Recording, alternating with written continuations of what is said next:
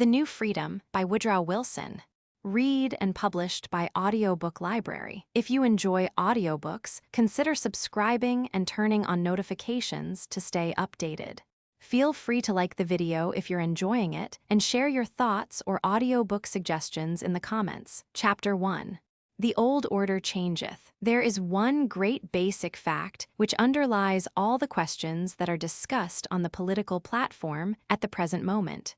That singular fact is that nothing is done in this country as it was done 20 years ago. We are in the presence of a new organization of society.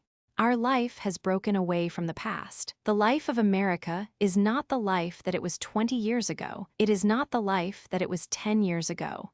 We have changed our economic conditions, absolutely, from top to bottom, and, with our economic society, the organization of our life. The old political formulas do not fit the present problems. They read now like documents taken out of a forgotten age. The older cries sound as if they belong to a past age which men have almost forgotten. Things which used to be put into the party platforms of 10 years ago would sound antiquated if put into a platform now.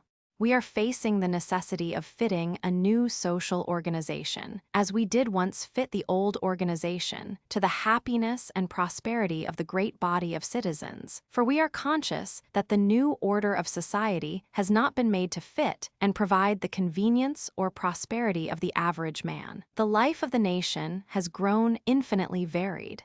It does not center now upon questions of governmental structure or of the distribution of governmental powers. It centers upon questions of the very structure and operation of society itself, of which government is only the instrument.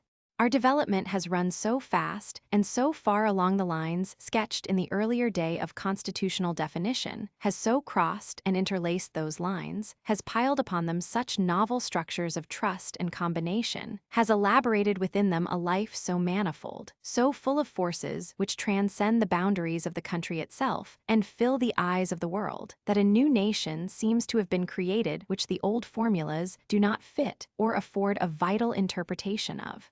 We have come upon an age when we do not do business in the way in which we used to do business, when we do not carry on any of the operations of manufacture, sale, transportation, or communication as men used to carry them on. There is a sense in which in our day the individual has been submerged. In most parts of our country men work, not for themselves, not as partners in the old way in which they used to work, but generally as employees, in a higher or lower grade, of great corporations. There was a time when corporations played a very minor part in our business affairs, but now they play the chief part, and most men are the servants of corporations.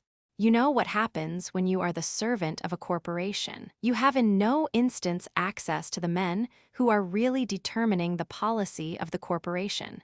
If the corporation is doing the things that it ought not to do, you really have no voice in the matter and must obey the orders, and you have oftentimes with deep mortification to co-operate in the doing of things which you know are against the public interest. Your individuality is swallowed up in the individuality and purpose of a great organization. It is true that, while most men are thus submerged in the corporation, a few, a very few, are exalted to a power which as individuals they could never have wielded. Through the great organizations of which they are the heads, a few are enabled to play a part unprecedented by anything in history in the control of the business operations of the country and in the determination of the happiness of great numbers of people. Yesterday, and ever since history began, men were related to one another as individuals. To be sure, there were the family, the church, and the state, institutions which associated men in certain wide circles of relationship. But in the ordinary concerns of life, in the ordinary work, in the daily round, men dealt freely and directly with one another. Today, the everyday relationships of men are largely with great impersonal concerns, with organizations, not with other individual men. Now this is nothing short of a new social age, a new era of human relationships, a new stage setting for the drama of life. In this new age we find, for instance, that our laws with regard to the relations of employer and employee are in many respects wholly antiquated and impossible. They were framed for another age, which nobody now living remembers, which is, indeed, so remote from our life that it would be difficult for many of us to understand it if it were described to us. The employer is now generally a corporation or a huge company of some kind. The employee is one of hundreds or of thousands brought together, not by individual masters whom they know and with whom they have personal relations, but by agents of one sort or another. Working men are marshaled in great numbers for the performance of a multitude of particular tasks under a common discipline. They generally use dangerous and powerful machinery, over whose repair and renewal they have no control. New rules must be devised with regard to their obligations and their rights, their obligations to their employers, and their responsibilities to one another. Rules must be devised for their protection, for their compensation when injured, for their support when disabled.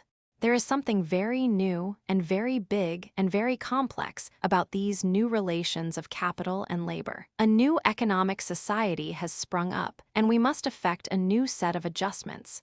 We must not pit power against weakness. The employer is generally, in our day, as I have said, not an individual, but a powerful group. And yet the working man, when dealing with his employer, is still, under our existing law, an individual. Why is it that we have a labor question at all? It is for the simple and very sufficient reason that the laboring man and the employer are not intimate associates now as they used to be in time past. Most of our laws were formed in the age when employer and employees knew each other's characters, were associates with each other, dealt with each other as man with man. That is no longer the case.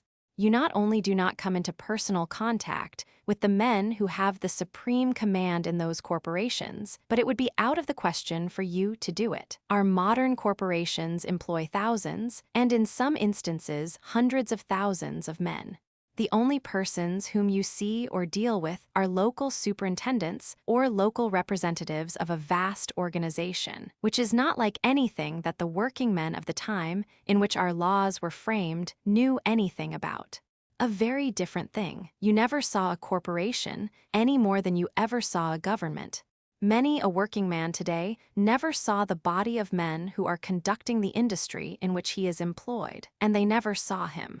What they know about him is written in ledgers and books and letters, in the correspondence of the office, in the reports of the superintendents. He is a long way off from them.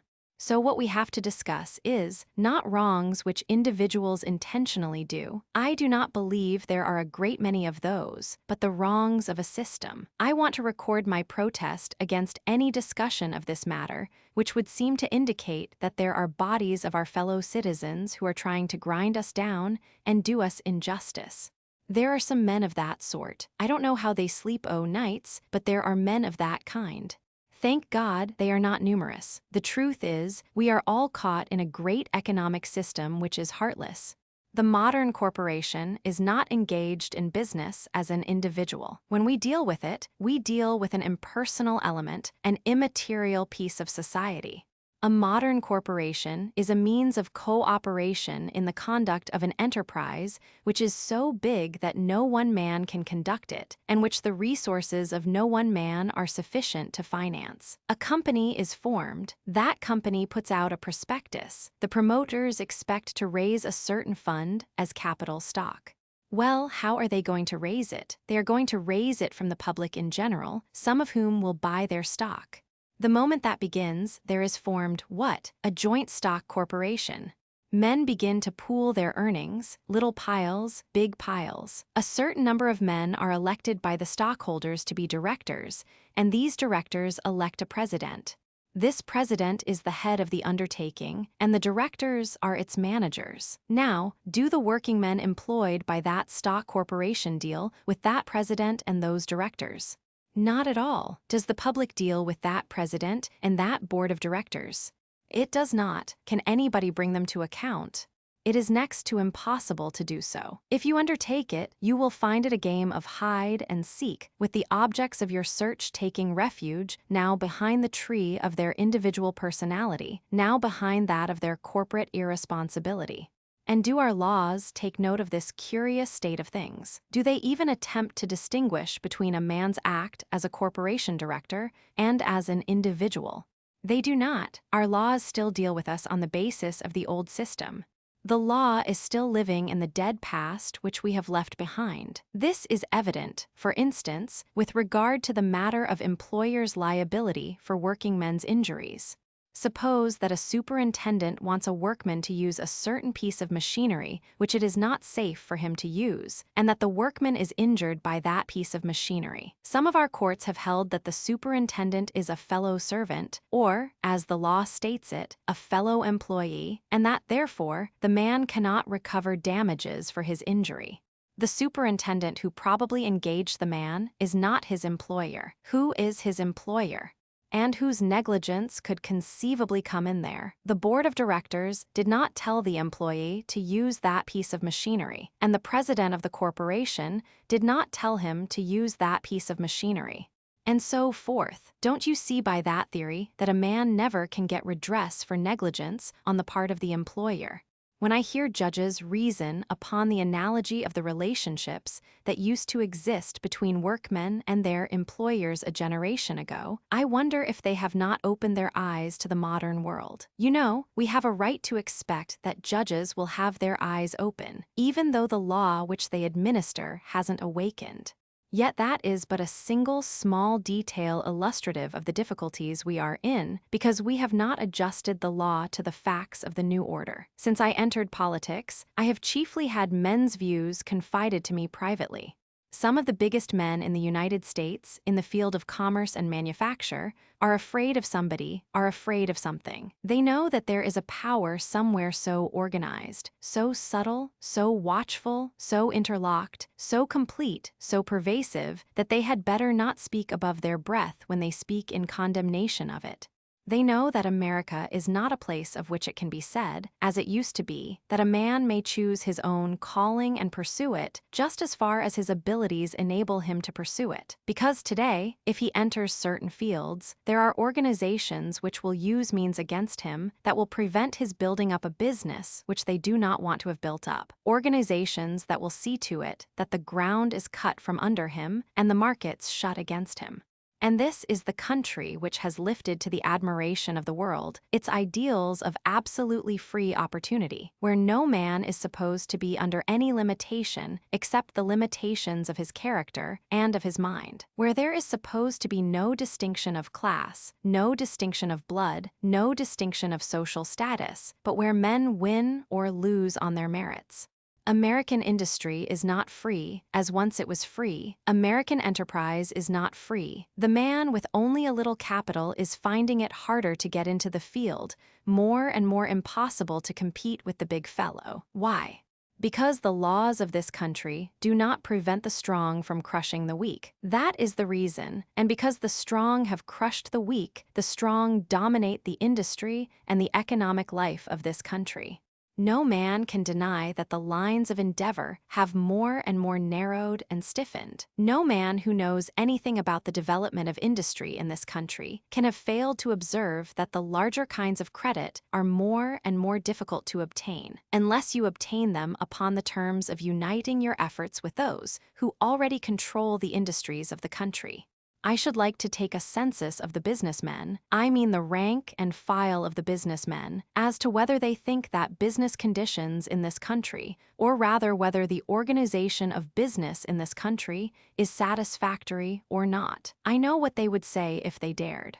If they could vote secretly, they would vote overwhelmingly that the present organization of business was meant for the big fellows and was not meant for the little fellows, that it was meant for those who are at the top and was meant to exclude those who are at the bottom, that it was meant to shut out beginners, to prevent new entries in the race, to prevent the building up of competitive enterprises that would interfere with the monopolies which the great trusts have built up. Because the men who are already made are not going to live indefinitely, and they are not always kind enough to leave sons as able and as honest as they are. Its members are sharing prosperity, no doubt, but what alarms me is that they are not originating prosperity. No country can afford to have its prosperity originated by a small controlling class. The treasury of America does not lie in the brains of the small body of men now in control of the great enterprises that have been concentrated under the direction of a very small number of persons. The treasury of America lies in those ambitions, those energies that cannot be restricted to a special favored class. It depends upon the inventions of unknown men, upon the originations of unknown men, upon the ambitions of unknown men. Every country is renewed out of the ranks of the unknown, not out of the ranks of those already famous and powerful and in control. There has come over the land that un-American set of conditions which enables a small number of men who control the government to get favors from the government, by those favors to exclude their fellows from equal business opportunity. You cannot begin such an enterprise as those that have made America until you are so authenticated, until you have succeeded in obtaining the goodwill of large allied capitalists. Is that freedom? That is dependence, not freedom. We used to think in the old-fashioned days, when life was very simple, that all that government had to do was to put on a policeman's uniform and say, "Now don't anybody hurt anybody else." We used to say that the ideal of government was for every man to be left alone and not interfered with, except when he interfered with somebody else, and that the best government was the government that did as little governing as possible. That was the idea that obtained in Jefferson's time. But we are coming now to realize that life is so complicated that we are not dealing with the old conditions, and that the law has to step in and create new conditions under which we may live, the conditions which will make it tolerable for us to live. Let me illustrate what I mean. It used to be true in our cities that every family occupied a separate house of its own, that every family had its own little premises, that every family was separated in its life from every other family. That is no longer the case in our great cities. Families live in tenements, they live in flats, they live on floors. They are piled layer upon layer in the great tenement houses of our crowded districts. And not only are they piled layer upon layer, but they are associated room by room, so that there is in every room, sometimes in our congested districts, a separate family. In some foreign countries, they have made much more progress than we in handling these things. In the city of Glasgow, for example, Glasgow is one of the model cities of the world. They have made up their minds that the entries and the hallways of great tenements are public streets. Therefore, the policeman goes up the stairway and patrols the corridors. The lighting department of the city sees to it that the halls are abundantly lighted. The city does not deceive itself into supposing that that great building is a unit from which the police are to keep out and the civic authority to be excluded, but it says, "These are public highways, and light is needed in them, and control by the authority of the city." I liken that to our great modern industrial enterprises. A corporation is very like a large tenement house. It isn't the premises of a single commercial family. It is just as much a public affair as a tenement house is a network of public highways.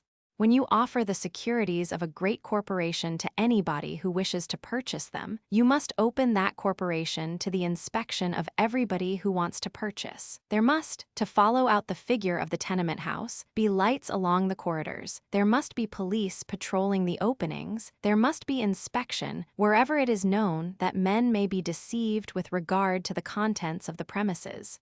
If we believe that fraud lies in wait for us, we must have the means of determining whether our suspicions are well-founded or not. Similarly, the treatment of labor by the great corporations is not what it was in Jefferson's time. Whenever bodies of men employ bodies of men, it ceases to be a private relationship, so that when courts hold that workingmen cannot peaceably dissuade other workingmen from taking employment, as was held in a notable case in New Jersey, they simply show that their minds and understandings are lingering in an age which has passed away. This dealing of great bodies of men with other bodies of men is a matter of public scrutiny and should be a matter of public regulation. Similarly, it was no business of the law in the time of Jefferson to come into my house and see how I kept house.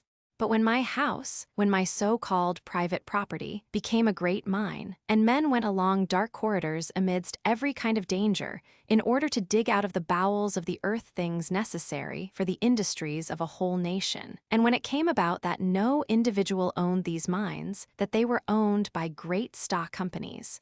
Likewise, in these great beehives where in every corridor swarm men of flesh and blood, it is the privilege of the government, whether of the state or of the United States, as the case may be, to see that human life is protected, that human lungs have something to breathe. These, again, are merely illustrations of conditions. We are in a new world, struggling under old laws. As we go inspecting our lives today, surveying this new scene of centralized and complex society, we shall find many more things out of joint. One of the most alarming phenomena of the time, or rather it would be alarming if the nation had not awakened to it and shown its determination to control it. One of the most significant signs of the new social era is the degree to which government has become associated with business. I speak, for the moment, of the control over the government exercised by big business. Behind the whole subject, of course, is the truth that, in the new order, government and business must be associated closely. But that association is at present of a nature absolutely intolerable. The precedence is wrong, the association is upside down. Our government has been for the past few years under the control of heads of great allied corporations with special interests. It has not controlled these interests and assigned them a proper place in the whole system of business. It has submitted itself to their control. As a result, there have grown up vicious systems and schemes of governmental favoritism, the most obvious being the extravagant tariff, far-reaching in effect upon the whole fabric of life, touching to his injury every inhabitant of the land, laying unfair and impossible handicaps upon competitors, imposing taxes in every direction, stifling everywhere the free spirit of American enterprise. Now this has come about naturally. As we go on, we shall see how very naturally. It is no use denouncing anybody or anything except human nature. Nevertheless, it is an intolerable thing that the government of the Republic should have got so far out of the hands of the people, should have been captured by interests which are special and not general. In the train of this capture follow the troops of scandals, wrongs, indecencies with which our politics swarm. There are cities in America of whose government we are ashamed.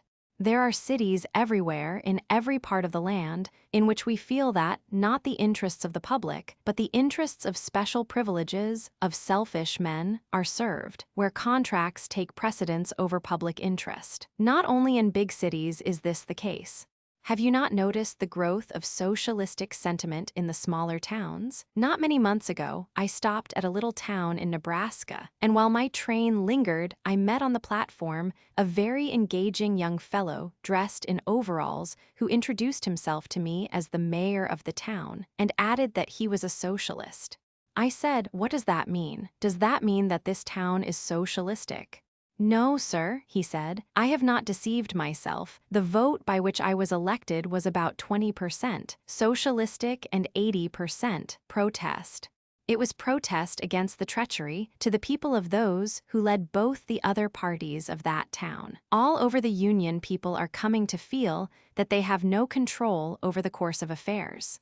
I live in one of the greatest states in the Union, which was at one time in slavery. Until 2 years ago, we had witnessed with increasing concern the growth in New Jersey of a spirit of almost cynical despair. Men said, "We vote, we are offered the platform we want, we elect the men who stand on that platform, and we get absolutely nothing." So they began to ask, what is the use of voting?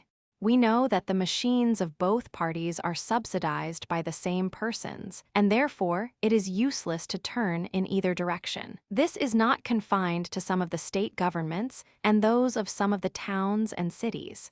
We know that something intervenes between the people of the United States and the control of their own affairs at Washington. It is not the people who have been ruling there of late. Why are we in the presence? Why are we at the threshold of a revolution? Because we are profoundly disturbed by the influences which we see reigning in the determination of our public life and our public policy. There was a time when America was blithe with self-confidence. She boasted that she, and she alone, knew the processes of popular government, but now she sees her sky overcast. She sees that there are at work forces which she did not dream of in her hopeful youth. Don't you know that some man with eloquent tongue, without conscience, who did not care for the nation, could put this whole country into a flame? Don't you know that this country from one end to the other believes that something is wrong? What an opportunity it would be for some man without conscience to spring up and say, "This is the way, follow me, and lead in paths of destruction."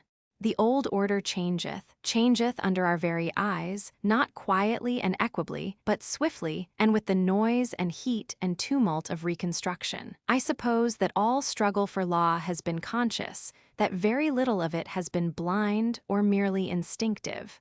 It is the fashion to say, as if with superior knowledge of affairs and of human weakness, that every age has been an age of transition, and that no age is more full of change than another. Yet in very few ages of the world can the struggle for change have been so widespread, so deliberate, or upon so great a scale as in this in which we are taking part. Society is looking itself over, in our day, from top to bottom, is making fresh and critical analysis of its very elements, is questioning its oldest practices as freely as its newest, scrutinizing every arrangement and motive of its life, and it stands ready to attempt nothing less than a radical reconstruction, which only frank and honest counsels and the forces of generous cooperation can hold back from becoming a revolution. I doubt if any age was ever more conscious of its task or more unanimously desirous of radical and extended changes in its economic and political practice. We stand in the presence of a revolution, not a bloody revolution. America is not given to the spilling of blood, but a silent revolution, whereby America will insist upon recovering in practice those ideals which she has always professed, upon securing a government devoted to the general interest and not to special interests. We are upon the eve of a great reconstruction. It calls for creative statesmanship, as no age has done since that great age in which we set up the government under which we live, that government which was the admiration of the world, until it suffered wrongs to grow up under it, which have made many of our own compatriots question the freedom of our institutions and preach revolution against them. I do not fear revolution. I have unshaken faith in the power of America to keep its self-possession. Revolution will come in peaceful guise, as it came when we put aside the crude government of the Confederation and created the great federal union which governs individuals, not states, and which has been these 130 years our vehicle of progress. Some radical changes we must make in our law and practice. Some reconstructions we must push forward, which a new age and new circumstances impose upon us. But we can do it all in calm and sober fashion, like statesmen and patriots. I do not speak of these things in apprehension, because all is open and above board. This is not a day in which great forces rally in secret. The whole stupendous program must be publicly planned and canvassed. Good temper, the wisdom that comes of sober counsel, the energy of thoughtful and unselfish men, the habit of cooperation and of compromise which has been bred in us by long years of free government, in which reason rather than passion has been made to prevail by the sheer virtue of candid and universal debate, will enable us to win through to still another great age without violence. Chapter 2. What is Progress?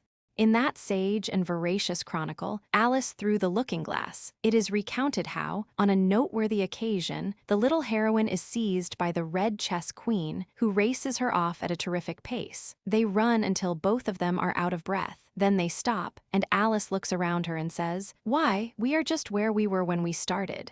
"Oh, yes," says the Red Queen, "you have to run twice as fast as that to get anywhere else. That is a parable of progress." The laws of this country have not kept up with the change of economic circumstances in this country. They have not kept up with the change of political circumstances, and therefore we are not even where we were when we started. We shall have to run, not until we are out of breath, but until we have caught up with our own conditions, before we shall be where we were when we started this great experiment which has been the hope and the beacon of the world. and we should have to run twice as fast as any rational program I have seen in order to get anywhere else. I am, therefore, forced to be a progressive, if for no other reason, because we have not kept up with our changes of conditions, either in the economic field or in the political field. We have not kept up as well as other nations have. We have not kept our practices adjusted to the facts of the case, and until we do, and unless we do, the facts of the case will always have the better of the argument, because if you do not adjust your laws to the facts, so much the worse for the laws, not for the facts, because law trails along after the facts.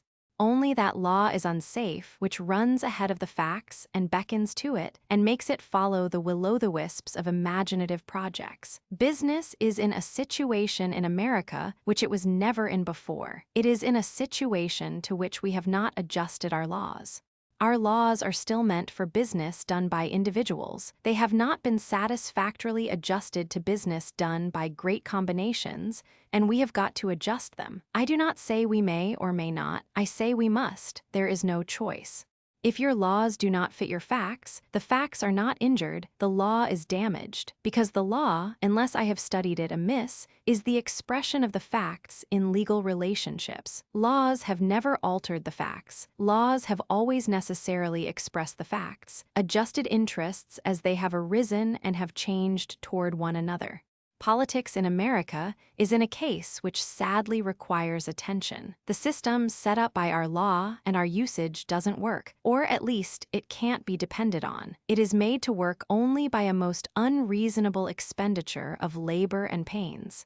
The government, which was designed for the people, has got into the hands of bosses and their employers, the special interests. An invisible empire has been set up above the forms of democracy. There are serious things to do. Does any man doubt the great discontent in this country? Does any man doubt that there are grounds and justifications for discontent? Do we dare stand still? Within the past few months, we have witnessed, along with other strange political phenomena, eloquently significant of popular uneasiness. On one side, a doubling of the socialist vote, and on the other, the posting on dead walls and hoardings all over the country of certain, very attractive and diverting bills warning citizens that it was better to be safe than sorry, and advising them to let well enough alone. To me, these counsels of do-nothingism, these counsels of sitting still for fear something would happen, these counsels addressed to the hopeful, energetic people of the United States, telling them that they are not wise enough to touch their own affairs without marring them, constitute the most extraordinary argument of fatuous ignorance I ever heard. Americans are not yet cowards. True, their self-reliance has been sapped by years of submission to the doctrine that prosperity is something that benevolent magnates provide for them with the aid of the government. Their self-reliance has been weakened, but not so utterly destroyed that you can twit them about it. The American people are not naturally stand-patters. Progress is the word that charms their ears and stirs their hearts. There are, of course, Americans who have not yet heard that anything is going on. The circus might come to town, have the big parade and go, without their catching a sight of the camels or a note of the calliope. There are people, even Americans, who never move themselves or know that anything else is moving.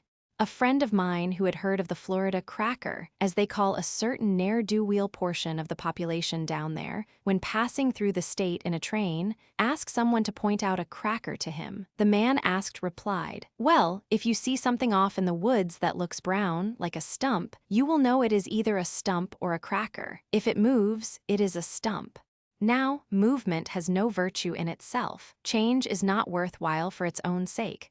I am not one of those who love variety for its own sake. If a thing is good today, I should like to have it stay that way tomorrow. Most of our calculations in life are dependent upon things staying the way they are. For example, if, when you got up this morning, you had forgotten how to dress, if you had forgotten all about those ordinary things which you do almost automatically, which you can almost do half awake, you would have to find out what you did yesterday. I am told by the psychologists that if I did not remember who I was yesterday, I should not know who I am today, and that, therefore, my very identity depends upon my being able to tally today with yesterday. If they do not tally, then I am confused. I do not know who I am, and I have to go around and ask somebody to tell me my name and where I came from. I am not one of those who wish to break connection with the past. I am not one of those who wish to change for the mere sake of variety. The only men who do that are the men who want to forget something, the men who filled yesterday with something they would rather not recollect today, and so go about seeking diversion, seeking abstraction in something that will blot out recollection, or seeking to put something into them which will blot out all recollection. Change is not worthwhile unless it is improvement. If I move out of my present house because I do not like it, then I have got to choose a better house or build a better house to justify the change. It would seem a waste of time to point out that ancient distinction between mere change and improvement. Yet there is a class of mind that is prone to confuse them. We have had political leaders whose conception of greatness was to be forever frantically doing something. It mattered little what. Restless, vociferous men, without sense of the energy of concentration, knowing only the energy of succession. Now, life does not consist of eternally running to a fire. There is no virtue in going anywhere unless you will gain something by being there. The direction is just as important as the impetus of motion. All progress depends on how fast you are going and where you are going, and I fear there has been too much of this thing of knowing neither how fast we were going or where we were going. I have my private belief that we have been doing most of our progressiveness after the fashion of those things that in my boyhood days we called treadmills. A treadmill being a moving platform, with cleats on it, on which some poor devil of a mule was forced to walk forever without getting anywhere.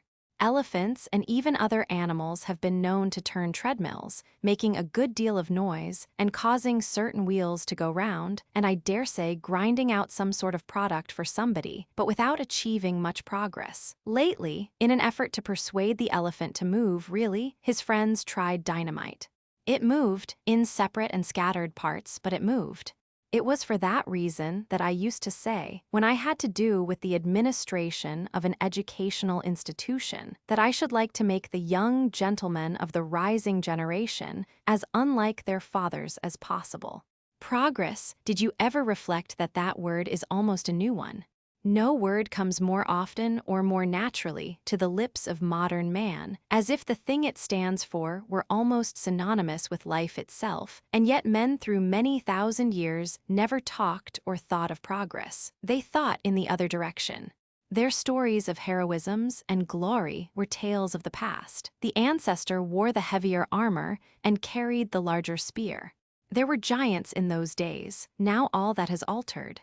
We think of the future, not the past, as the more glorious time in comparison with which the present is nothing. Progress, development, those are modern words.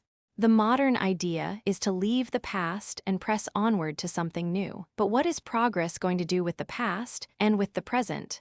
How is it going to treat them? With ignominy or respect? Should it break with them altogether or rise out of them with its roots still deep in the older time? What attitude shall progressives take toward the existing order, toward those institutions of conservatism, the Constitution, the laws, and the courts? Are those thoughtful men who fear that we are now about to disturb the ancient foundations of our institutions justified in their fear? If they are, we ought to go very slowly about the processes of change. If it is indeed true that we have grown tired of the institutions which we have so carefully and sedulously built up, then we ought to go very slowly and very carefully about the very dangerous task of altering them. We ought, therefore, to ask ourselves, first of all, whether thought in this country is tending to do anything by which we shall retrace our steps, or by which we shall change the whole direction of our development. I believe, for one, that you cannot tear up ancient rootages and safely plant the tree of liberty in soil which is not native to it. I believe that the ancient traditions of a people are its ballast. You cannot make a tabula rasa upon which to write a political program. You cannot take a new sheet of paper and determine what your life shall be tomorrow. You must knit the new into the old. You cannot put a new patch on an old garment without ruining it. It must be not a patch, but something woven into the old fabric, of practically the same pattern, of the same texture and intention. If I did not believe that to be progressive was to preserve the essentials of our institutions, I for one could not be a progressive. One of the chief benefits I used to derive from being president of a university was that I had the pleasure of entertaining thoughtful men from all over the world. I cannot tell you how much has dropped into my granary by their presence.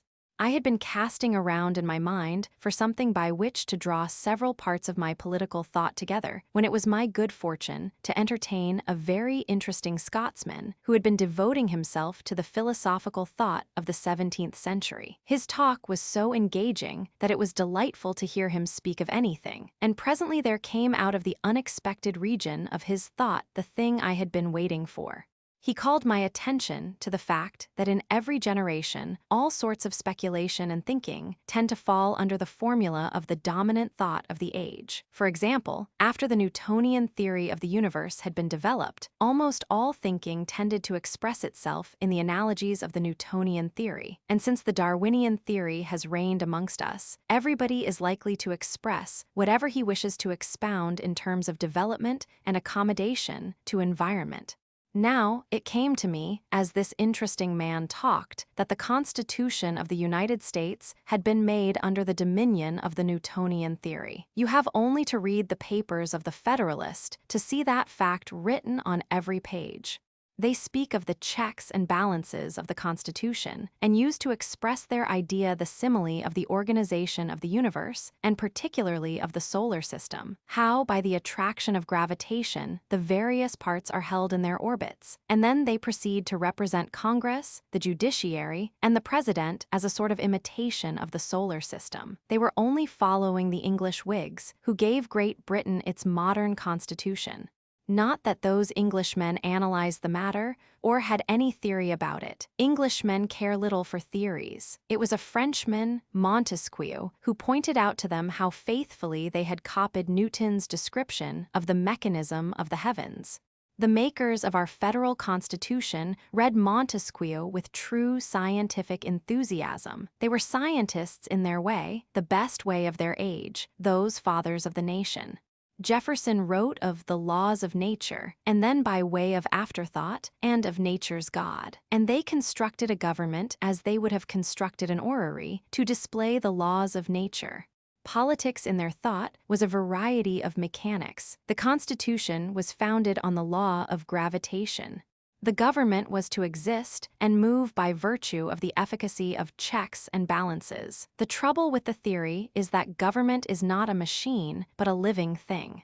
It falls not under the theory of the universe, but under the theory of organic life. It is accountable to Darwin, not to Newton. It is modified by its environment, necessitated by its tasks, shaped to its functions by the sheer pressure of life. No living thing can have its organs offset against each other, as checks and live.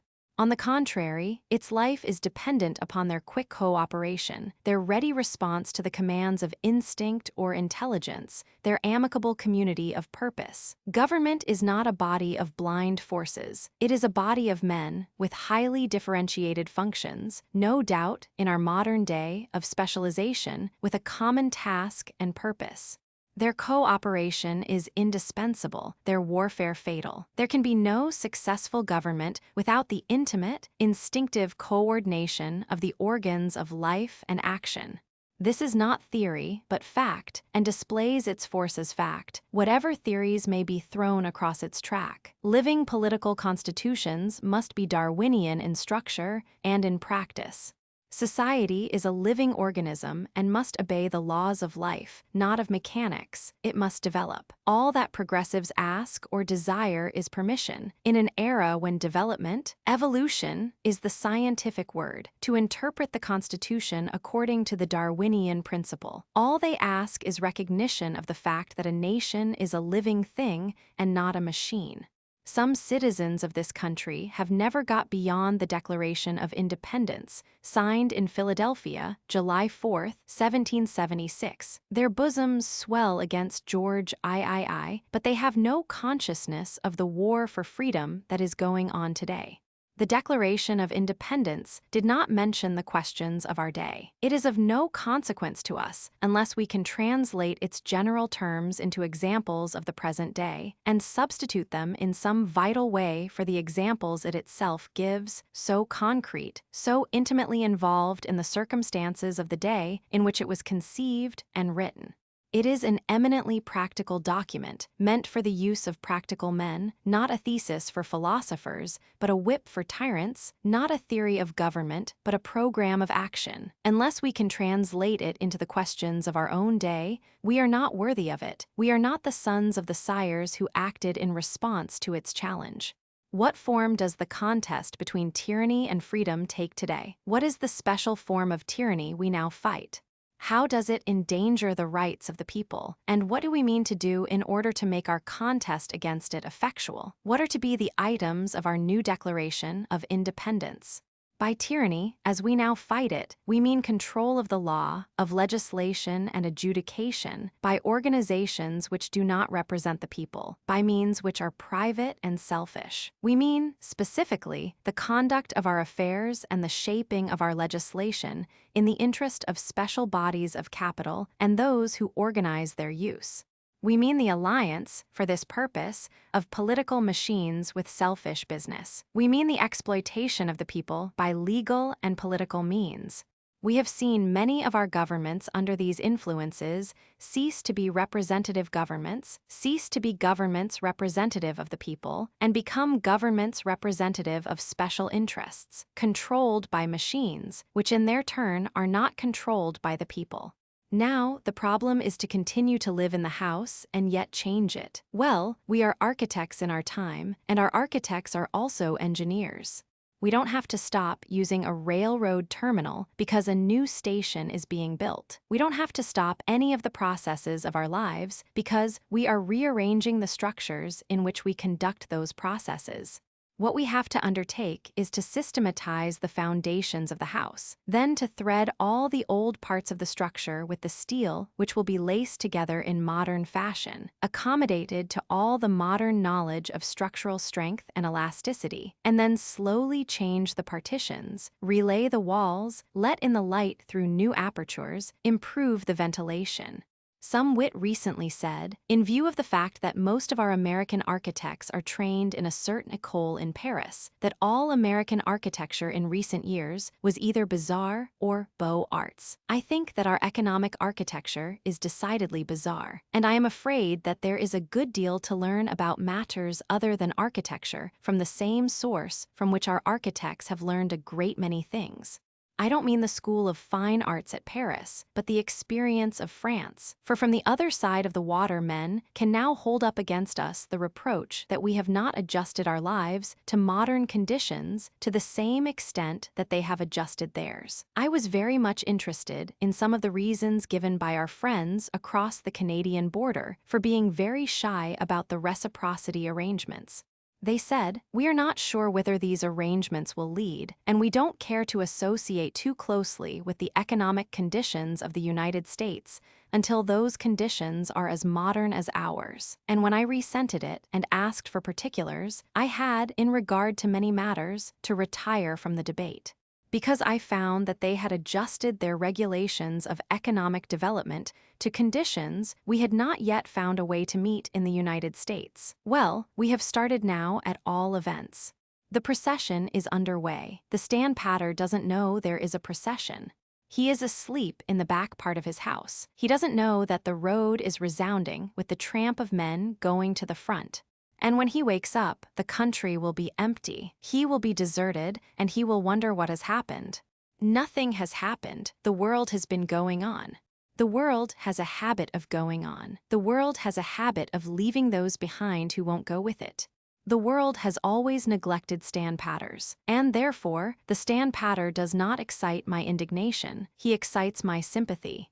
He is going to be so lonely before it is all over. And we are good fellows, we are good company, why doesn't he come along? We are not going to do him any harm, we are going to show him a good time.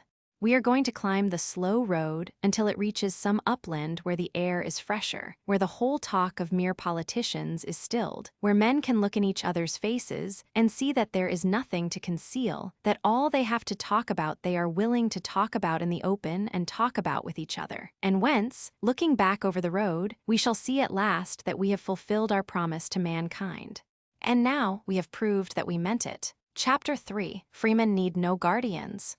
There are two theories of government that have been contending with each other ever since government began. One of them is the theory which in America is associated with the name of a very great man, Alexander Hamilton. A great man, but, in my judgment, not a great American. He did not think in terms of American life.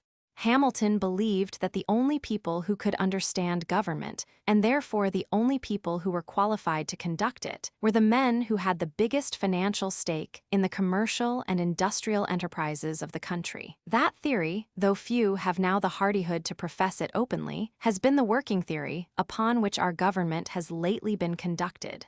It is astonishing how persistent it is. It is amazing how quickly the political party which had Lincoln for its first leader, Lincoln, who not only denied, but in his own person so completely disproved the aristocratic theory. It is amazing how quickly that party, founded on faith in the people, forgot the precepts of Lincoln and fell under the delusion that the masses needed the guardianship of men of affairs. For indeed, if you stop to think about it, nothing could be a greater departure from original Americanism, from faith in the ability of a confident, resourceful, and independent people, than the discouraging doctrine that somebody has got to provide prosperity for the rest of us. And yet, that is exactly the doctrine on which the government of the United States has been conducted lately. Who have been consulted when important measures of government, like tariff acts and currency acts and railroad acts, were under consideration. The people whom the tariff chiefly affects, the people for whom the currency is supposed to exist, the people who pay the duties and ride on the railroads. Oh no, what do they know about such matters? The gentlemen whose ideas have been sought are the big manufacturers, the bankers, and the heads of the great railroad combinations. The masters of the government of the United States are the combined capitalists and manufacturers of the United States. It is written over every intimate page of the records of Congress. It is written all through the history of conferences at the White House that the suggestions of economic policy in this country have come from one source, not from many sources. The benevolent guardians, the kind-hearted trustees who have taken the troubles of government off our hands, have become so conspicuous that almost anybody can write out a list of them. They have become so conspicuous that their names are mentioned upon almost every political platform. The men who have undertaken the interesting job of taking care of us do not force us to requite them with anonymously directed gratitude. We know them by name. Suppose you go to Washington and try to get at your government.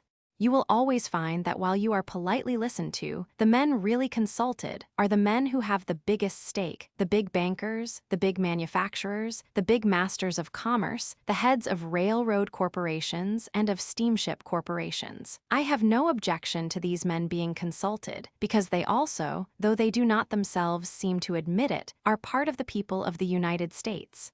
But I do very seriously object to these gentlemen being chiefly consulted, and particularly to their being exclusively consulted. For, if the government of the United States is to do the right thing by the people of the United States, it has got to do it directly and not through the intermediation of these gentlemen. Every time it has come to a critical question, these gentlemen have been yielded to, and their demands have been treated as the demands that should be followed as a matter of course. The government of the United States at present is a foster child of the special interests. It is not allowed to have a will of its own. It is told at every move, don't do that, you will interfere with our prosperity. And when we ask, where is our prosperity lodged? A certain group of gentlemen say, with us. The government of the United States in recent years has not been administered by the common people of the United States. Have you ever heard, for example, of any hearing before any great committee of the Congress in which the people of the country as a whole were represented, except it may be by the congressmen themselves? The men who appear at those meetings in order to argue for or against a schedule in the tariff, for this measure or against that measure, are men who represent special interests. They may represent them very honestly, they may intend no wrong to their fellow citizens, but they are speaking from the point of view always of a small portion of the population. I have sometimes wondered why men, particularly men of means, men who didn't have to work for their living, shouldn't constitute themselves attorneys for the people, and every time a hearing is held before a committee of Congress should not go and ask, "Gentlemen, in considering these things, suppose you consider the whole country. Suppose you consider the citizens of the United States. I don't want a smug lot of experts to sit down behind closed doors in Washington and play Providence to me. There is a Providence to which I am perfectly willing to submit. But as for other men setting up as Providence over myself, I seriously object.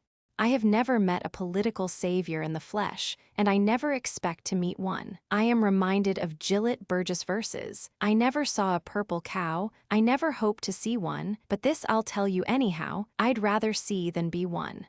That is the way I feel about this saving of my fellow countrymen. I'd rather see a savior of the United States than set up to be one, because I have actually found out, that men I consult with no more than I do, especially if I consult with enough of them. I never came out of a committee meeting or a conference without seeing more of the question that was under discussion than I had seen when I went in, and that to my mind is an image of government. I am not willing to be under the patronage of the trusts, no matter how providential a government presides over the process of their control of my life. I am one of those who absolutely reject the trustee theory, the guardianship theory. I have never found a man who knew how to take care of me, and, reasoning from that point out, I conjecture that there isn't any man who knows how to take care of all the people of the United States. I suspect that the people of the United States understand their own interests better than any group of men in the confines of the country understand them. The men who are sweating blood to get their foothold in the world of endeavor understand the conditions of business in the United States very much better than the men who have arrived and are at the top. They know what the thing is that they are struggling against. They know how difficult it is to start a new enterprise. They know how far they have to search for credit that will put them upon an even footing with the men who have already built up industry in this country. They know that somewhere, by somebody, the development of industry is being controlled. I do not say this with the slightest desire to create any prejudice against wealth. On the contrary, I should be ashamed of myself if I excited class feeling of any kind. But I do mean to suggest this, that the wealth of the country has, in recent years, come from particular sources. It has come from those sources which have built up monopoly. Its point of view is a special point of view. It is the point of view of those men who do not wish that the people should determine their own affairs, because they do not believe that the people's judgment is sound. They want to be commissioned to take care of the United States and of the people of the United States, because they believe that they, better than anybody else, understand the interests of the United States. I do not challenge their character. I challenge their point of view. We cannot afford to be governed as we have been governed in the last generation, by men who occupy so narrow, so prejudiced, so limited a point of view. The government of our country cannot be lodged in any special class. The policy of a great nation cannot be tied up with any particular set of interests. I want to say, again and again, that my arguments do not touch the character of the men to whom I am opposed. I believe that the very wealthy men who have got their money by certain kinds of corporate enterprise have closed in their horizon, and that they do not see and do not understand the rank and file of the people. It is for that reason that I want to break up the little coterie that has determined what the government of the nation should do. The list of the men who used to determine what New Jersey should and should not do did not exceed half a dozen, and they were always the same men. These very men now are, some of them, frank enough to admit that New Jersey has finer energy in her because more men are consulted and the whole field of action is widened and liberalized. We have got to relieve our government from the domination of special classes, not because these special classes are bad, necessarily, but because no special class can understand the interests of a great community. I believe, as I believe in nothing else, in the average integrity and the average intelligence of the American people, and I do not believe that the intelligence of America can be put into commission anywhere. I do not believe that there is any group of men of any kind to whom we can afford to give that kind of trusteeship. I will not live under trustees if I can help it. No group of men less than the majority has a right to tell me how I have got to live in America. I will submit to the majority because I have been trained to do it, though I may sometimes have my private opinion even of the majority. I do not care how wise, how patriotic the trustees may be. I have never heard of any group of men in whose hands I am willing to lodge the liberties of America in trust. If any part of our people want to be wards, if they want to have guardians put over them, if they want to be taken care of, if they want to be children patronized by the government, why, I am sorry, because it will sap the manhood of America. But I don't believe they do. I believe they want to stand on the firm foundation of law and right and take care of themselves. I, for my part, don't want to belong to a nation. I believe that I do not belong to a nation. That needs to be taken care of by guardians. I want to belong to a nation, and I am proud that I do belong to a nation that knows how to take care of itself. If I thought that the American people were reckless, were ignorant, were vindictive, I might shrink from putting the government into their hands. But the beauty of democracy is that when you are reckless, you destroy your own established conditions of life. When you are vindictive, you wreak vengeance upon yourself. The whole stability of a democratic polity rests upon the fact that every interest is every man's interest. The theory that the men of biggest affairs, whose field of operation is the widest, are the proper men to advise the government is, I am willing to admit, rather a plausible theory. If my business covers the United States not only, but covers the world, it is to be presumed that I have a pretty wide scope in my vision of business. But the flaw is that it is my own business that I have a vision of, and not the business of the men who lie outside of the scope of the plans I have made for a profit out of the particular transactions I am connected with. And you can't, by putting together a large number of men who understand their own business, no matter how large it is, make up a body of men who will understand the business of the nation as contrasted with their own interest. In a former generation, half a century ago, there were a great many men associated with the government whose patriotism we are not privileged to deny nor to question, who intended to serve the people, but had become so saturated with the point of view of a governing class that it was impossible for them to see America as the people of America themselves saw it. When I think of that tall, gaunt figure rising in Illinois, I have a picture of a man free, unentangled, unassociated with the governing influences of the country, ready to see things with an open eye, to see them steadily, to see them whole, to see them as the men he rubbed shoulders with and associated with saw them. Now, likewise, the trouble with our present political condition is that we need some man who has not been associated with the governing classes and the governing influences of this country to stand up and speak for us. We need to hear a voice from the outside calling upon the American people to assert again their rights and prerogatives in the possession of their own government. They sympathize with the people. Their hearts no doubt go out to the great masses of unknown men in this country, but their thought is in close, habitual association with those who have framed the policies of the country during all our lifetime. Those men have framed the protective tariff, have developed the trusts, have coordinated and ordered all the great economic forces of this country in such fashion that nothing but an outside force breaking in can disturb their domination and control.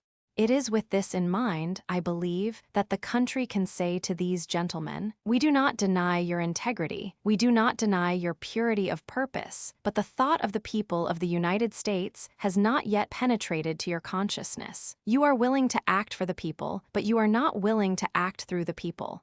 Now we propose to act for ourselves. I sometimes think that the men who are now governing us are unconscious of the chains in which they are held. I do not believe that men such as we know, among our public men at least, most of them, have deliberately put us into leading strings to the special interests. The special interests have grown up. They have grown up by processes which at last, happily, we are beginning to understand. They don't have to consult us as to what they want. They don't have to resort to anybody. They know their plans, and therefore they know what will be convenient for them. It may be that they have really thought what they have said they thought. It may be that they know so little of the history of economic development and of the interests of the United States as to believe that their leadership is indispensable for our prosperity and development. I don't have to prove that they believe that because they themselves admit it. I have heard them admit it on many occasions. I want to say to you very frankly that I do not feel vindictive about it. Some of the men who have exercised this control are excellent fellows. They really believe that the prosperity of the country depends upon them. They really believe that if the leadership of economic development in this country dropped from their hands, the rest of us are too muddle-headed to undertake the task. They not only comprehend the power of the United States within their grasp, but they comprehend it within their imagination. They are honest men. They have just as much right to express their views as I have to express mine, or you to express yours. But it is just about time that we examined their views for ourselves and determined their validity. As a matter of fact, their thought does not cover the processes of their own undertakings. As a university president, I learned that the men who dominate our manufacturing processes could not conduct their business for 24 hours without the assistance of the experts with whom the universities were supplying them. Modern industry depends upon technical knowledge, and all that these gentlemen did was to manage the external features of great combinations and their financial operation, which had very little to do with the intimate skill with which the enterprises were conducted. I know men not catalogued in the public prints, men not spoken of in public discussion, who are the very bone and sinew of the industry of the United States. Do our masters of industry speak in the spirit and interest even of those whom they employ? When men ask me what I think about the labor question and laboring men, I feel that I am being asked what I know about the vast majority of the people, and I feel as if I were being asked to separate myself, as belonging to a particular class, from that great body of my fellow citizens who sustain and conduct the enterprises of the country. Until we get away from that point of view, it will be impossible to have a free government.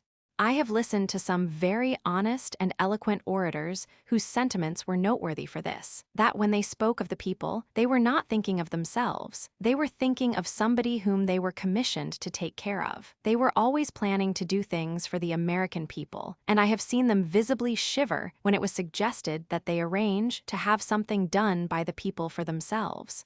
They said, "What do they know about it?" I always feel like replying, "What do you know about it? You know your own interest, but who has told you our interests, and what do you know about them?" For the business of every leader of government is to hear what the nation is saying and to know what the nation is enduring. It is not his business to judge for the nation, but to judge through the nation as its spokesman and voice. I do not believe that this country could have safely allowed a continuation of the policy of the men who have viewed affairs in any other light.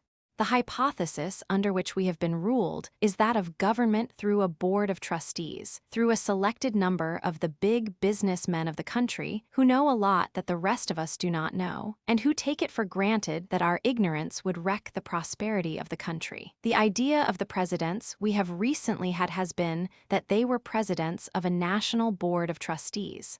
That is not my idea. I have been president of one board of trustees, and I do not care to have another on my hands.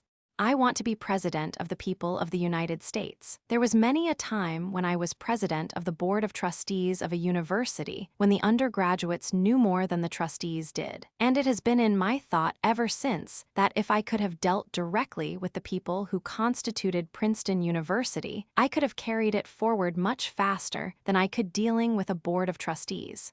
Mark you, I am not saying that these leaders knew that they were doing us an evil or that they intended to do us an evil. For my part, I am very much more afraid of the man who does a bad thing and does not know it is bad than of the man who does a bad thing and knows it is bad. Because I think that in public affairs stupidity is more dangerous than knavery, because harder to fight and dislodge.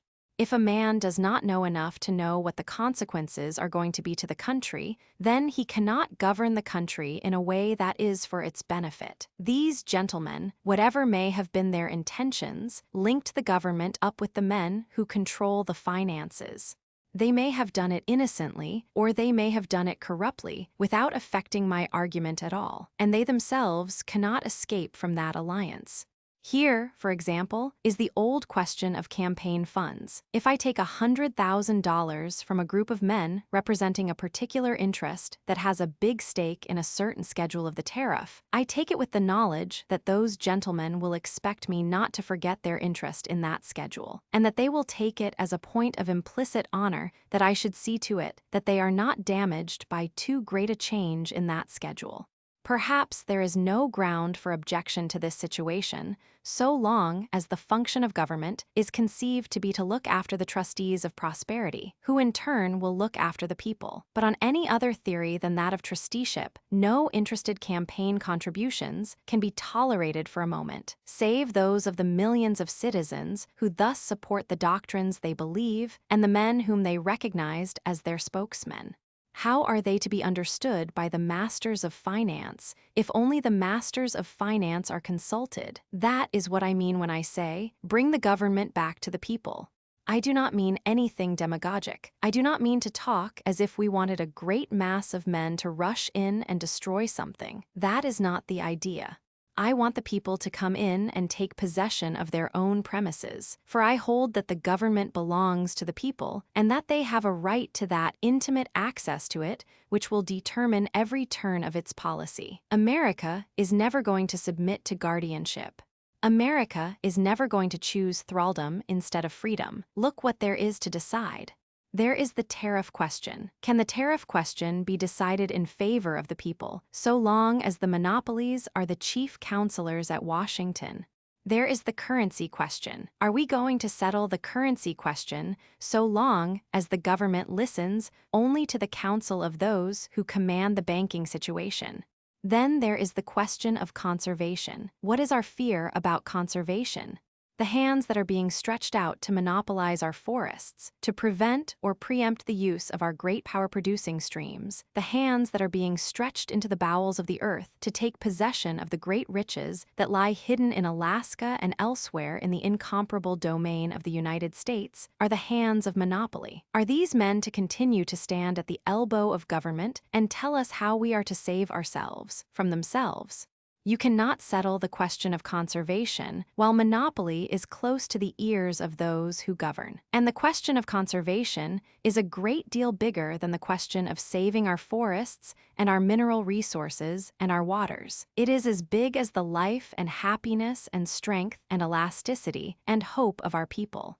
There are tasks awaiting the government of the United States which it cannot perform until every pulse of that government beats in unison with the needs and the desires of the whole body of the American people. Shall we not give the people access of sympathy, access of authority, to the instrumentalities which are to be indispensable to their lives? Chapter 4. Life comes from the soil.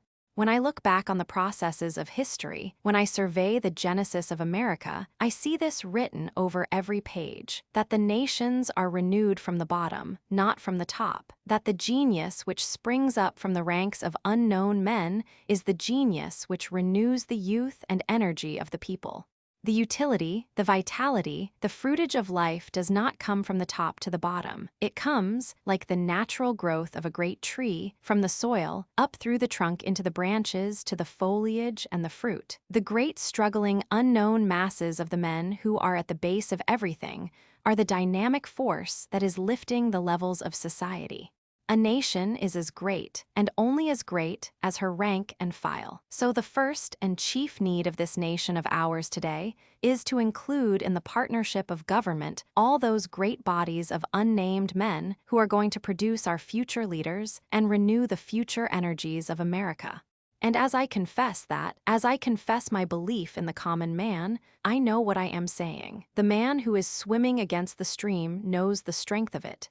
The man who is in the melee knows what blows are being struck and what blood is being drawn. The man who is on the make is the judge of what is happening in America, not the man who has made good, not the man who has emerged from the flood, not the man who is standing on the bank looking on, but the man who is struggling for his life and for the lives of those who are dearer to him than himself.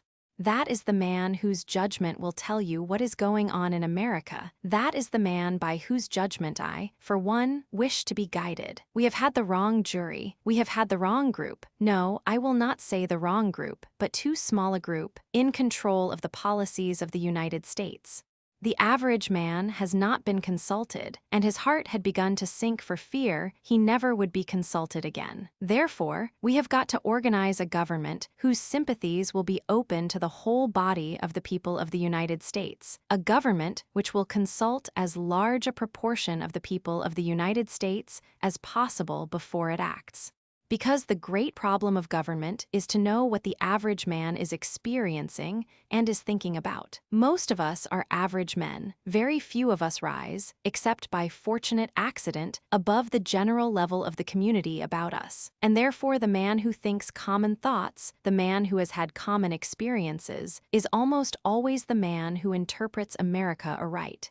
Isn't that the reason that we are proud of such stories as the story of Abraham Lincoln, a man who rose out of the ranks and interpreted America better than any man had interpreted it, who had risen out of the privileged classes or the educated classes of America?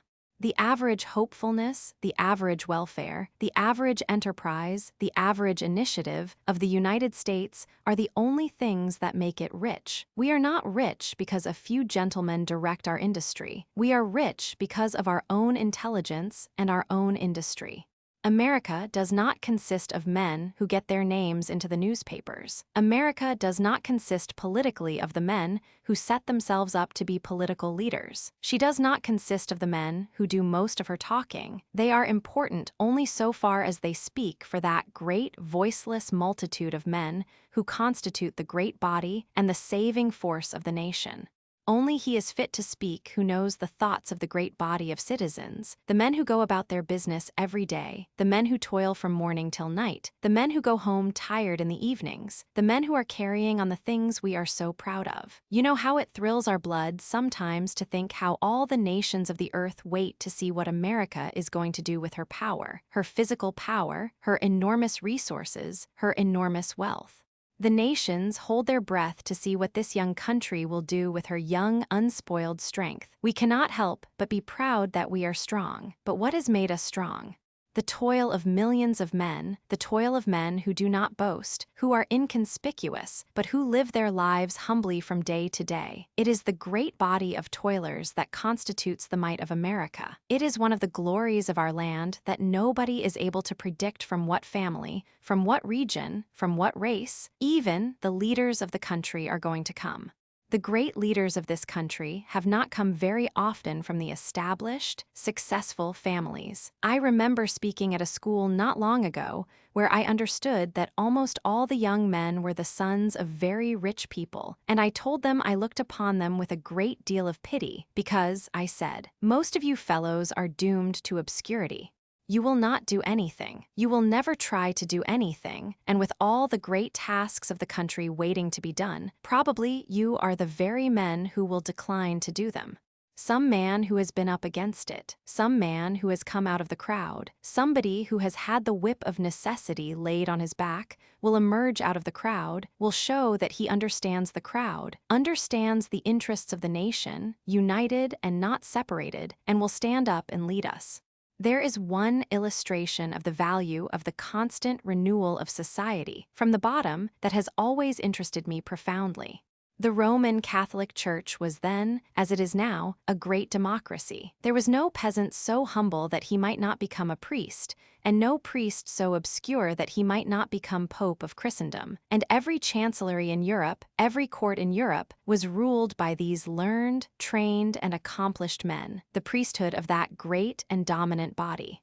What kept government alive in the Middle Ages was this constant rise of the sap from the bottom, from the rank and file of the great body of the people through the open channels of the priesthood. That, it seems to me, is one of the most interesting and convincing illustrations that could possibly be adduced of the thing that I am talking about.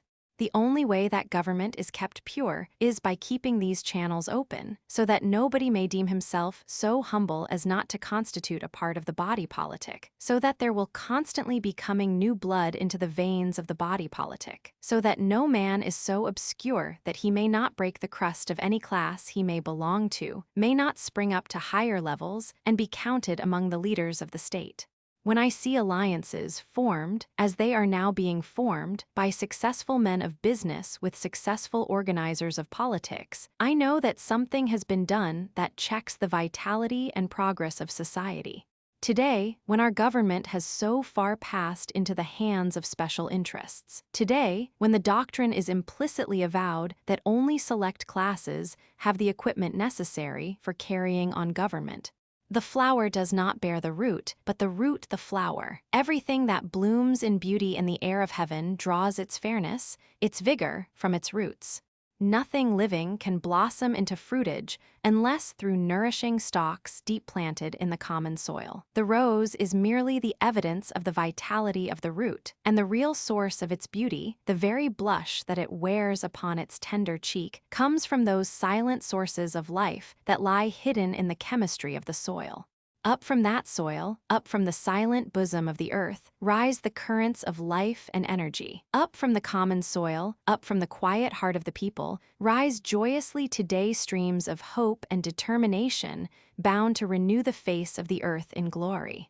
I tell you, the so-called radicalism of our times is simply the effort of nature to release the generous energies of our people. This great American people is at bottom just, virtuous, and hopeful. The roots of its being are in the soil of what is lovely, pure, and of good report, and the need of the hour is just that radicalism that will clear a way for the realization of the aspirations of a sturdy race. Chapter 5: The Parliament of the People.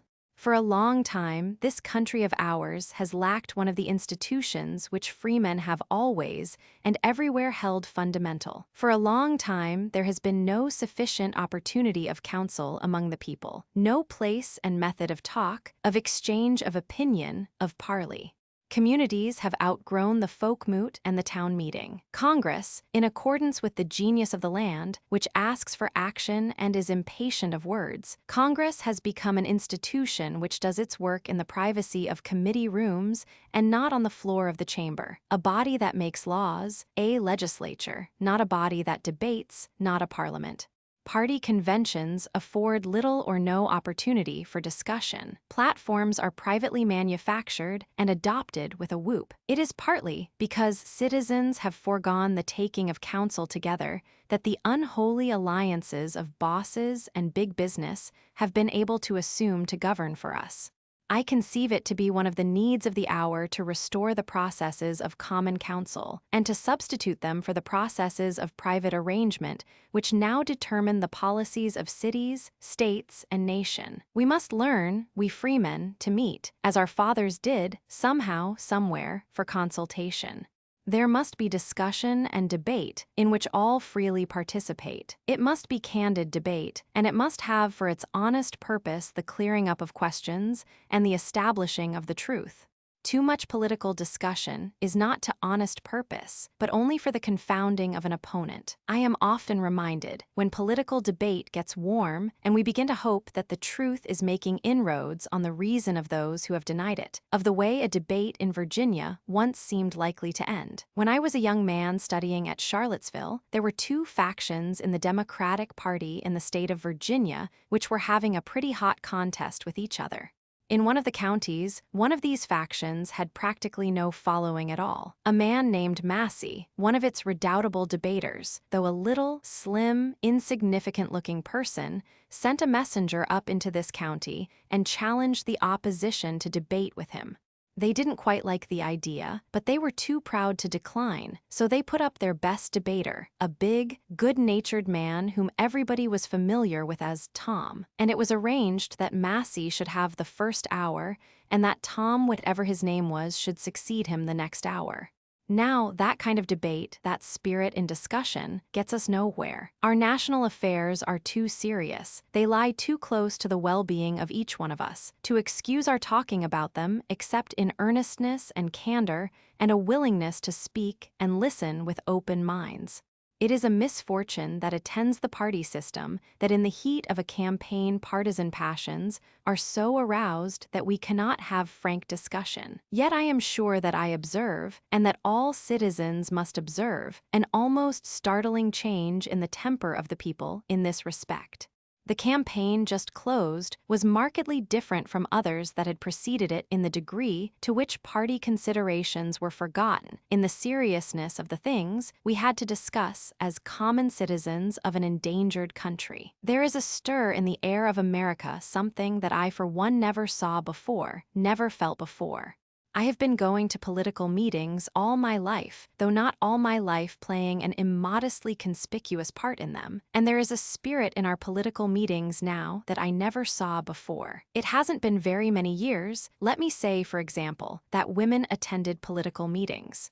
And women are attending political meetings now not simply because there is a woman question in politics. They are attending them because the modern political meeting is not like the political meeting of 5 or 10 years ago. That was a mere ratification rally.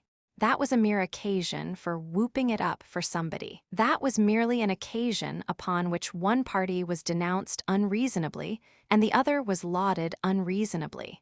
No party has ever deserved quite the abuse that each party has got in turn, and nobody has ever deserved the praise that both parties have got in turn. The old political meeting was a wholly irrational performance. It was got together for the purpose of saying things that were chiefly not so, and that were known by those who heard them not to be so, and were simply to be taken as a tonic in order to produce cheers. But I am very much mistaken in the temper of my fellow countrymen if the meetings I have seen in the last 2 years bear any resemblance to those older meetings. Men now get together in a political meeting in order to hear things of the deepest consequence discussed. And you will find almost as many Republicans in a Democratic meeting as you will find Democrats in a Republican meeting. The spirit of frank discussion, of common counsel, is abroad. Good will it be for the country if the interest in public concerns manifested so widely and so sincerely be not suffered to expire with the election. Why should political debate go on only when somebody is to be elected? Why should it be confined to campaign time? There is a movement on foot in which, in common with many men and women who love their country, I am greatly interested. The movement to open the schoolhouse to the grown-up people in order that they may gather and talk over the affairs of the neighborhood and the state. There are schoolhouses all over the land which are not used by the teachers and children in the summer months, which are not used in the winter time in the evening for school purposes. These buildings belong to the public. Why not insist everywhere that they be used as places of discussion, such as of old took place in the town meetings to which everybody went and where every public officer was freely called to account? The schoolhouse, which belongs to all of us, is a natural place in which to gather to consult over our common affairs. I was very much interested in the remark of a fellow citizen of ours who had been born on the other side of the water. He said that not long ago he wandered into one of those neighborhood schoolhouse meetings and there found himself among people who were discussing matters in which they were all interested. And when he came out, he said to me, "I have been living in America now 10 years, and tonight, for the first time, I saw America as I had imagined it to be." That set me to thinking. He hadn't seen the America he had come to find until that night. Had he not felt like a neighbor? Had men not consulted him? He had felt like an outsider. Had there been no little circles in which public affairs were discussed? You know that the great melting pot of America, the place where we are all made Americans of, is the public school, where men of every race and of every origin and of every station in life send their children, or ought to send their children, and where, being mixed together, the youngsters are all infused with the American spirit and developed into American men and American women. And let me tell you this, confidentially, that wherever you find school boards that object to opening the schoolhouses in the evening for public meetings of every proper sort, you had better look around for some politician who is objecting to it. Because the thing that cures bad politics is talk by the neighbors. Because the chief difficulty our politics has suffered is that the inside didn't look like the outside. Nothing clears the air like frank discussion. One of the valuable lessons of my life was due to the fact that at a comparatively early age in my experience as a public speaker, I had the privilege of speaking in Cooper Union in New York. The audience in Cooper Union is made up of every kind of man and woman, from the poor devil who simply comes in to keep warm up to the man who has come in to take a serious part in the discussion of the evening. I want to tell you this, that in the questions that are asked there after the speech is over, the most penetrating questions that I have ever had addressed to me came from some of the men who were the least well-dressed in the audience, came from the plain fellows, came from the fellows whose muscle was daily up against the whole struggle of life. They asked questions which went to the heart of the business and put me to my mettle to answer them. I felt as if those questions came as a voice out of life itself, not a voice out of any school less severe than the severe school of experience. No one man understands the United States. I have met some gentlemen who profess they did. I have even met some businessmen who professed they held in their own single comprehension the business of the United States, but I am educated enough to know that they do not. Education has this useful effect, that it narrows of necessity the circles of one's egotism. No student knows his subject. The most he knows is where and how to find out the things he does not know with regard to it. That is also the position of a statesman. No statesman understands the whole country. He should make it his business to find out where he will get the information necessary to understand at least a part of it at a time when dealing with complex affairs. What we need is a universal revival of common counsel. I have sometimes reflected on the lack of a body of public opinion in our cities, and once I contrasted the habits of the city man with those of the countryman in a way which got me into trouble. I described what a man in a city generally did when he got into a public vehicle or sat in a public place. He doesn't talk to anybody, but he plunges his head into a newspaper and presently experiences a reaction which he calls his opinion, but which is not an opinion at all, being merely the impression that a piece of news or an editorial has made upon him. He cannot be said to be participating in public opinion at all until he has laid his mind alongside the minds of his neighbors and discussed with them the incidents of the day and the tendencies of the time. Where I got into trouble was that I ventured on a comparison. Ever since then, I have been represented, particularly in the advertisements of tobacco firms, as in favor of the use of chewing tobacco. The reason that some city men are not more Catholic in their ideas is that they do not share the opinion of the country, and the reason that some countrymen are rustic is that they do not know the opinion of the city. They are both hampered by their limitations. I heard the other day of a woman who had lived all her life in a city and in an hotel. She made a first visit to the country last summer and spent a week in a farmhouse. Asked afterward what had interested her most about her experience, she replied that it was hearing the farmer page his cows, a very urban point of view with regard to a common rustic occurrence, and yet that language showed the sharp, the inelastic limits of her thought. She was provincial in the extreme. She thought even more narrowly than in the terms of a city. She thought in the terms of an hotel. In proportion as we are confined within the walls of one hostelry or one city or one state, we are provincial. We can do nothing more to advance our country's welfare than to bring the various communities within the councils of the nation. The real difficulty of our nation has been that not enough of us realized that the matters we discussed were matters of common concern. We have talked as if we had to serve now this part of the country and again that part, now this interest and again that interest, as if all interests were not linked together, provided we understood them and knew how they were related to one another. If you would know what makes the great river as it nears the sea, you must travel up the stream. You must go up into the hills and back into the forests and see the little rivulets, the little streams, all gathering in hidden places to swell the great body of water in the channel. I feel nothing so much as the intensity of the common man. I can pick out in any audience the men who are at ease in their fortunes. They are seeing a public man go through his stunts. But there are in every crowd other men who are not doing that. Men who are listening as if they were waiting to hear if there were somebody who could speak the thing that is stirring in their own hearts and minds. It makes a man's heart ache to think that he cannot be sure that he is doing it for them, to wonder whether they are longing for something that he does not understand. He prays God that something will bring into his consciousness what is in theirs, so that the whole nation may feel at last released from its dumbness, feel at last that there is no invisible force holding it back from its goal, feel at last that there is hope and confidence, and that the road may be trodden as if we were brothers, shoulder to shoulder, not asking each other anything about differences of class, not contesting for any selfish advance, but united in the common enterprise. For, as a matter of fact, no single man does comprehend it. The whole purpose of democracy is that we may hold counsel with one another, so as not to depend upon the understanding of one man, but to depend upon the counsel of all. For only as men are brought into council and state their own needs and interests can the general interests of a great people be compounded into a policy that will be suitable to all. I have realized all my life, as a man connected with the tasks of education, that the chief use of education is to open the understanding to comprehend as many things as possible.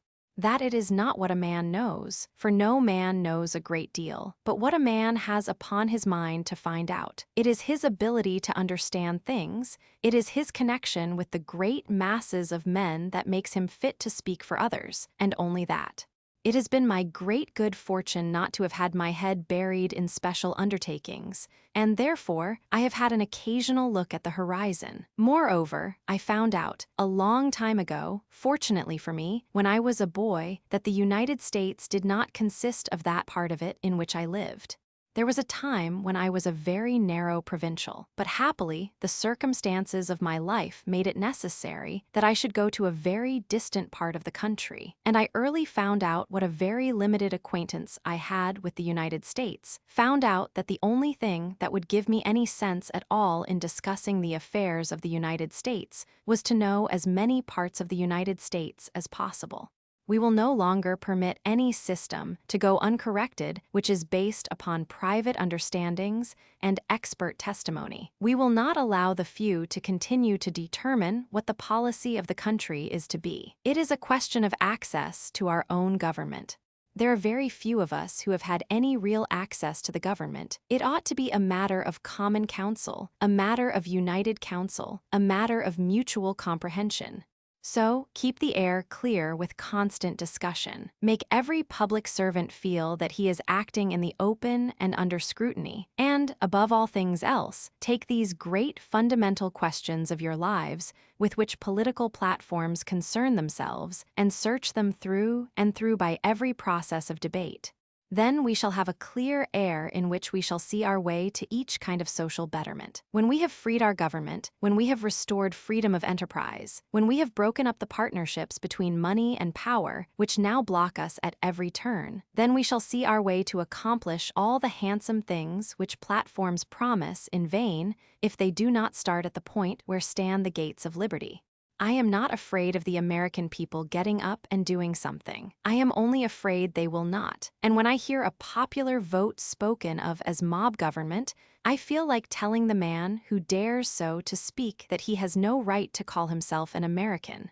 You cannot make a reckless, passionate force out of a body of sober people earning there, living in a free country. Just picture to yourselves the voting population of this great land, from the sea to the far borders in the mountains, going calmly, man by man, to the polls, expressing its judgment about public affairs. Is that your image of a mob?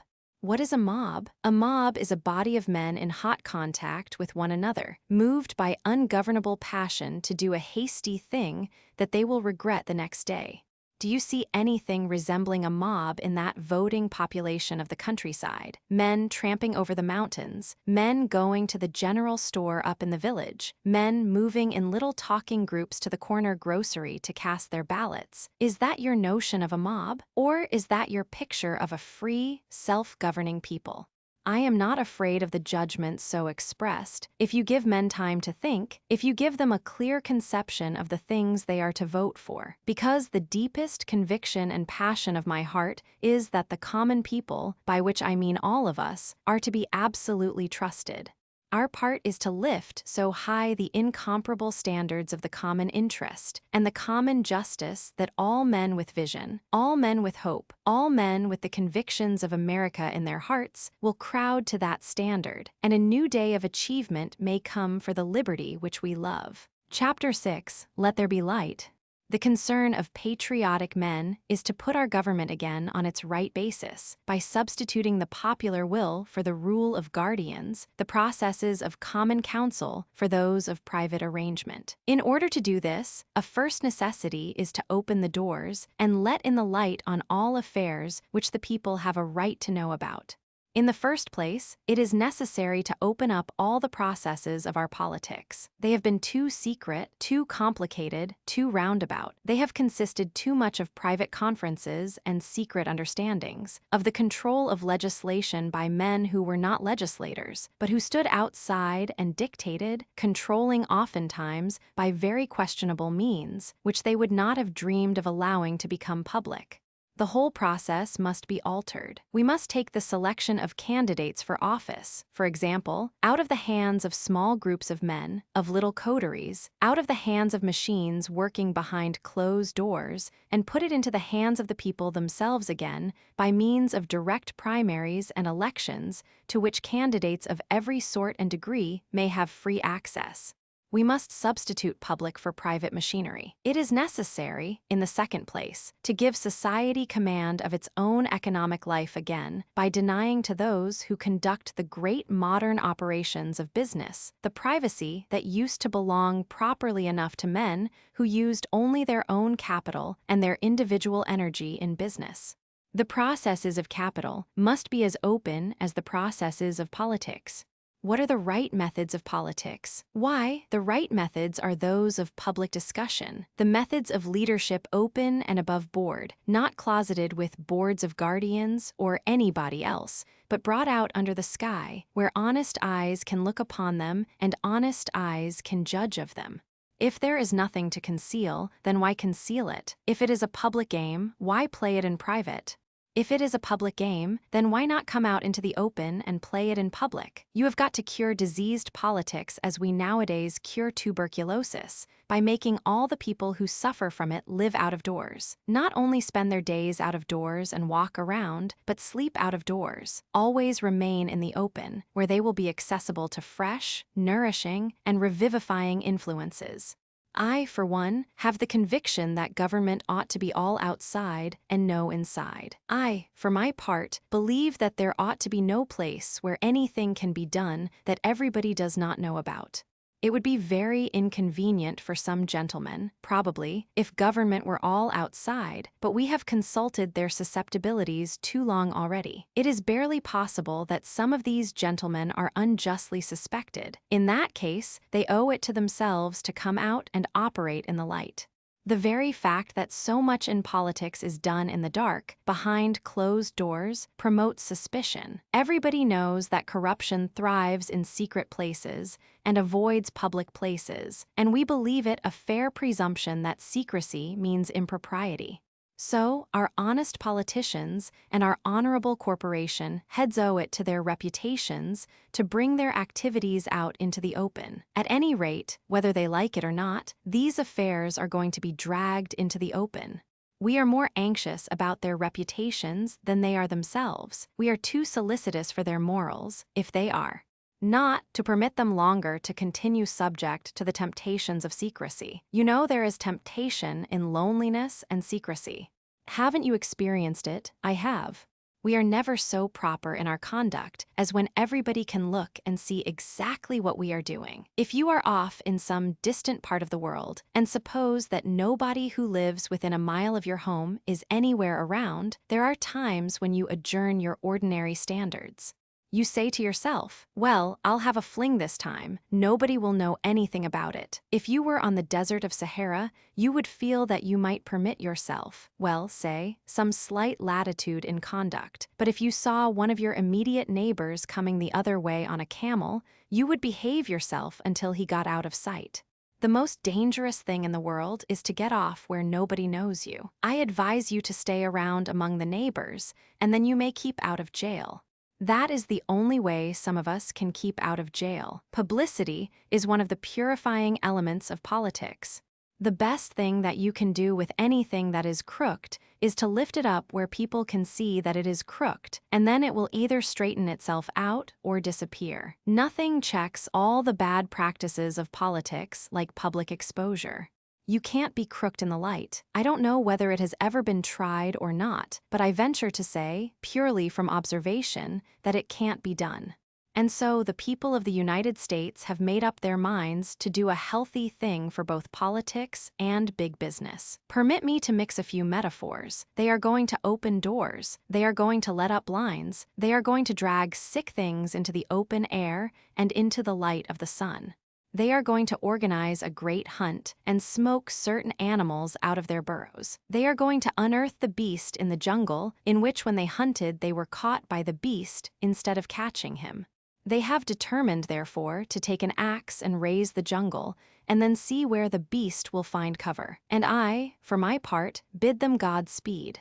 The jungle breeds nothing but infection and shelters nothing but the enemies of mankind. And nobody is going to get caught in our hunt except the beasts that prey.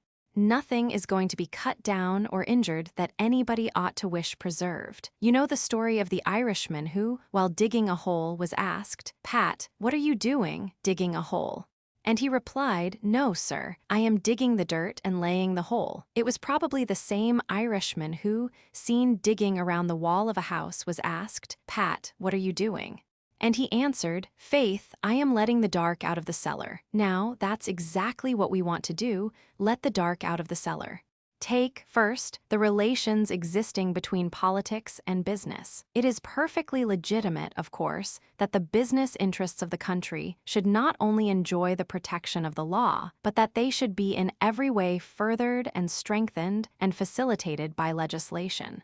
The country has no jealousy of any connection between business and politics, which is a legitimate connection. It is not in the least averse from open efforts to accommodate law to the material development which has so strengthened the country in all that it has undertaken by supplying its extraordinary life with its necessary physical foundations. But the illegitimate connections between business and legislation are another matter. I would wish to speak on this subject with soberness and circumspection. I have no desire to excite anger against anybody. That would be easy, but it would do no particular good. I wish, rather, to consider an unhappy situation in a spirit that may enable us to account for it, to some extent, and so perhaps get at the causes and the remedy. Mere denunciation doesn't help much to clear up a matter so involved, as is the complicity of business with evil politics in America. Every community is vaguely aware that the political machine upon which it looks askance has certain very definite connections with men who are engaged in business on a large scale, and the suspicion which attaches to the machine itself has begun to attach also to business enterprises, just because these connections are known to exist. But unfortunately, the whole process of lawmaking in America is a very obscure one. There is no highway of legislation, but there are many byways. Parties are not organized in such a way in our legislatures as to make any one group of men avowedly responsible for the course of legislation. The whole process of discussion, if any discussion at all takes place, is private and shut away from public scrutiny and knowledge. There are so many circles within circles. There are so many indirect and private ways of getting at legislative action that our communities are constantly uneasy during legislative sessions. It is this confusion and obscurity and privacy of our legislative method that gives the political machine its opportunity.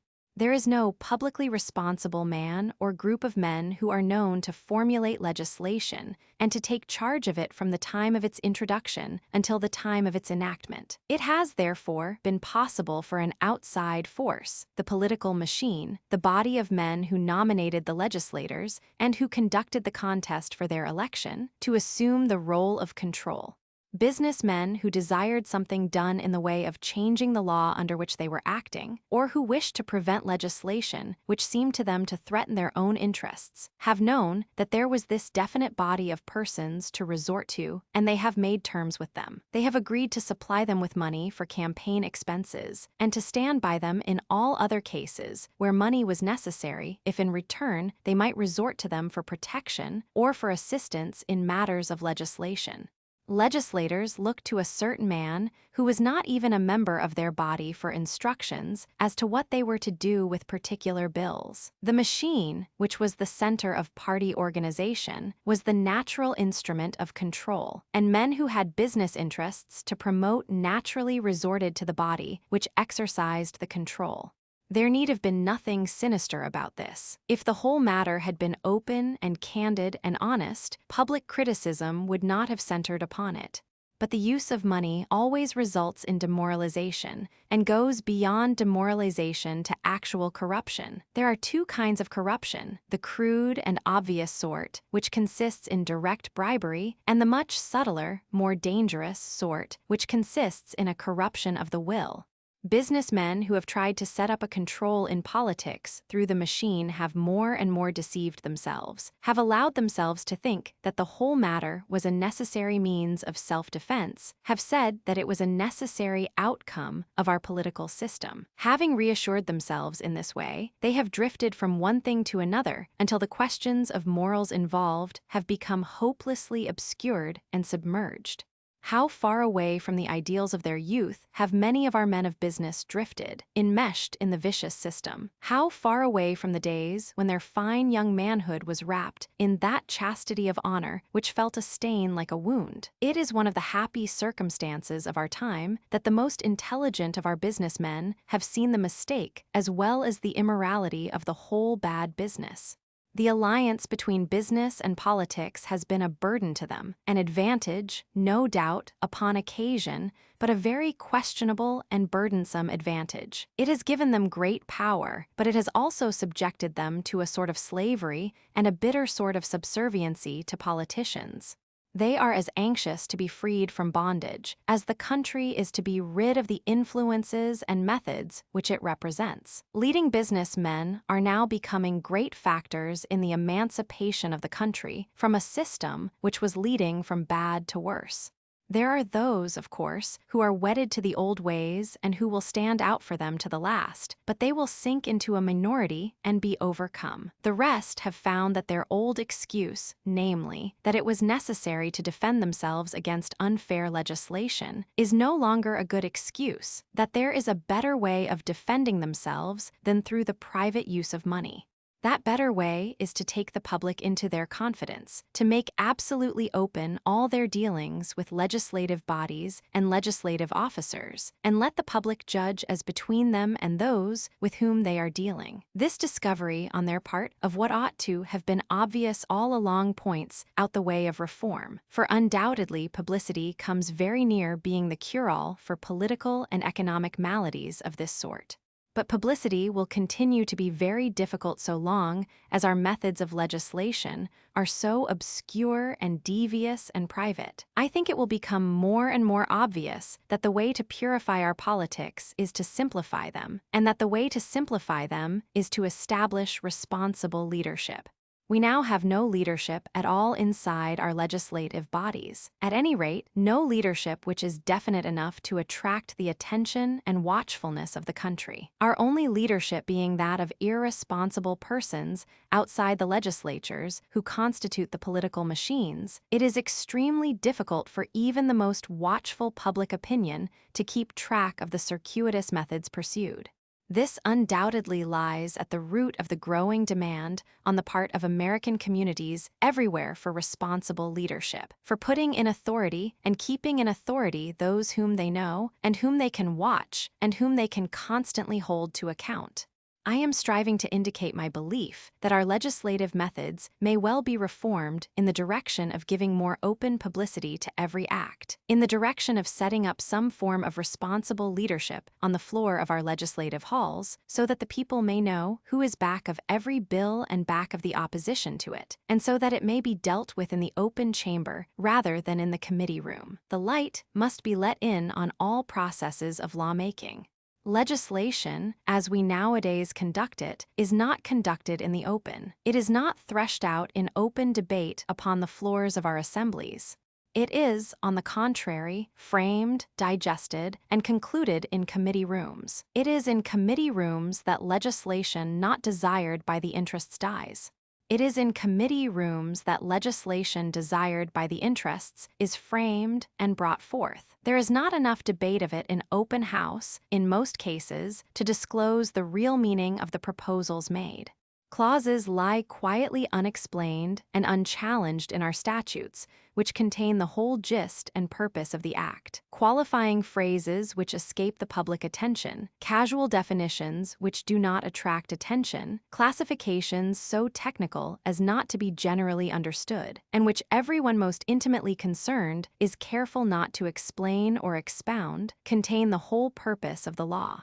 The beneficiaries are then safe behind their bulwarks. Of course, the chief triumphs of committee work, of covert phrase and unexplained classification, are accomplished in the framing of tariffs. Ever since the passage of the outrageous Payne-Aldrich Tariff Act, our people have been discovering the concealed meanings and purposes which lay hidden in it. They are discovering item by item how deeply and deliberately they were deceived and cheated. This did not happen by accident. It came about by design, by elaborated, secret design. Questions put upon the floor in the House and Senate were not frankly or truly answered, and an elaborate piece of legislation was foisted on the country which could not possibly have passed if it had been generally comprehended. And we know, those of us who handle the machinery of politics, that the great difficulty in breaking up the control of the political boss is that he is backed by the money and the influence of these very people who are entrenched in these very schedules. The tariff could never have been built up item by public discussion, and it never could have passed if item by item it had been explained to the people of this country. It was built up by arrangement and by the subtle management of a political organization represented in the Senate of the United States by the senior senator from Rhode Island, and in the House of Representatives by one of the representatives from Illinois. These gentlemen did not build that tariff upon the evidence that was given before the Committee on Ways and Means as to what the manufacturer and the workingmen, the consumers and the producers of this country want. It was not built upon what the interests of the country called for. It was built upon understandings arrived at outside of the rooms where testimony was given and debate was held. I am not even now suggesting corrupt influence. That is not my point. Corruption is a very difficult thing to manage in its literal sense. The payment of money is very easily detected, and men of this kind who control these interests by secret arrangement would not consent to receive $1 in money. They are following their own principles, that is to say, the principles which they think and act upon, and they think that they are perfectly honorable and incorruptible men. But they believe one thing that I do not believe, and that it is evident the people of the country do not believe. They believe that the prosperity of the country depends upon the arrangements which certain party leaders make with certain business leaders. They believe that, but the proposition has merely to be stated to the jury to be rejected.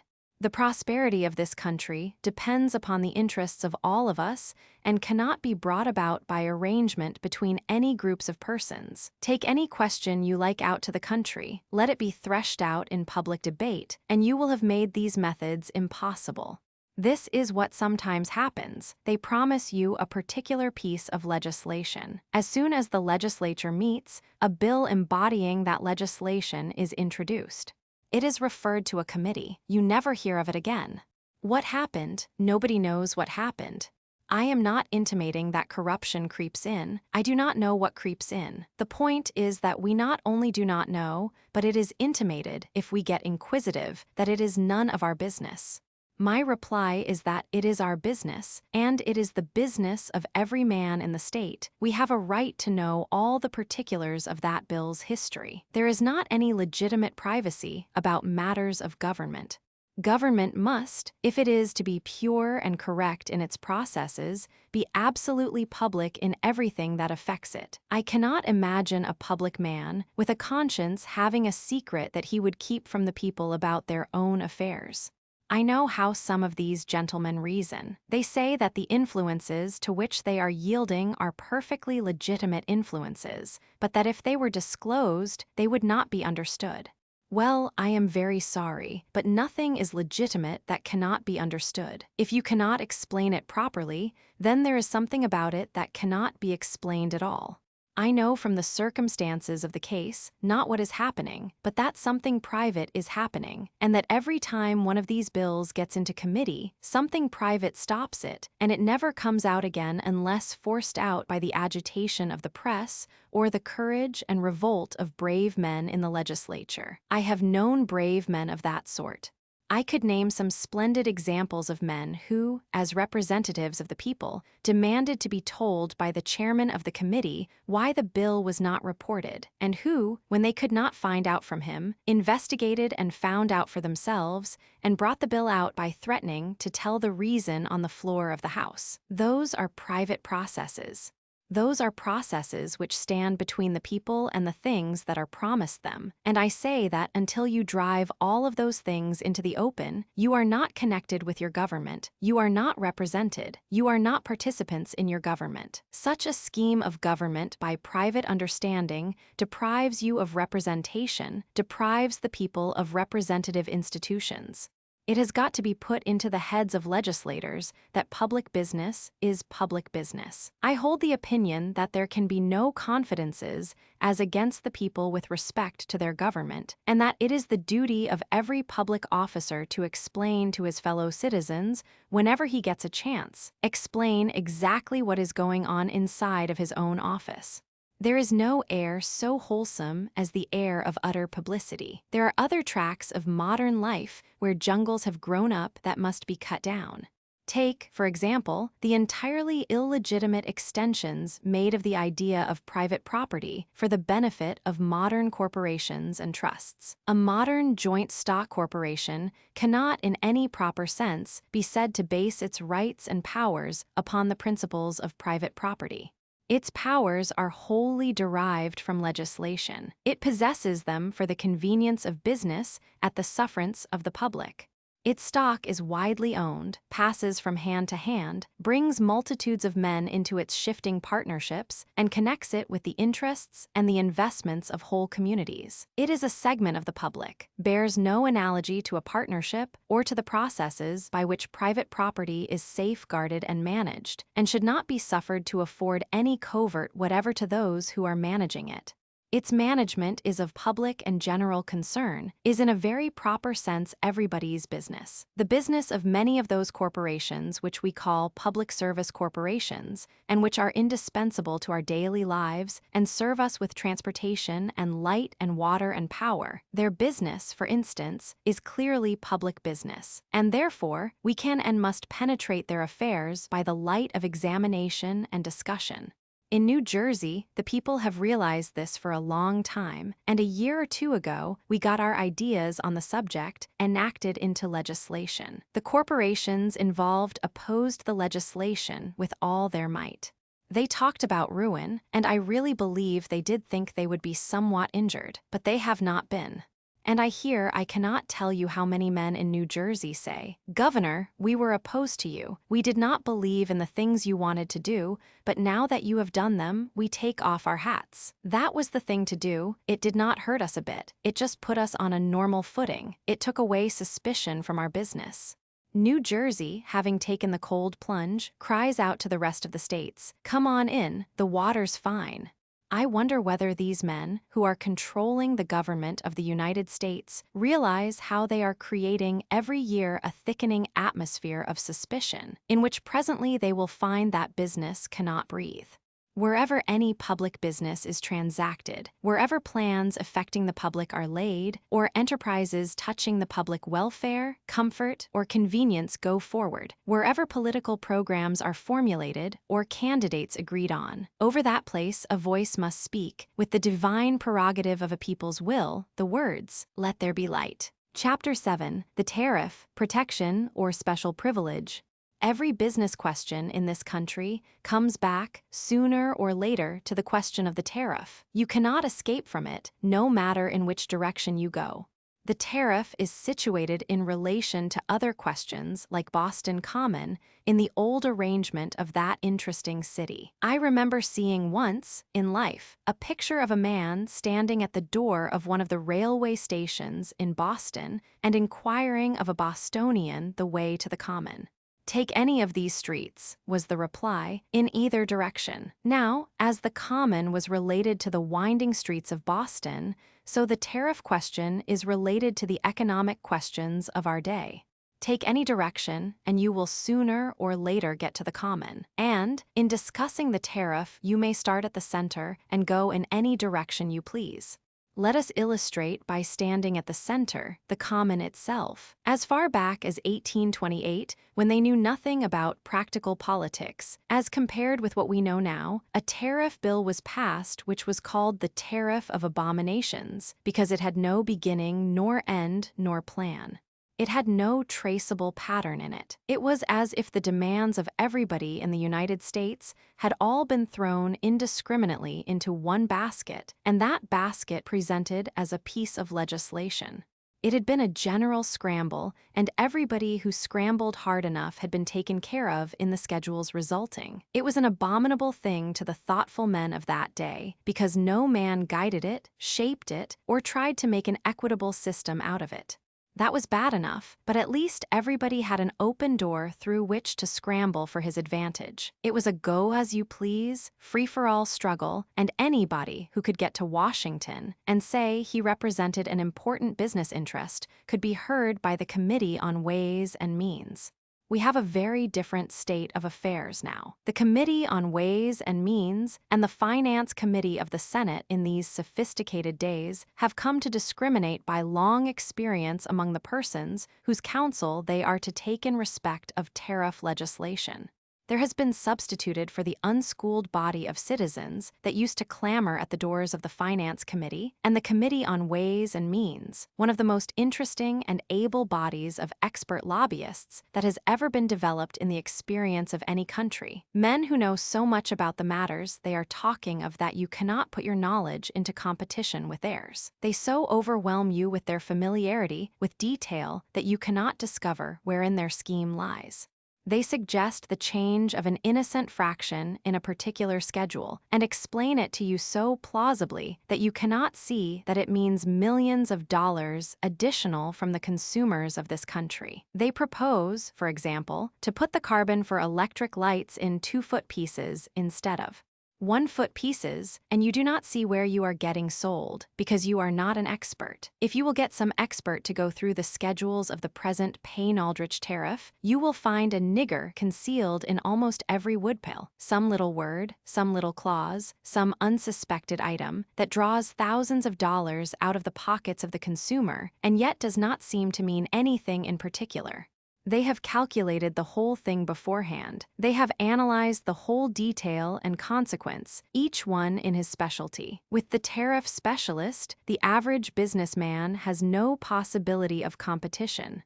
Instead of the old scramble, which was bad enough, we get the present expert control of the tariff schedules. Thus, the relation between business and government becomes not a matter of the exposure of all the sensitive parts of the government to all the active parts of the people, but the special impression upon them of a particular organized force in the business world.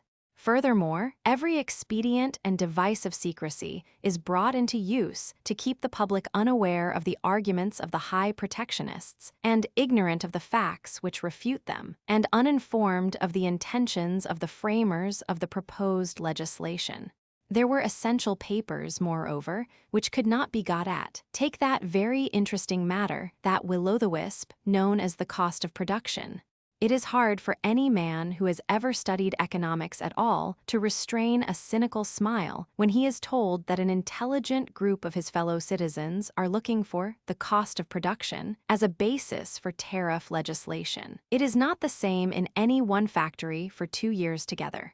It is not the same in one industry from one season to another. It is not the same in one country at 2 different epochs.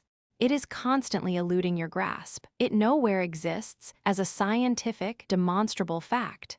But in order to carry out the pretenses of the protective program, it was necessary to go through the motions of finding out what it was. I am credibly informed that the government of the United States requested several foreign governments, among others the government of Germany, to supply it with as reliable figures as possible concerning the cost of producing certain articles corresponding with those produced in the United States.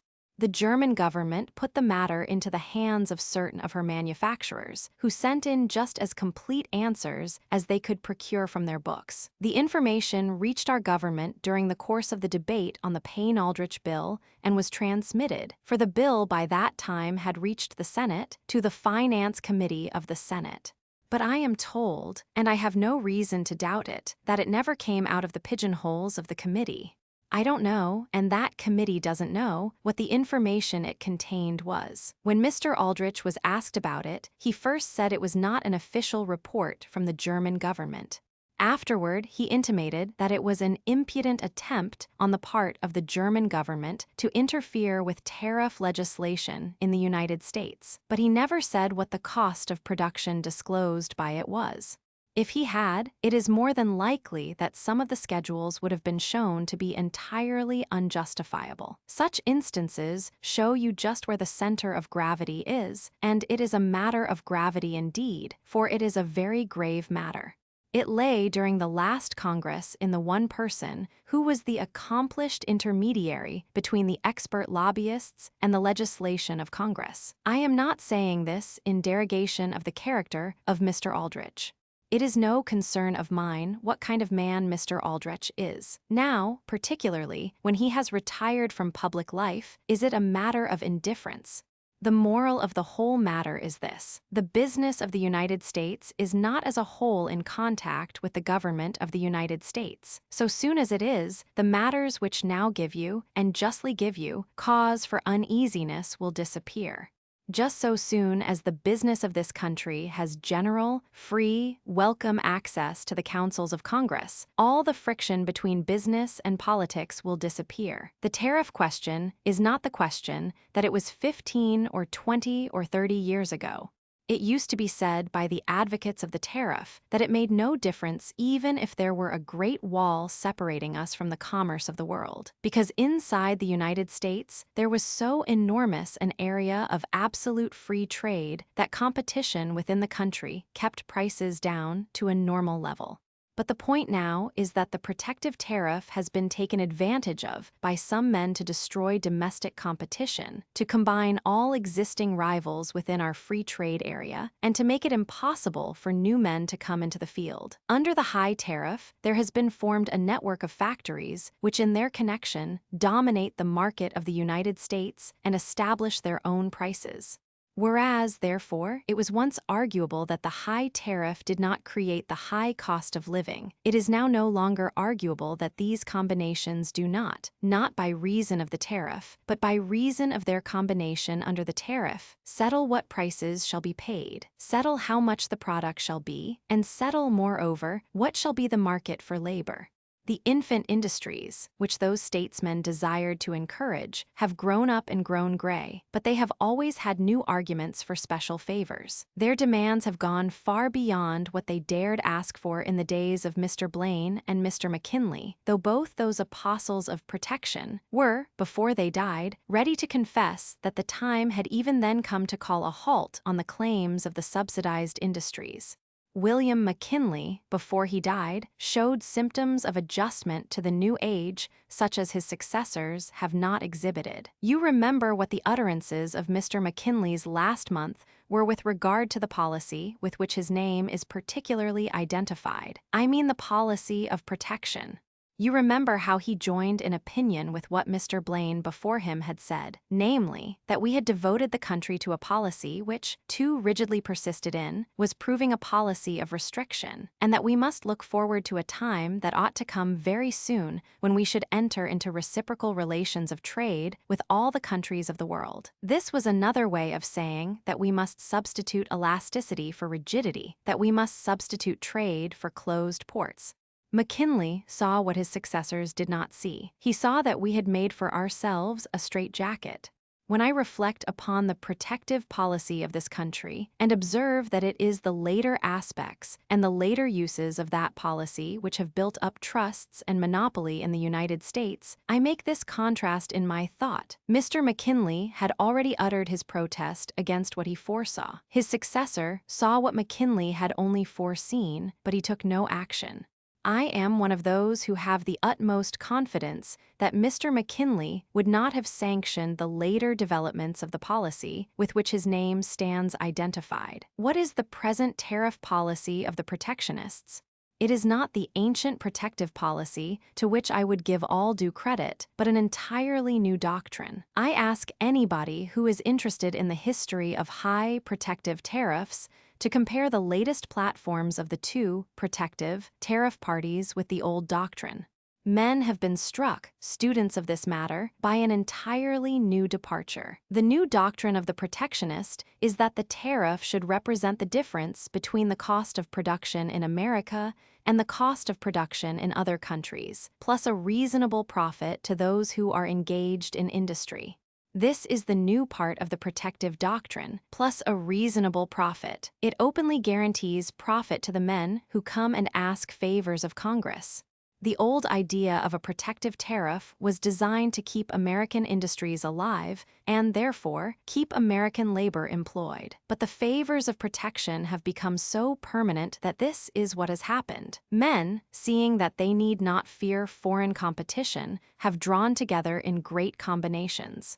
These combinations include factories, if it is a combination of factories of all grades, old factories and new factories, factories with antiquated machinery and factories with brand new machinery, factories that are economically and factories that are not economically administered, factories that have been long in the family, which have been allowed to run down, and factories with all the new modern inventions.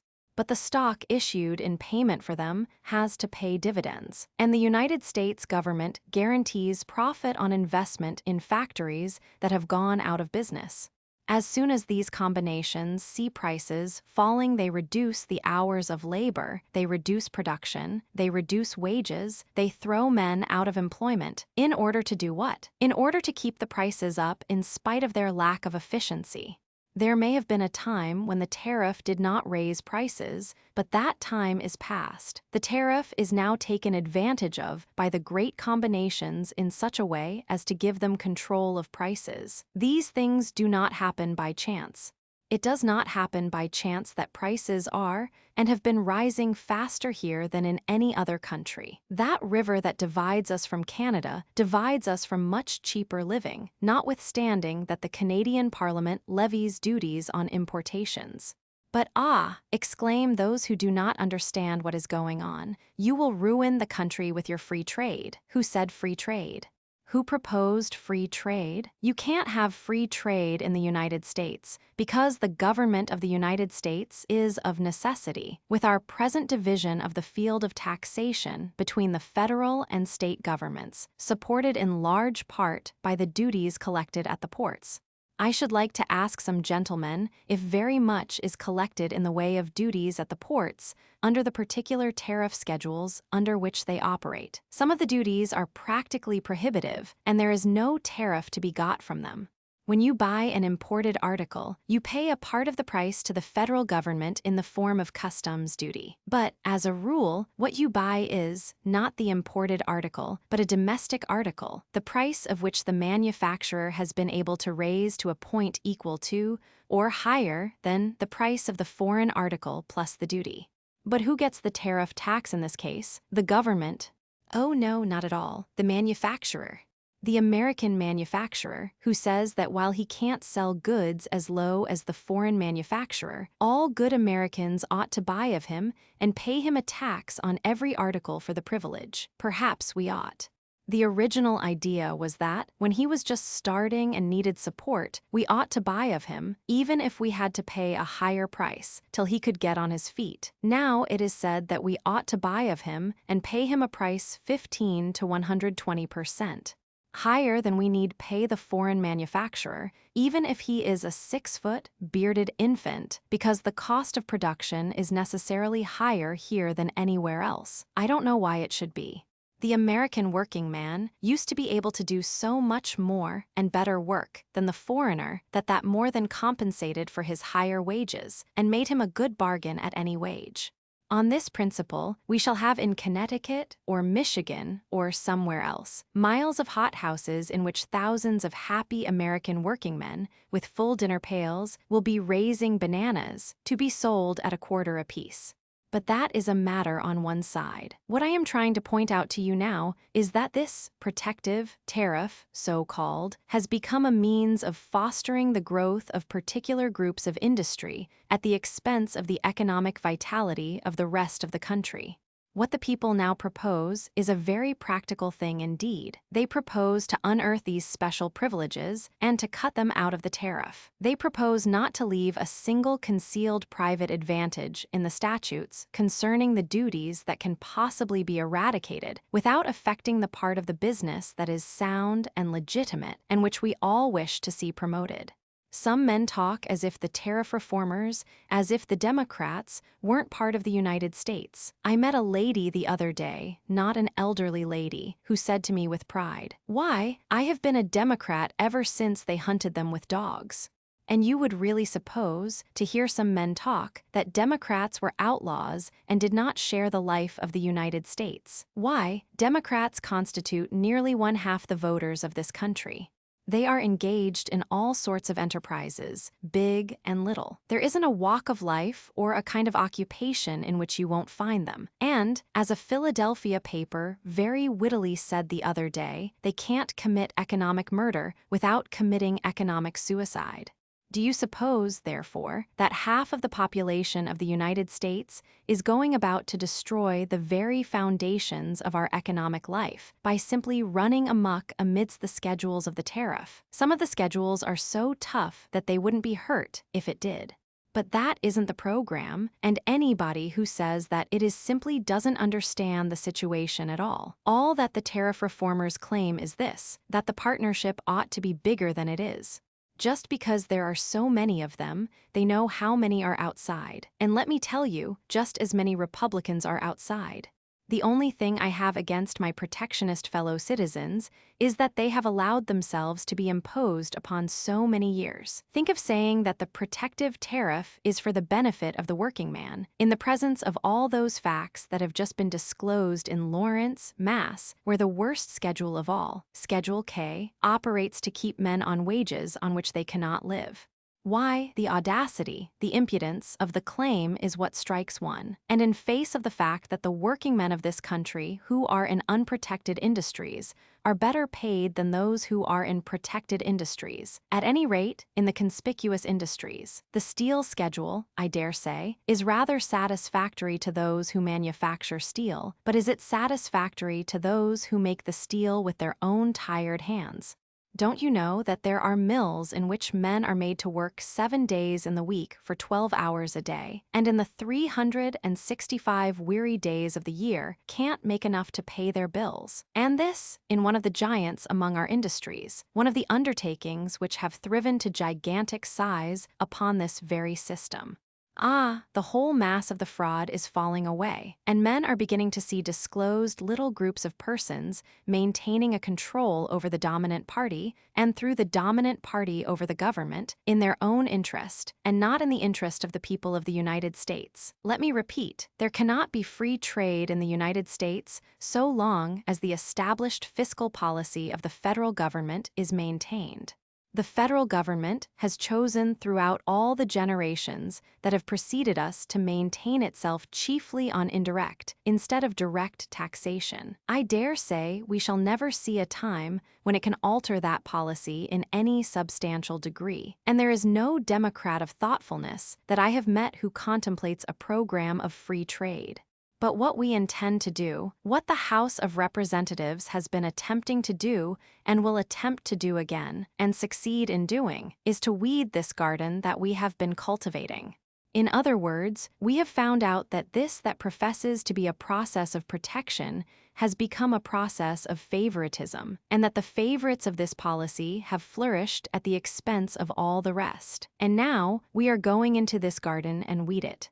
We are going into this garden and give the little plants air and light in which to grow. We are going to pull up every root that has so spread itself as to draw the nutriment of the soil from the other roots.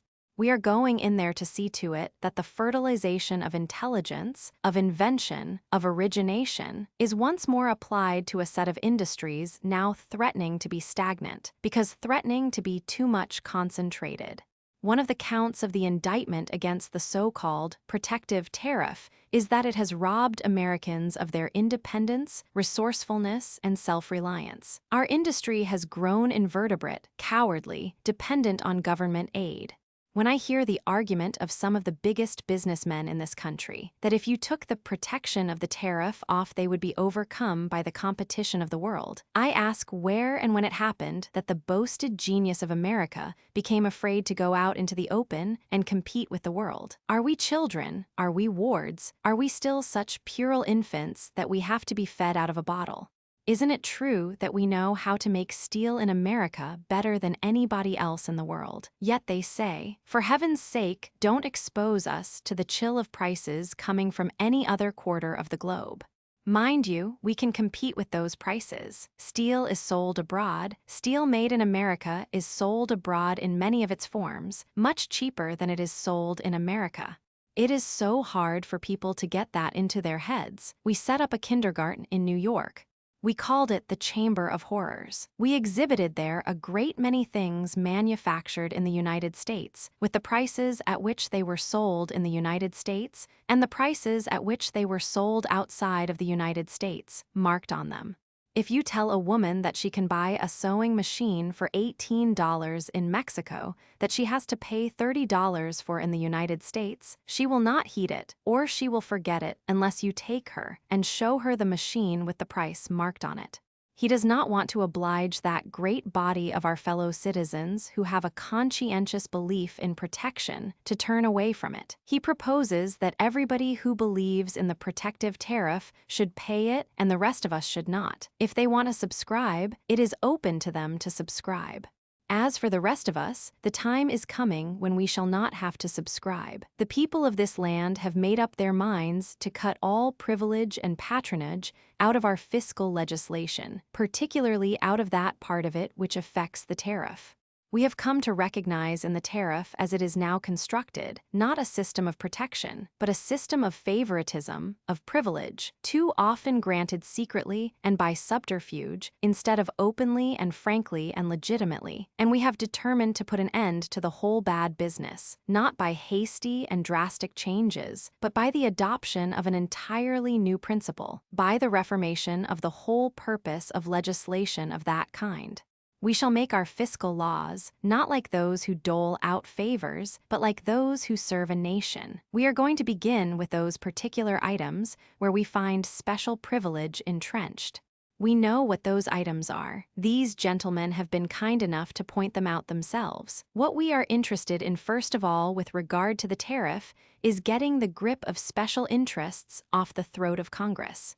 We do not propose that special interests shall any longer camp in the rooms of the Committee on Ways and Means of the House and the Finance Committee of the Senate. We mean that those shall be places where the people of the United States shall come and be represented, in order that everything may be done in the general interest, and not in the interest of particular groups of persons who already dominate the industries and the industrial development of this country.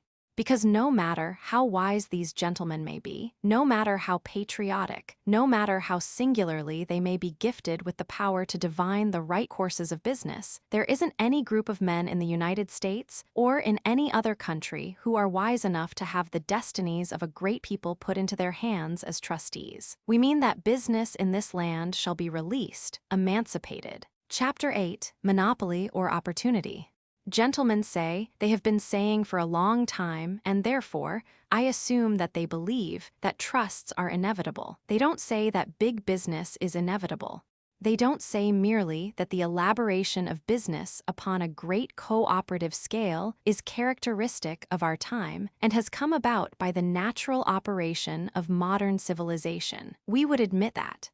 But they say that the particular kind of combinations that are now controlling our economic development came into existence naturally and were inevitable, and that, therefore, we have to accept them as unavoidable and administer our development through them. They take the analogy of the railways.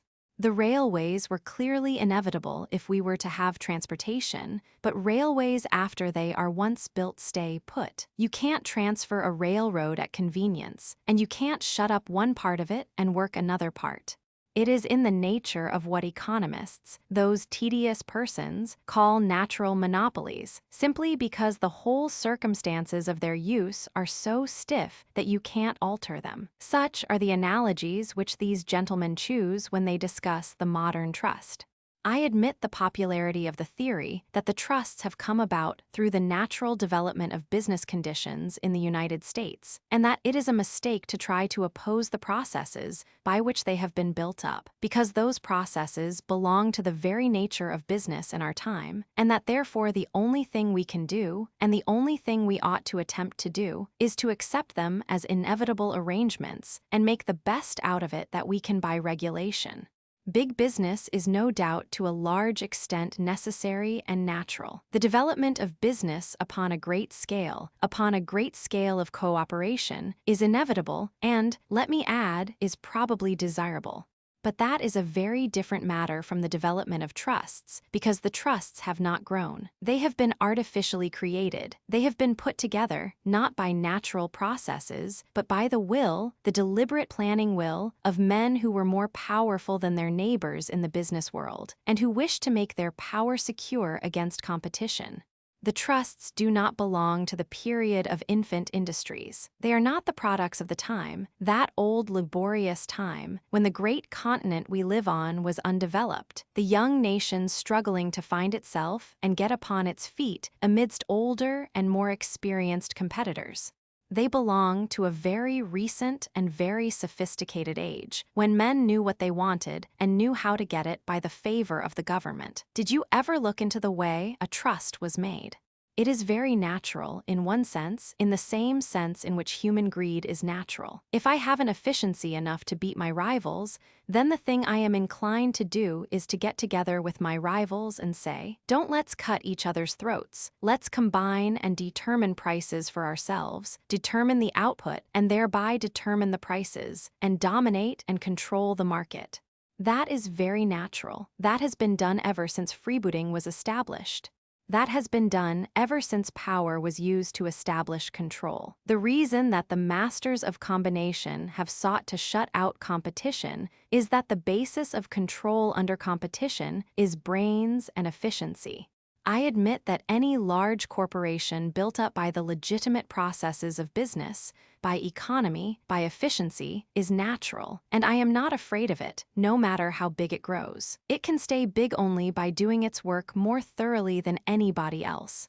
And there is a point of bigness, as every businessman in this country knows, though some of them will not admit it, where you pass the limit of efficiency and get into the region of clumsiness and unwieldiness. You can make your combine so extensive that you can't digest it into a single system. You can get so many parts that you can't assemble them as you would an effective piece of machinery.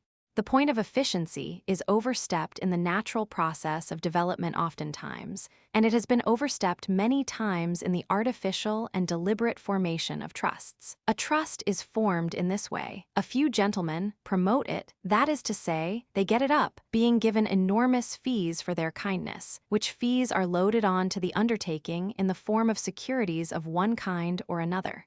The argument of the promoters is not that everyone who comes into the combination can carry on his business more efficiently than he did before. The argument is, we will assign to you as your share in the pool twice, 3 times, 4 times, or 5 times what you could have sold your business for to an individual competitor who would have to run it on an economic and competitive basis. We can afford to buy it at such a figure because we are shutting out competition.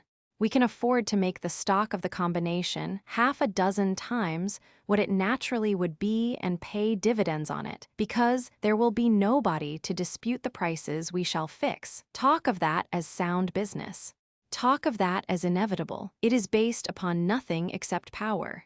It is not based upon efficiency. It is no wonder that the big trusts are not prospering in proportion to such competitors as they still have in such parts of their business as competitors have access to. They are prospering freely only in those fields to which competition has no access. Read the statistics of the Steel Trust. If you don't believe it, read the statistics of any trust. They are constantly nervous about competition, and they are constantly buying up new competitors in order to narrow the field. Why, with unlimited capital and innumerable mines and plants everywhere in the United States, can't they beat the other fellows in the market? Partly because they are carrying too much, partly because they are unwieldy. Their organization is imperfect. They bought up inefficient plants along with efficient, and they have got to carry what they have paid for, even if they have to shut some of the plants up in order to make any interest on their investments. Or, rather, not interest on their investments, because that is an incorrect word, on their alleged capitalization. Here we have a lot of giants staggering along under an almost intolerable weight of artificial burdens, which they have put on their own backs, and constantly looking about lest some little pygmy with a round stone in a sling may come out and slay them. For my part, I want the pygmy to have a chance to come out. And I foresee a time when the pygmies will be so much more athletic, so much more astute, so much more active than the giants that it will be a case of Jack the Giant Killer. Just let some of the youngsters I know have a chance, and they'll give these gentlemen points. Lend them a little money. They can't get any now. See to it that, when they have got a local market, they can't be squeezed out of it. Give them a chance to capture that market, and then see them capture another one, until these men who are carrying an intolerable load of artificial securities find that they have got to get down to hard pan to keep their foothold at all. I am willing to let Jack come into the field with the giant, and if Jack has the brains that some Jacks that I know in America have, then I should like to see the giant get the better of him, with the load that he, the giant, has to carry, the load of water. For I'll undertake to put a waterlogged giant out of business any time, if you will give me a fair field and as much credit as I am entitled to, and let the law do what from time immemorial law has been expected to do. See fair play. As for watered stock, I know all the sophistical arguments, and they are many, for capitalizing earning capacity. It is a very attractive and interesting argument, and in some instances it is legitimately used. But there is a line you cross, above which you are not capitalizing your earning capacity, but capitalizing your control of the market, capitalizing the profits which you got by your control of the market and didn't get by efficiency and economy. These things are not hidden even from the layman. These are not half hidden from college men. The college men's days of innocence have passed, and their days of sophistication have come. They know what is going on because we live in a talkative world full of statistics, full of congressional inquiries, full of trials of persons who have attempted to live independently of the statutes of the United States. And so a great many things have come to light under oath, which we must believe upon the credibility of the witnesses who are, indeed, in many instances very eminent and respectable witnesses. And there I will fight my battle, and I know how to fight it. Everybody who has even read the newspapers knows the means by which these men built up their power and created these monopolies. Any decently equipped lawyer can suggest to you statutes by which the whole business can be stopped. What these gentlemen do not want is this: they do not want to be compelled to meet all comers on equal terms. I am perfectly willing that they should beat any competitor by fair means, but I know the foul means they have adopted, and I know that they can be stopped by law. If they think that coming into the market upon the basis of mere efficiency, upon the mere basis of knowing how to manufacture goods better than anybody else, and to sell them cheaper than anybody else, they can carry the immense amount of water that they have put into their enterprises in order to buy up rivals, then they are perfectly welcome to try it. All the fair competition you choose, but no unfair competition of any kind. And then, when unfair competition is eliminated, let us see these gentlemen carry their tanks of water on their backs. All that I ask, and all I shall fight for, is that they shall come into the field against merit and brains everywhere. If they can beat other American brains, then they have got the best brains. But if you want to know how far brains go, as things now are, suppose you try to match your better wares against these gentlemen, and see them undersell you before your market is any bigger than the locality, and make it absolutely impossible for you to get a fast foothold. If you want to know how brains count, originate some invention which will improve the kind of machinery they are using, and then see if you can borrow enough money to manufacture it. You may be offered something for your patent by the corporation, which will perhaps lock it up in a safe and go on using the old machinery, but you will not be allowed to manufacture. I know men who have tried it, and they could not get the money, because the great money lenders of this country are in the arrangement with the great manufacturers of this country, and they do not propose to see their control of the market interfered with by outsiders. And who are outsiders? Why, all the rest of the people of the United States are outsiders. They are rapidly making us outsiders with respect even of the things that come from the bosom of the earth, and which belong to us in a peculiar sense. Certain monopolies in this country have gained almost complete control of the raw material, chiefly in the mines, out of which the great body of manufactures are carried on, and they now discriminate, when they will, in the sale of that raw material between those who are rivals of the monopoly and those who submit to the monopoly. We must soon come to the point where we shall say to the men who own these essentials of industry that they have got to part with these essentials by sale to all citizens of the United States with the same readiness and upon the same terms. Or else we shall tie up the resources of this country under private control in such fashion as will make our independent development absolutely impossible. There is another injustice that monopoly engages in: the trust that deals in the cruder products, which are to be transformed into the more elaborate manufactures, often will not sell these crude products except upon the terms of monopoly. That is to say, the people that deal with them must buy exclusively from them. And so, again, you have the lines of development tied up, and the connections of development knotted and fastened so that you cannot wrench them apart. Again, the manufacturing monopolies are so interlaced in their personal relationships with the great shipping interests of this country, and with the great railroads, that they can often largely determine the rates of shipment. The people of this country are being very subtly dealt with. You know, of course, that, unless our commerce commissions are absolutely sleepless, you can get rebates without calling them such at all. The most complicated study I know of is the classification of freight by the railway company. If I wanted to make a special rate on a special thing, all I should have to do is to put it in a special class in the freight classification, and the trick is done. And when you reflect that the 24 men who control the United States Steel Corporation, for example, are either presidents or vice presidents or directors in 55% of the railways of the United States, reckoning by the valuation of those railroads and the amount of their stock and bonds, you know just how close the whole thing is knitted together in our industrial system and how great the temptation is. These 24 gentlemen administer that corporation as if it belonged to them. The amazing thing to me is that the people of the United States have not seen that the administration of a great business like that is not a private affair. It is a public affair. I have been told by a great many men that the idea I have, that by restoring competition you can restore industrial freedom, is based upon a failure to observe the actual happenings of the last decades in this country. Because, they say, it is just free competition that has made it possible for the big to crush the little. I reply, it is not free competition that has done that. It is illicit competition.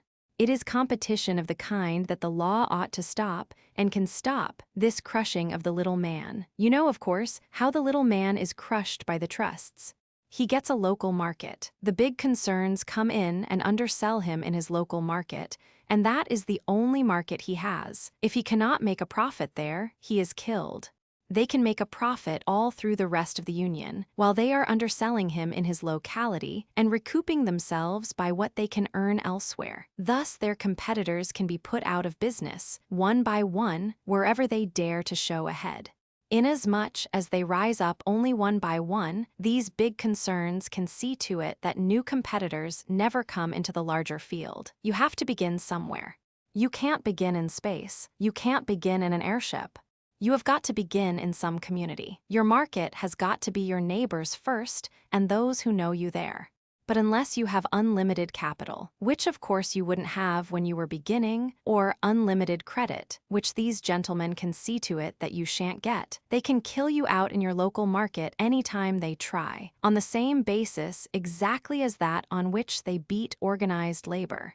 Following such a purchase, it has got to pay the interest on the price it has paid for the business, and it has got to tax the whole people of the United States in order to pay the interest on what it borrowed to do that, or on the stocks and bonds it issued to do it with. Therefore, the big trusts, the big combinations, are the most wasteful, the most uneconomical, and, after they pass a certain size, the most inefficient way of conducting the industries of this country.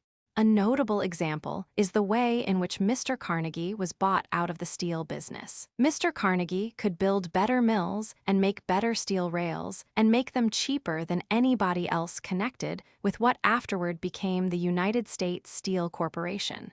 They didn't dare leave him outside. He had so much more brains in finding out the best processes. He had so much more shrewdness in surrounding himself with the most successful assistants. He knew so well when a young man who came into his employ was fit for promotion and was ripe to put at the head of some branch of his business and was sure to make good, that he could undersell every mother's son of them in the market for steel rails.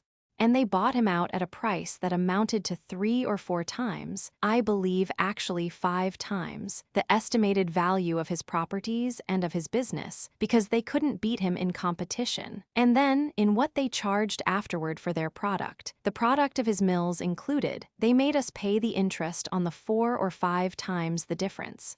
That is the difference between a big business and a trust. A trust is an arrangement to get rid of competition, and a big business is a business that has survived competition by conquering in the field of intelligence and economy. A trust does not bring efficiency to the aid of business. It buys efficiency out of business. I am for big business, and I am against the trusts. Any man who can survive by his brains, any man who can put the others out of the business by making the thing cheaper to the consumer at the same time that he is increasing its intrinsic value and quality, I take off my hat to, and I say, you are the man who can build up the United States, and I wish there were more of you. There will not be more unless we find a way to prevent monopoly.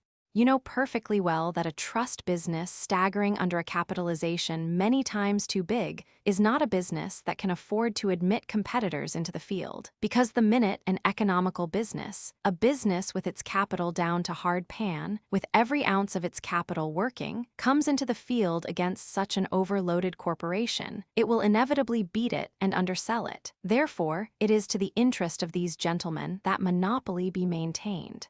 It is not surprising to find them helping to found a new party with a fine program of benevolence, but also with a tolerant acceptance of monopoly. There is another matter to which we must direct our attention, whether we like or not.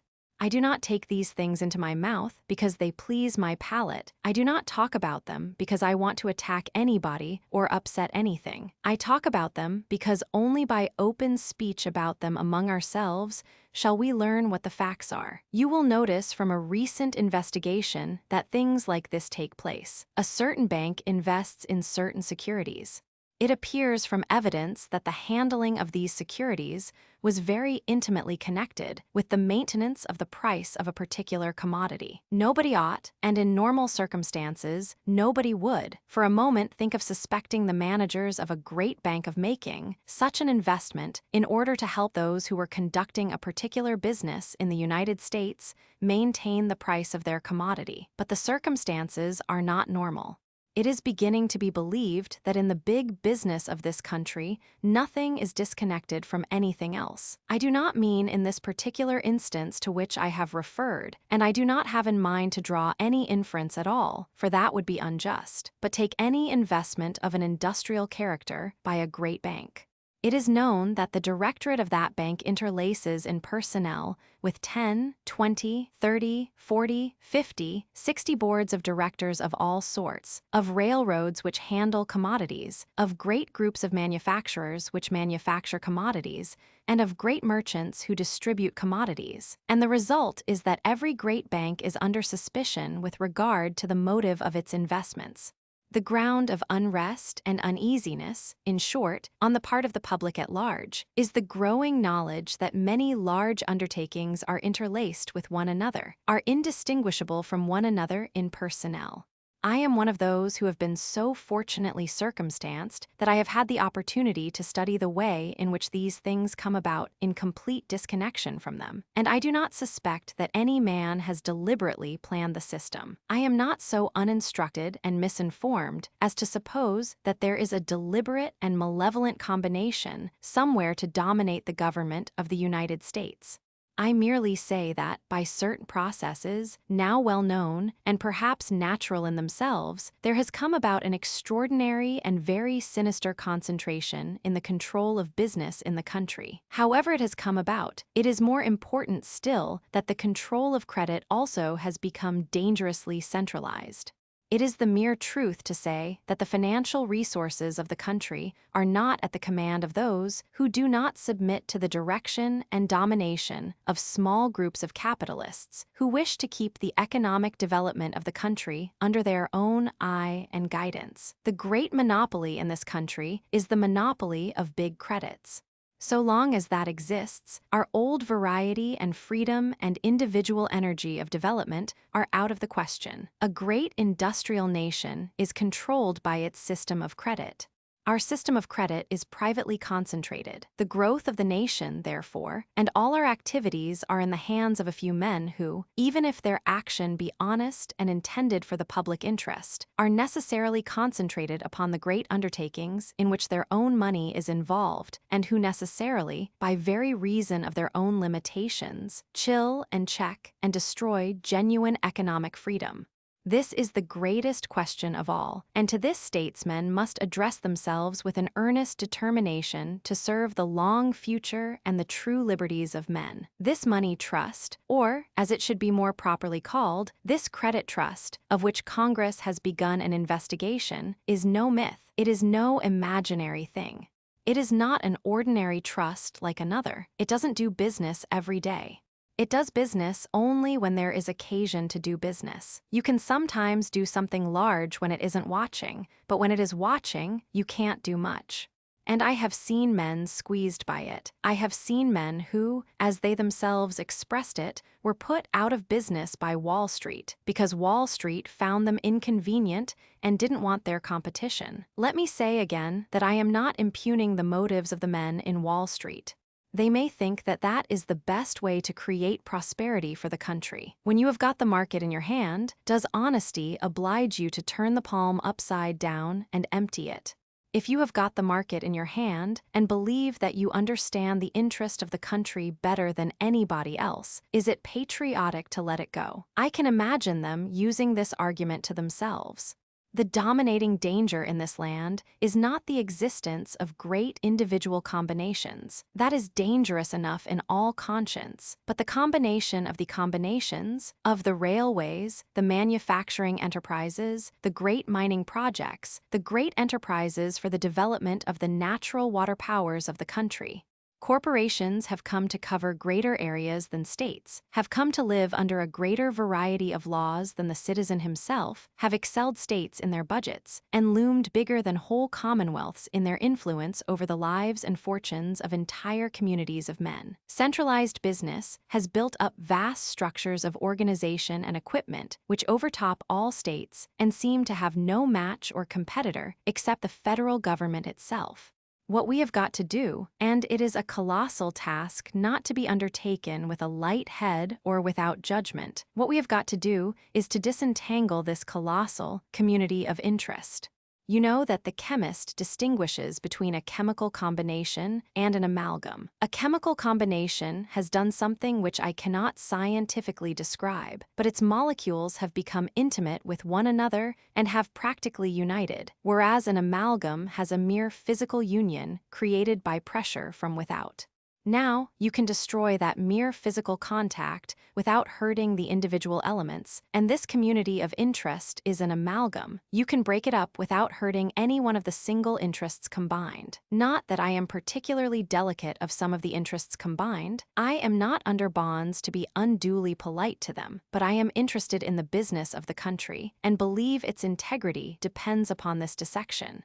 I do not believe any one group of men has vision enough or genius enough to determine what the development of opportunity and the accomplishment by achievement shall be in this country.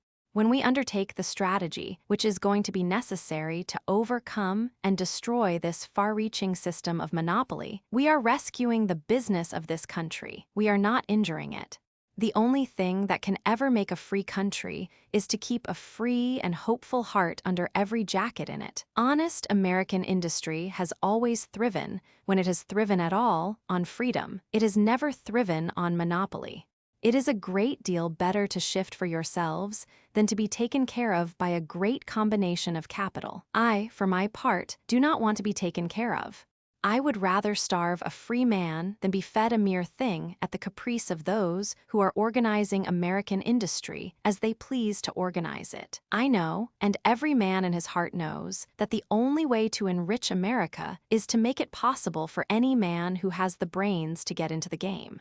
I am not jealous of the size of any business that has grown to that size. I am not jealous of any process of growth, no matter how huge the result, provided the result was indeed obtained by the processes of wholesome development, which are the processes of efficiency, of economy, of intelligence, and of invention. Chapter 9, Benevolence or Justice.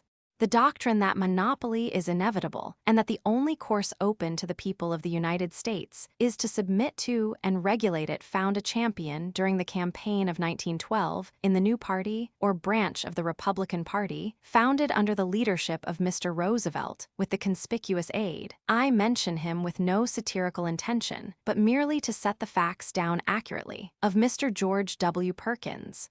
It may be useful, in order to the relief of the minds of many from an error of no small magnitude, to consider now, the heat of a presidential contest being passed, exactly what it was that Mr. Roosevelt proposed. I have a very practical mind, and I want to know who are going to do those things and how they are going to be done. If you have read the trust plank in that platform as often as I have read it, you have found it very long but very tolerant. It did not anywhere condemn monopoly, except in words. Its essential meaning was that the trusts have been bad and must be made to be good. You know that Mr. Roosevelt long ago classified trusts for us as good and bad, and he said that he was afraid only of the bad ones. Now he does not desire that there should be any more bad ones, but proposes that they should all be made good by discipline, directly applied by a commission of executive appointment. All he explicitly complains of is lack of publicity and lack of fairness, not the exercise of power, for throughout that plank the power of the great corporations is accepted as the inevitable consequence of the modern organization of industry. All that it is proposed to do is to take them under control and regulation. The national administration having for 16 years been virtually under the regulation of the trusts, it would be merely a family matter were the parts reversed and were the other members of the family to exercise the regulation. And the trusts, apparently, which might, in such circumstances, comfortably continue to administer our affairs under the mollifying influences of the federal government, would then, if you please, be the instrumentalities by which all the humanistic, benevolent program of the rest of that interesting platform would be carried out. I have read and reread that plank so as to be sure that I get it right. All that it complains of is, and the complaint is a just one, surely, that these gentlemen exercise their power in a way that is secret. Therefore, we must have publicity. Sometimes they are arbitrary, therefore they need regulation. Sometimes they do not consult the general interests of the community, therefore they need to be reminded of those general interests by an industrial commission. But at every turn, it is the trusts who are to do us good, and not we ourselves. Again, I absolutely protest against being put into the hands of trustees. Mr. Roosevelt's conception of government is Mr. Taft's conception that the presidency of the United States is the presidency of a board of directors. I am willing to admit that if the people of the United States cannot get justice for themselves, then it is high time that they should join the third party and get it from somebody else. The justice proposed is very beautiful. It is very attractive. There were planks in that platform which stir all the sympathies of the heart. They proposed things that we all want to do, but the question is, who is going to do them? Through whose instrumentality? Are Americans ready to ask the trusts to give us in pity what we ought, in justice, to take? The third party says that the present system of our industry and trade has come to stay. Mind you, these artificially built-up things, these things that can't maintain themselves in the market without monopoly, have come to stay, and the only thing that the government can do, the only thing that the third party proposes should be done, is to set up a commission to regulate them. It accepts them. It says, we will not undertake, it were futile to undertake, to prevent monopoly, but we will go into an arrangement by which we will make these monopolies kind to you. We will guarantee that they shall be pitiful.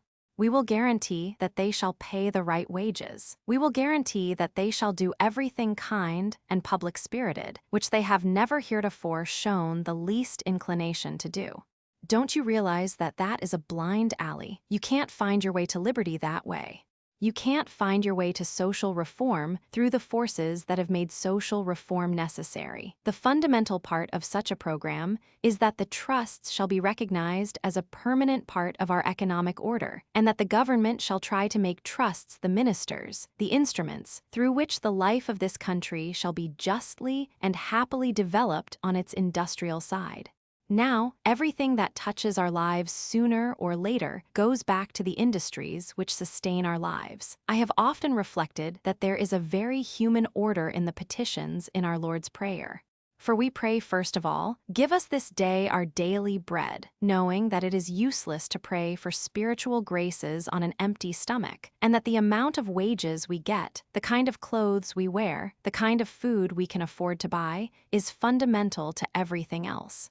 It is a mere enterprise, so far as that part of it is concerned, of making the monopolies philanthropic. I do not want to live under a philanthropy.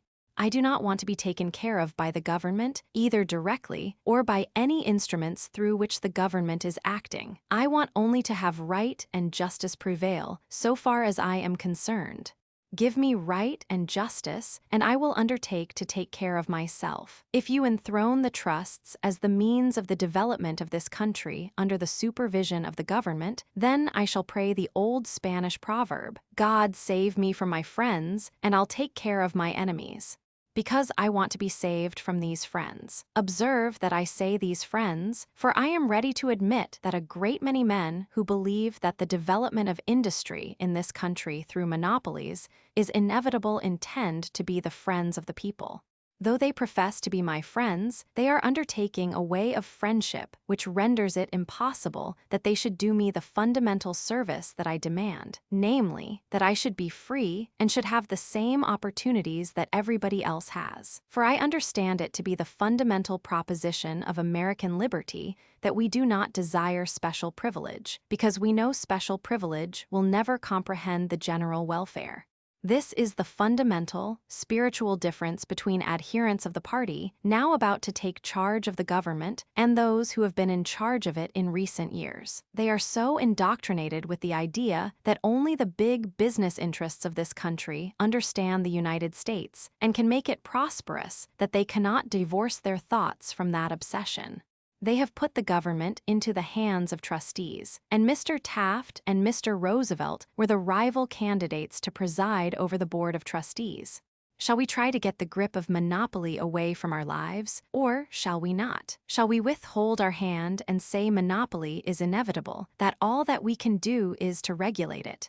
Shall we say that all that we can do is to put government in competition with monopoly and try its strength against it? Shall we admit that the creature of our own hands is stronger than we are? We have been dreading all along the time when the combined power of high finance would be greater than the power of the government. Have we come to a time when the President of the United States, or any man who wishes to be the president, must doff his cap in the presence of this high finance and say, "You are our inevitable master, but we will see how we can make the best of it"? We are at the parting of the ways. We have, not one or two or three, but many, established and formidable monopolies in the United States. We have, not one or two, but many, fields of endeavor into which it is difficult, if not impossible, for the independent man to enter. If the government is to tell big businessmen how to run their business, then don't you see that big businessmen have to get closer to the government even than they are now? Don't you see that they must capture the government in order not to be restrained too much by it? Must capture the government, they have already captured it. Are you going to invite those inside to stay inside? They don't have to get there. They are there. Are you going to own your own premises, or are you not? That is your choice. Are you going to say, "You didn't get into the house the right way, but you are in there, God bless you. We will stand out here in the cold and you can hand us out something once in a while"? At the least, under the plan I am opposing, there will be an avowed partnership between the government and the trusts. I take it that the firm will be ostensibly controlled by the senior member. For I take it that the government of the United States is at least the senior member, though the younger member has all along been running the business. But when all the momentum, when all the energy, when a great deal of the genius, as so often happens in partnerships the world over, is with the junior partner, I don't think that the superintendence of the senior partner is going to amount to very much. And I don't believe that benevolence can be read into the hearts of the trusts by the superintendence and suggestions of the federal government, because the government has never within my recollection had its suggestions accepted by the trusts. On the contrary, the suggestions of the trusts have been accepted by the government. There is no hope to be seen for the people of the United States until the partnership is dissolved, and the business of the party now entrusted with power is going to be to dissolve it. Those who supported the third party supported, I believe, a program perfectly agreeable to the monopolies. How those who have been fighting monopoly through all their career can reconcile the continuation of the battle under the banner of the very men they have been fighting, I cannot imagine. I challenge the program in its fundamentals as not a progressive program at all. Why did Mr. Gary suggest this very method when he was at the head of the Steel Trust? Why is this very method commended here, there, and everywhere by the men who are interested in the maintenance of the present economic system of the United States? Why do the men who do not wish to be disturbed urge the adoption of this program? The rest of the program is very handsome. There is beating in it a great pulse of sympathy for the human race. But I do not want the sympathy of the trusts for the human race. I do not want their condescending assistance, and I warn every progressive Republican that by lending his assistance to this program, he is playing false to the very cause in which he had enlisted. That cause was a battle against monopoly, against control, against the concentration of power in our economic development, against all those things that interfere with absolutely free enterprise. I believe that someday these gentlemen will wake up and realize that they have misplaced their trust, not in an individual, it may be, but in a program which is fatal to the things we hold dearest. If there is any meaning in the things I have been urging, it is this, that the incubus that lies upon this country is the present monopolistic organization of our industrial life. That is the thing which certain Republicans became insurgents in order to throw off. And yet some of them allowed themselves to be so misled as to go into the camp of the third party in order to remove what the third party proposed to legalize. My point is that this is a method conceived from the point of view of the very men who are to be controlled, and that this is just the wrong point of view from which to conceive it. I said not long ago that Mr. Roosevelt was promoting a plan for the control of monopoly, which was supported by the United States Steel Corporation. Mr. Roosevelt denied that he was being supported by more than one member of that corporation. He was thinking of money. I was thinking of ideas. I did not say that he was getting money from these gentlemen. It was a matter of indifference to me where he got his money, but it was a matter of a great deal of difference to me where he got his ideas. He got his idea with regard to the regulation of monopoly from the gentlemen who formed the United States Steel Corporation. I am perfectly ready to admit that the gentlemen who control the United States Steel Corporation have a perfect right to entertain their own ideas about this and to urge them upon the people of the United States. But I want to say that their ideas are not my ideas, and I am perfectly certain that they would not promote any idea which interfered with their monopoly. The Roosevelt plan is that there shall be an industrial commission charged with the supervision of the great monopolistic combinations which have been formed under the protection of the tariff, and that the government of the United States shall see to it that these gentlemen who have conquered labor shall be kind to labor. It has a master now, those who in combination control these monopolies. And if the government controlled by the monopolies in its turn controls the monopolies, the partnership is finally consummated. I don't care how benevolent the master is going to be, I will not live under a master. That is not what America was created for. America was created in order that every man should have the same chance as every other man to exercise mastery over his own fortunes. What I want to do is analogous to what the authorities of the city of Glasgow did with tenement houses. I want to light and patrol the corridors of these great organizations in order to see that nobody who tries to traverse them is waylaid and maltreated. If you will but hold off the adversaries, if you will but see to it that the weak are protected, I will venture a wager with you that there are some men in the United States, now weak, economically weak, who have brains enough to compete with these gentlemen and who will presently come into the market and put these gentlemen on their mettle.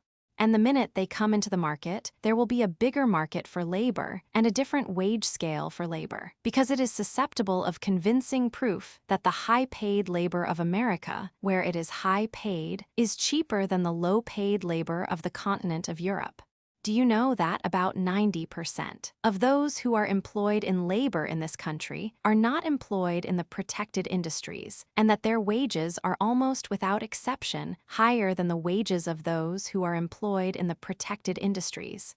There is no corner on carpenters, there is no corner on bricklayers, there is no corner on scores of individual classes of skilled laborers, but there is a corner on the poolers in the furnaces, there is a corner on the men who dive down into the mines. They are in the grip of a controlling power which determines the market rates of wages in the United States. Only where labor is free is labor highly paid in America. When I am fighting monopolistic control, therefore, I am fighting for the liberty of every man in America, and I am fighting for the liberty of American industry. It is significant that the spokesman for the plan of adopting monopoly declares his devoted adherence to the principle of protection. Only those duties, which are manifestly too high even to serve the interests of those who are directly protected, ought in his view to be lowered. I have searched his program very thoroughly for an indication of what he expects to do in order to see to it that a larger proportion of this prize money gets into the pay envelope, and have found none. Mr. Roosevelt, in one of his speeches, proposed that manufacturers who did not share their profits liberally enough with their workmen should be penalized by a sharp cut in the protection afforded them. But the platform, so far as I could see, proposed nothing. Moreover, under the system proposed, most employers, at any rate practically all of the most powerful of them, would be, to all intents and purposes, wards and proteges of the government which is the master of us all. For no part of this program can be discussed intelligently without remembering that monopoly, as handled by it, is not to be prevented but accepted. It is to be accepted and regulated. All attempt to resist it is to be given up. It is to be accepted as inevitable. The government is to set up a commission whose duty it will be, not to check or defeat it, but merely to regulate it under rules which it is itself to frame and develop, so that the chief employers will have this tremendous authority behind them. What they do, they will have the license of the federal government to do. And it is worth the while of the working men of the country to recall what the attitude toward organized labor has been of these masters of consolidated industries, whom it is proposed that the federal government should take under its patronage as well as under its control. They have been the stoutest and most successful opponents of organized labor, and they have tried to undermine it in a great many ways. Some of the ways they have adopted have worn the guise of philanthropy and goodwill, and have no doubt been used, for all I know, in perfect good faith. Here and there they have set up systems of profit sharing, of compensation for injuries, and of bonuses, and even pensions. But every one of these plans has merely bound their working men more tightly to themselves. Rights under these various arrangements are not legal rights. They are merely privileges which employees enjoy only so long as they remain in the employment and observe the rules of the great industries for which they work. If they refuse to be weaned away from their independence, they cannot continue to enjoy the benefits extended to them. When you have thought the whole thing out, therefore, you will find that the program of the new party legalizes monopolies and systematically subordinates working men to them and to plans made by the government both with regard to employment and with regard to wages. Take the thing as a whole, and it looks strangely like economic mastery over the very lives and fortunes of those who do the daily work of the nation, and all this under the overwhelming power and sovereignty of the national government. What most of us are fighting for is to break up this very partnership between big business and the government. We call upon all intelligent men to bear witness that if this plan were consummated, the great employers and capitalists of the country would be under a more overpowering temptation than ever to take control of the government and keep it subservient to their purpose. What a prize it would be to capture! How unassailable would be the majesty and the tyranny of monopoly if it could thus get sanction of law and the authority of government. By what means, except open revolt, could we ever break the crust of our life again and become free men, breathing an air of our own, living lives that we wrought out for ourselves? You cannot use monopoly in order to serve a free people. You cannot use great combinations of capital to be pitiful and righteous when the consciences of great bodies of men are enlisted, not in the promotion of special privilege, but in the realization of human rights. When I read those beautiful portions of the program of the third party devoted to the uplift of mankind and see noble men and women attaching themselves to that party in the hope that regulated monopoly may realize these dreams of humanity, I wonder whether they have really studied the instruments through which they are going to do these things. The man who is leading the third party has not changed his point of view since he was President of the United States. I am not asking him to change it. I am not saying that he has not a perfect right to retain it. but I do say that it is not surprising that a man who had the point of view with regard to the government of this country, which he had when he was president, was not chosen as president again, and allowed to patent the present processes of industry and personally direct them how to treat the people of the United States. History is strewn all along its course with the wrecks of governments that tried to be humane, tried to carry out humane programs through the instrumentality of those who controlled the material fortunes of the rest of their fellow citizens. I do not trust any promises of a change of temper on the part of monopoly.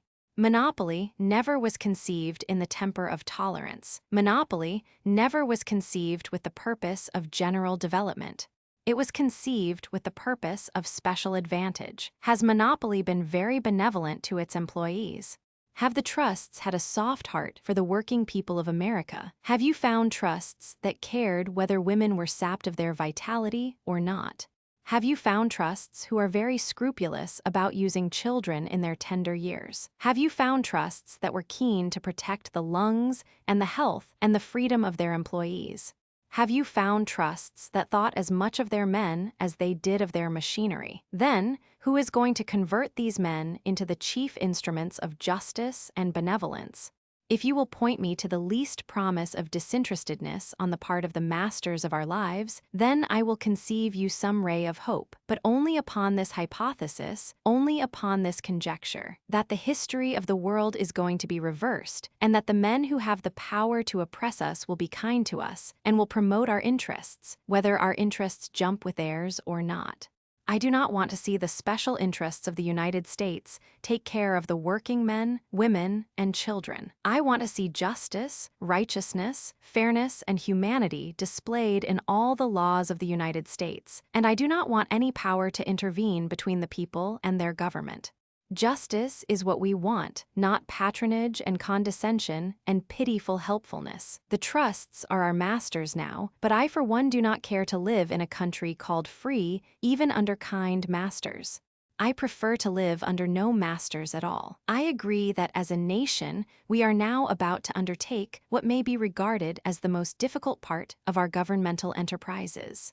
We have gone along so far without very much assistance from our government. We have felt, and felt more and more in recent months, that the American people were at a certain disadvantage as compared with the people of other countries, because of what the governments of other countries were doing for them, and our government omitting to do for us. It is perfectly clear to every man who has any vision of the immediate future, who can forecast any part of it from the indications of the present, that we are just upon the threshold of a time when the systematic life of this country will be sustained, or at least supplemented, at every point by governmental activity. I believe that the time has come when the governments of this country, both state and national, have to set the stage, and set it very minutely and carefully, for the doing of justice to men in every relationship of life. We have great tasks before us, and we must enter on them as befits men charged with the responsibility of shaping a new era. We have a great program of governmental assistance ahead of us in the cooperative life of the nation, but we dare not enter upon that program until we have freed the government. That is the point. Benevolence never developed a man or a nation. We do not want a benevolent government. We want a free and a just government. Every one of the great schemes of social uplift, which are now so much debated by noble people amongst us, is based, when rightly conceived, upon justice, not upon benevolence. Politics differs from philanthropy in this, that in philanthropy we sometimes do things through pity merely, while in politics we act always, if we are righteous men, on grounds of justice and large expediency for men in the mass. Sometimes in our pitiful sympathy with our fellow men, we must do things that are more than just. We must forgive men, we must help men who have gone wrong. We must sometimes help men who have gone criminally wrong, but the law does not forgive. It is its duty to equalize conditions, to make the path of right the path of safety and advantage, to see that every man has a fair chance to live and to serve himself, to see that injustice and wrong are not wrought upon any. We ought not to permit passion to enter into our thoughts or our hearts in this great matter. We ought not to allow ourselves to be governed by resentment or any kind of evil feeling, but we ought, nevertheless, to realize the seriousness of our situation. That seriousness consists, singularly enough, not in the malevolence of the men who preside over our industrial life, but in their genius and in their honest thinking. These men believe that the prosperity of the United States is not safe unless it is in their keeping. If they were dishonest, we might put them out of business by law. Since most of them are honest, we can put them out of business only by making it impossible for them to realize their genuine convictions. I am not afraid of a knave. I am not afraid of a rascal. I am afraid of a strong man who is wrong, and whose wrong thinking can be impressed upon other persons by his own force of character and force of speech. If God had only arranged it that all the men who are wrong were rascals, we could put them out of business very easily, because they would give themselves away sooner or later. But God has made our task heavier than that. He has made some good men who think wrong. We cannot fight them because they are bad, but because they are wrong. We must overcome them by a better force, the genial, the splendid, the permanent force of a better reason. The reason that America was set up was that she might be different from all the nations of the world in this, that the strong could not put the weak to the wall, that the strong could not prevent the weak from entering the race. America stands for opportunity. America stands for a free field and no favor. America stands for a government responsive to the interests of all. And until America recovers those ideals in practice, she will not have the right to hold her head high again amidst the nations as she used to hold it.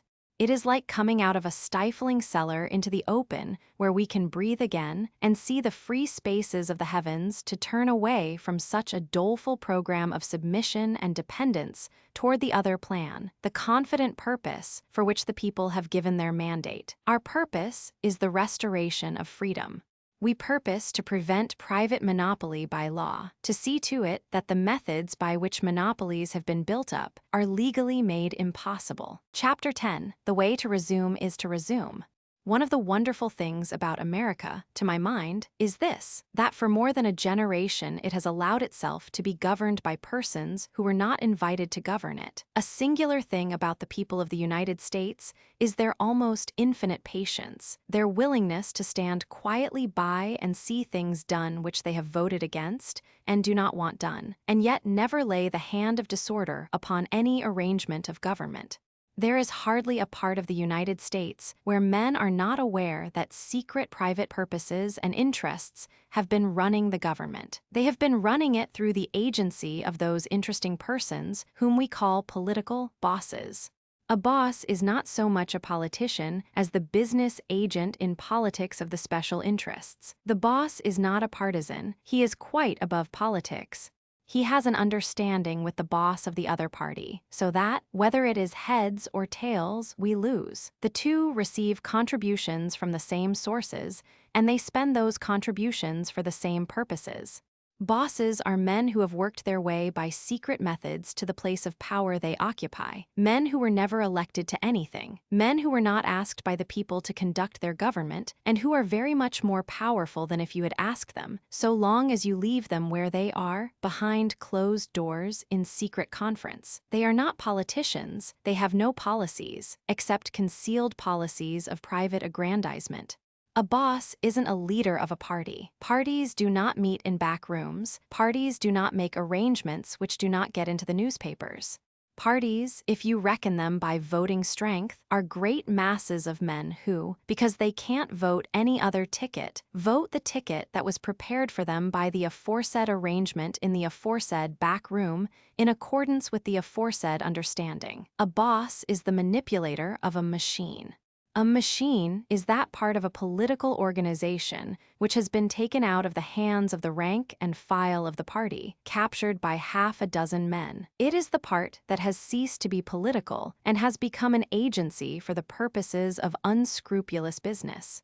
Do not lay up the sins of this kind of business to political organizations. Organization is legitimate, is necessary, is even distinguished when it lends itself to the carrying out of great causes. Only the man who uses organization to promote private purposes is a boss. Always distinguish between a political leader and a boss. I honor the man who makes the organization of a great party strong and thorough in order to use it for public service, but he is not a boss. A boss is a man who uses this splendid, open force for secret purposes. One of the worst features of the boss system is this fact that it works secretly.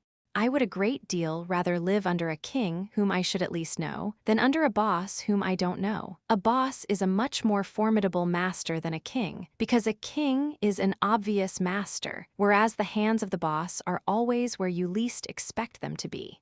When I was in Oregon, not many months ago, I had some very interesting conversations with Mr. Uren, who is the father of what is called the Oregon system, a system by which he has put bosses out of business. He is a member of a group of public-spirited men who, whenever they cannot get what they want through the legislature, draw up a bill and submit it to the people by means of the initiative and generally get what they want.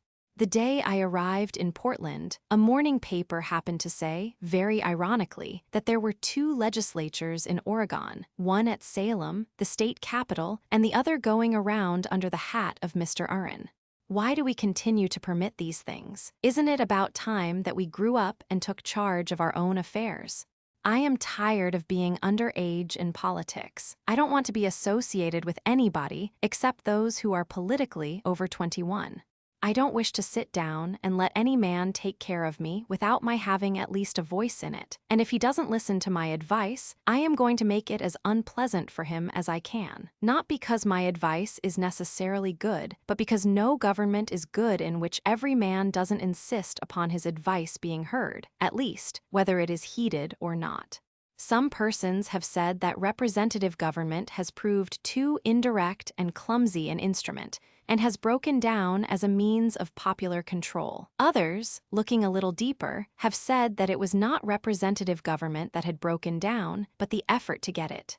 They have pointed out that, with our present methods of machine nomination and our present methods of election, which give us nothing more than a choice between one set of machine nominees and another, we do not get representative government at all, at least not government representative of the people, but merely government representative of political managers who serve their own interests and the interests of those with whom they find it profitable to establish partnerships.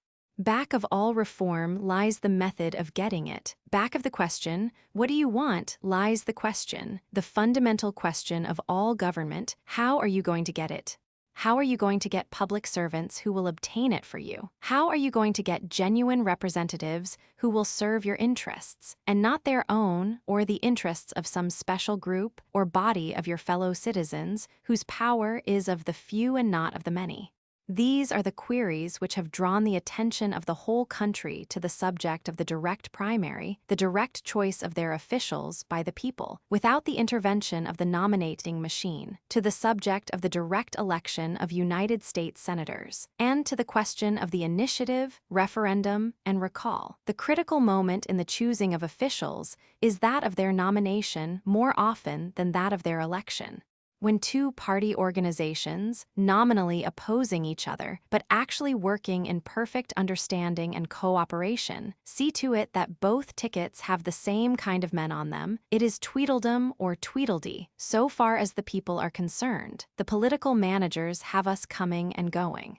So that what we establish the direct primary for is this: to break up the inside and selfish determination of the question who shall be elected to conduct the government and make the laws of our commonwealths and our nation. Everywhere the impression is growing stronger that there can be no means of dominating those who have dominated us, except by taking this process of the original selection of nominees into our own hands.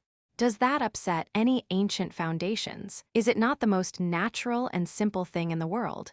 You say that it does not always work, that the people are too busy or too lazy to bother about voting at primary elections. True, sometimes the people of a state or a community do let a direct primary go by without asserting their authority as against the bosses. The electorate of the United States is occasionally like the god Baal. It is sometimes on a journey, or it is sometimes asleep. But when it does awake, it does not resemble the god Baal in the slightest degree. It is a great self-possessed power which effectually takes control of its own affairs. I am willing to wait. I am among those who believe so firmly in the essential doctrines of democracy that I am willing to wait on the convenience of this great sovereign, provided I know that he has got the instrument to dominate whenever he chooses to grasp it.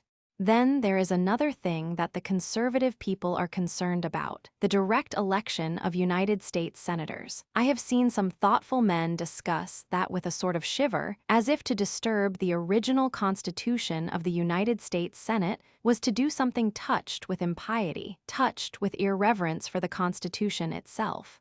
But the first thing necessary to reverence for the United States Senate is respect for United States senators. But you need not be told, and it would be painful to repeat to you, how seats have been bought in the Senate, and you know that a little group of senators holding the balance of power has again and again been able to defeat programs of reform upon which the whole country had set its heart.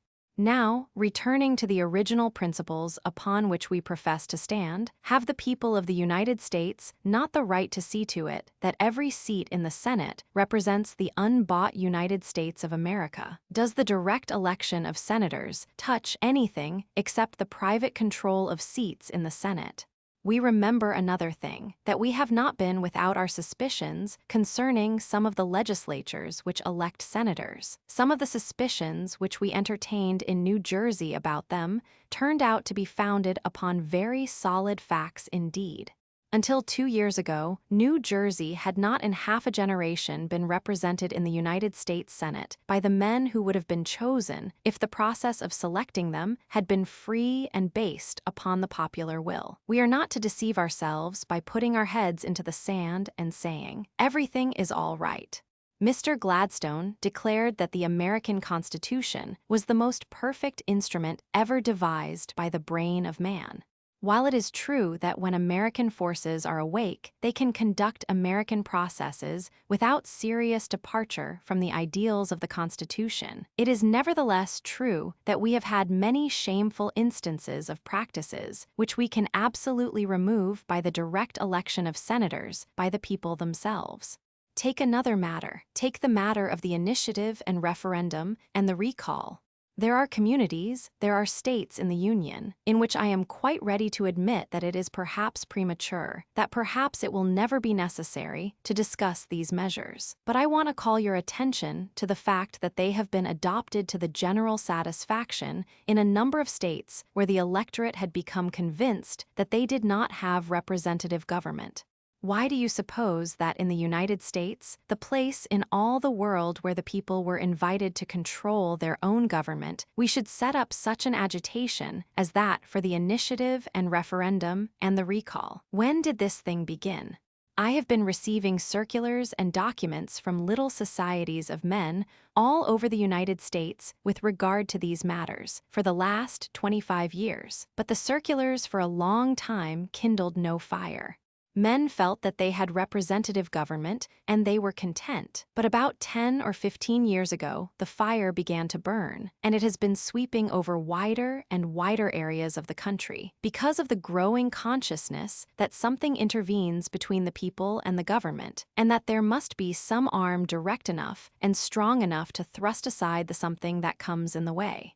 I believe that we are upon the eve of recovering some of the most important prerogatives of a free people, and that the initiative and referendum are playing a great part in that recovery. I met a man the other day who thought that the referendum was some kind of an animal because it had a Latin name, and there are still people in this country who have to have it explained to them. But most of us know and are deeply interested. Why? Because we have felt that in too many instances our government did not represent us, and we have said, we have got to have a key to the door of our own house. The initiative and referendum and the recall afford such a key to our own premises. If the people inside the house will run the place as we want it run, they may stay inside and we will keep the latchkeys in our pockets. If they do not, we shall have to re-enter upon possession.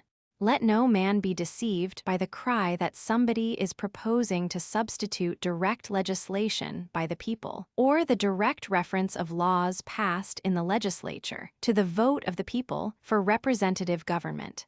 The initiative is a means of seeing to it that measures which the people want shall be passed, when legislatures defy or ignore public opinion. The referendum is a means of seeing to it that the unrepresentative measures, which they do not want, shall not be placed upon the statute book.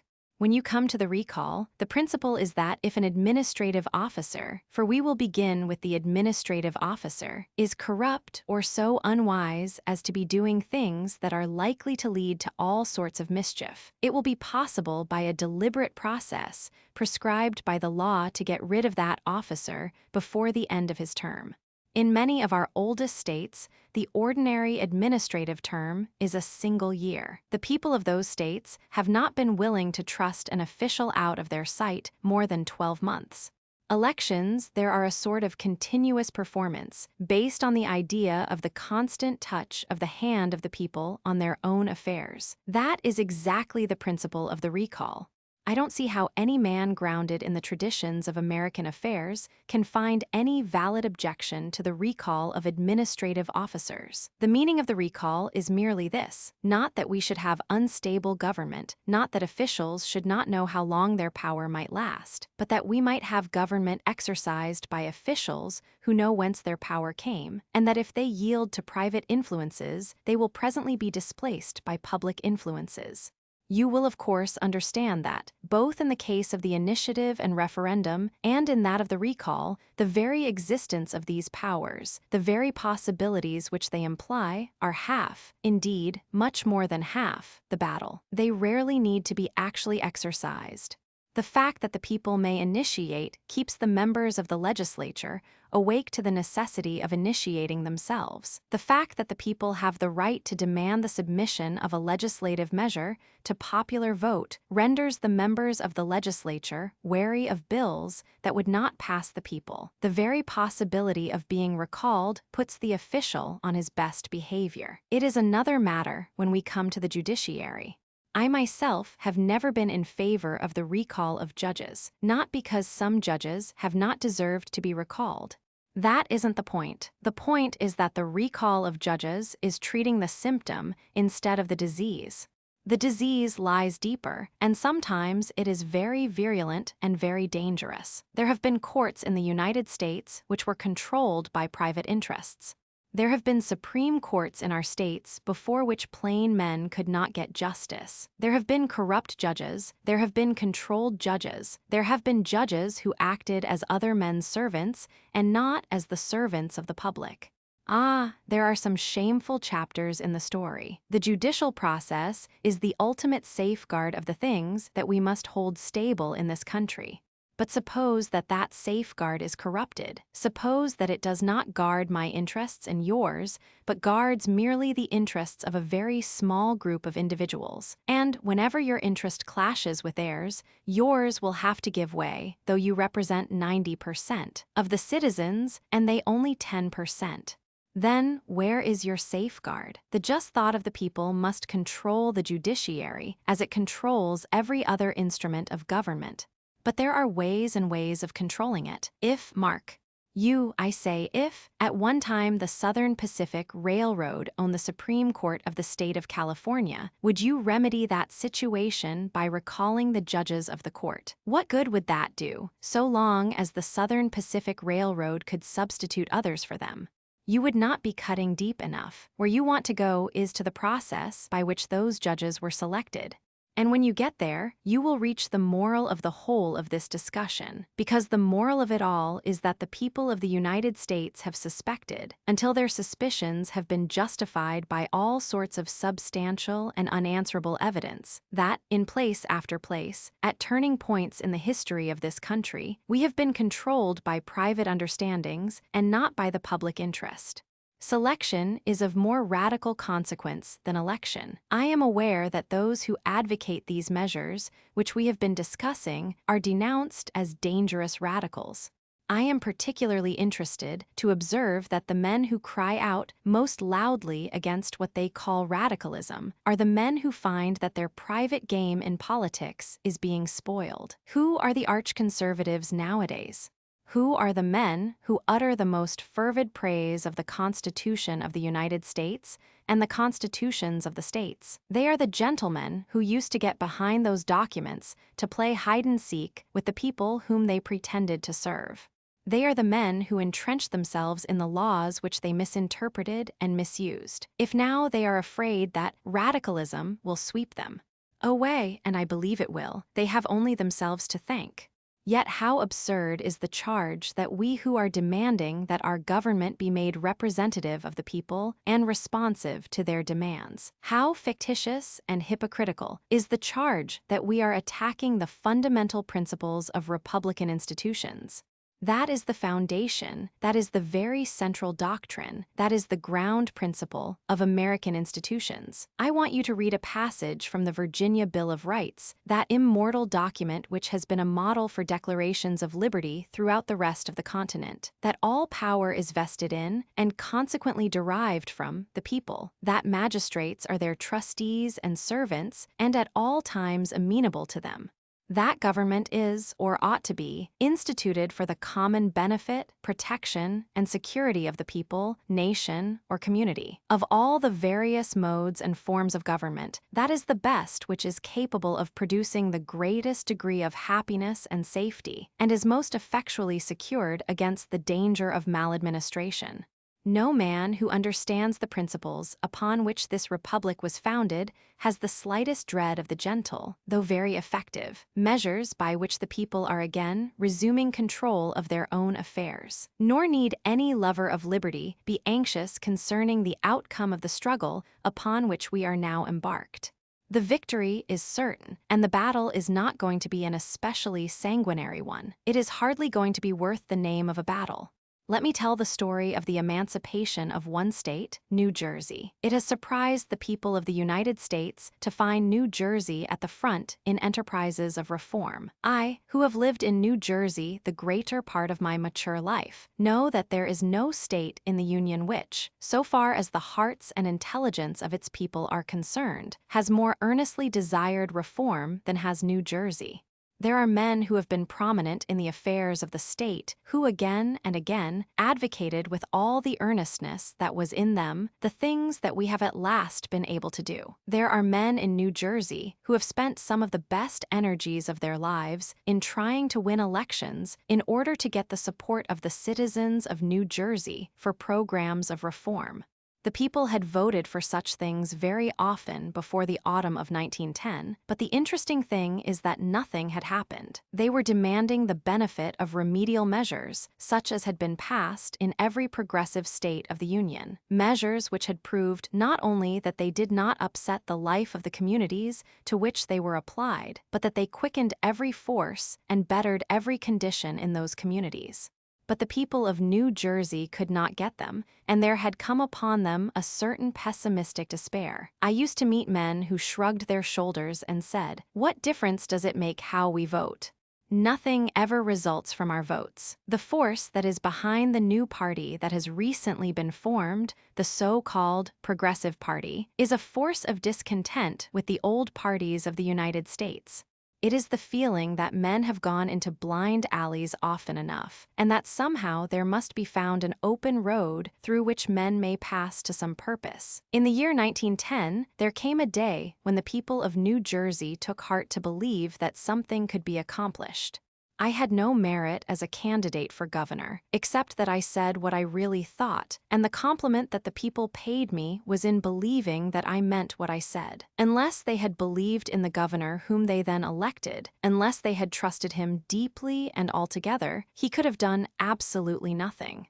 The force of the public men of a nation lies in the faith and the backing of the people of the country, rather than in any gifts of their own. In proportion as you trust them, in proportion as you back them up, in proportion as you lend them your strength, are they strong. The things that have happened in New Jersey since 1910 have happened because the seed was planted in this fine, fertile soil of confidence, of trust, of renewed hope. The moment the forces in New Jersey that had resisted reform realized that the people were backing new men who meant what they had said, they realized that they dare not resist them. It was not the personal force of the new officials, it was the moral strength of their backing that accomplished the extraordinary result. And what was accomplished? Mere justice to classes that had not been treated justly before. Nobody seriously debated the circumstances. Everybody knew that the law was antiquated and impossible. Everybody knew that justice waited to be done. Very well, then, why wasn't it done? There was another thing that we wanted to do. We wanted to regulate our public service corporations so that we could get the proper service from them and on reasonable terms. That had been done elsewhere, and where it had been done, it had proved just as much for the benefit of the corporations themselves as for the benefit of the people. Of course, it was somewhat difficult to convince the corporations. It happened that one of the men who knew the least about the subject was the president of the Public Service Corporation of New Jersey. I have heard speeches from that gentleman that exhibited a total lack of acquaintance with the circumstances of our times. I have never known ignorance so complete in its detail, and, being a man of force and ignorance, he naturally set all his energy to resist the things that he did not comprehend. I am not interested in questioning the motives of men in such positions. I am only sorry that they don't know more. If they would only join the procession, they would find themselves benefited by the healthful exercise, which, for one thing, would renew within them the capacity to learn which I hope they possessed when they were younger. We were not trying to do anything novel in New Jersey in regulating the Public Service Corporation. We were simply trying to adopt their attested measure of public justice. We adopted it. Has anybody gone bankrupt since? Does anybody now doubt that it was just as much for the benefit of the Public Service Corporation as for the people of the state? Then there was another thing that we modestly desired. We wanted fair elections. We did not want candidates to buy themselves into office. That seemed reasonable, so we adopted a law, unique in one particular, namely, that if you bought an office, you didn't get it. I admit that that is contrary to all commercial principles, but I think it is pretty good political doctrine. It is all very well to put a man in jail for buying an office, but it is very much better, besides putting him in jail, to show him that if he has paid out a single dollar for that office, he does not get it, though a huge majority voted for him. We reversed the laws of trade. When you buy something in politics in New Jersey, you do not get it. It seemed to us that that was the best way to discourage improper political argument. If your money does not produce the goods, then you are not tempted to spend your money. We adopted a Corrupt Practices Act, the reasonable foundation of which no man could question, and an Election Act, which every man predicted was not going to work, but which did work, to the emancipation of the voters of New Jersey. All these things are now commonplaces with us. We like the laws that we have passed, and no man ventures to suggest any material change in them. Why didn't we get them long ago? What hindered us? Why? Because we had a closed government, not an open government. It did not belong to us. It was managed by little groups of men whose names we knew, but whom somehow we didn't seem able to dislodge. When we elected men pledged to dislodge them, they only went into partnership with them. Apparently what was necessary was to call in an amateur who knew so little about the game that he supposed that he was expected to do what he had promised to do. There are gentlemen who have criticized the governor of New Jersey because he did not do certain things. For instance, bring a lot of indictments. The governor of New Jersey does not think it necessary to defend himself, but he would like to call attention to a very interesting thing that happened in his state. When the people had taken over control of the government, a curious change was wrought in the souls of a great many men. A sudden moral awakening took place, and we simply could not find culprits against whom to bring indictments. It was like a Sunday school, the way they obeyed the laws. There is nothing to appall us when we make up our minds to set about the task. The way to resume is to resume, said Horace Greeley, once, when the country was frightened at a prospect which turned out to be not in the least frightful. It was at the moment of the resumption of specie payments for Treasury notes.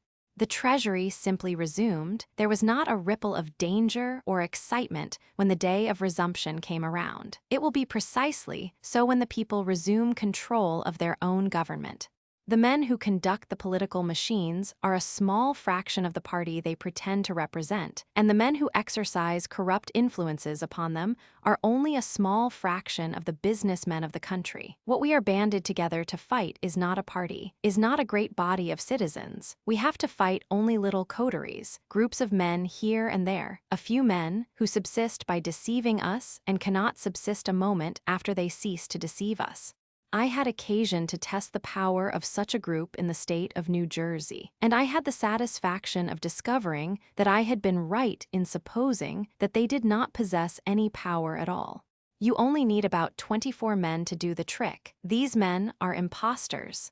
They are powerful only in proportion as we are susceptible to absurd fear of them. Their capital is our ignorance and our credulity. Today, we are seeing something that some of us have waited all of our lives to see. We are witnessing a rising of the country. We are seeing a whole people stand up and decline any longer to be imposed upon. The day has come when men are saying to each other, "It doesn't make a peppercorn's difference to me what party I have voted with. I am going to pick out the men I want and the policies I want, and let the label take care of itself. I do not find any great difference between my table of contents and the table of contents of those who have voted with the other party, and who, like me, are very much dissatisfied with the way in which their party has rewarded their faithfulness. They want the same things that I want, and I don't know of anything under God's heaven to prevent our getting together. We want the same things, we have the same faith in the old traditions of the American people, and we have made up our minds that we are going to have now at last the reality instead of the shadow. We Americans have been too long satisfied with merely going through the motions of government. We have been having a mock game. We have been going to the polls and saying, "This is the act of a sovereign people, but we won't be the sovereign yet. We will postpone that. We will wait until another time." The managers are still shifting the scenes. We are not ready for the real thing yet. My proposal is that we stop going through the mimic play, that we get out and translate the ideals of American politics into action, so that every man, when he goes to the polls on Election Day, will feel the thrill of executing an actual judgment, as he takes again into his own hands the great matters which have been too long left to men deputized by their own choice, and seriously sets about carrying into accomplishment his own purposes. Chapter 11, The Emancipation of Business.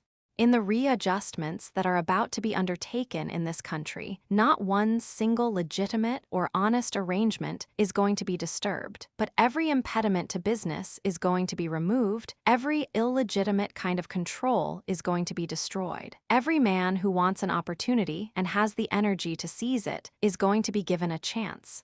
All that we are going to ask the gentlemen who now enjoy monopolistic advantages to do is to match their brains against the brains of those who will then compete with them. The brains, the energy, of the rest of us are to be set free to go into the game, that is all. There is to be a general release of the capital, the enterprise, of millions of people, a general opening of the doors of opportunity. With what a spring of determination, with what a shout of jubilance, will the people rise to their emancipation.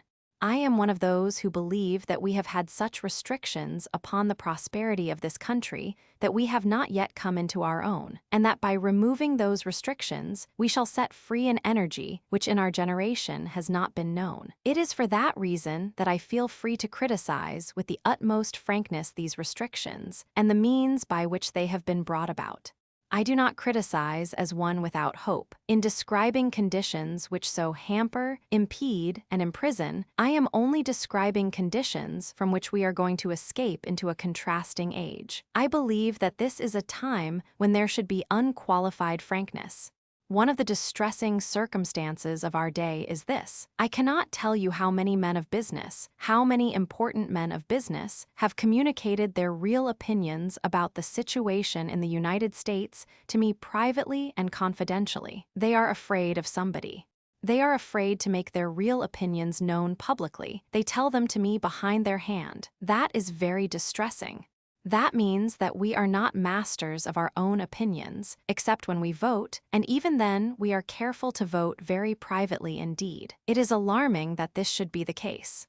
Why should any man in free America be afraid of any other man? Or why should any man fear competition? Competition either with his fellow countrymen or with anybody else on earth. It is part of the indictment against the protective policy of the United States that it has weakened and not enhanced the vigor of our people. American manufacturers who know that they can make better things than are made elsewhere in the world, that they can sell them cheaper in foreign markets than they are sold in these very markets of domestic manufacture, are afraid to venture out into the great world on their own merits and their own skill. Think of it, a nation full of genius, and yet paralyzed by timidity. The timidity of the businessmen of America is to me nothing less than amazing. They are tied to the apron strings of the government at Washington. They go about to seek favors. They say, for pity's sake, don't expose us to the weather of the world, put some home-like cover over us, protect us. See to it that foreign men don't come in and match their brains with ours. And, as if to enhance this peculiarity of ours, the strongest men amongst us get the biggest favors. The men of peculiar genius for organizing industries, the men who could run the industries of any country, are the men who are most strongly entrenched behind the highest rates in the schedules of the tariff. They are so timid morally, furthermore, that they dare not stand up before the American people, but conceal these favors in the verbiage of the tariff schedule itself, in jokers. But it is a bitter joke when men who seek favors are so afraid of the best judgment of their fellow citizens that they dare not avow what they take. Happily, the general revival of conscience in this country has not been confined to those who were consciously fighting special privilege. The awakening of conscience has extended to those who were enjoying special privileges. And I thank God that the business men of this country are beginning to see our economic organization in its true light, as a deadening aristocracy of privilege from which they themselves must escape. The small men of this country are not deluded, and not all of the big businessmen of this country are deluded.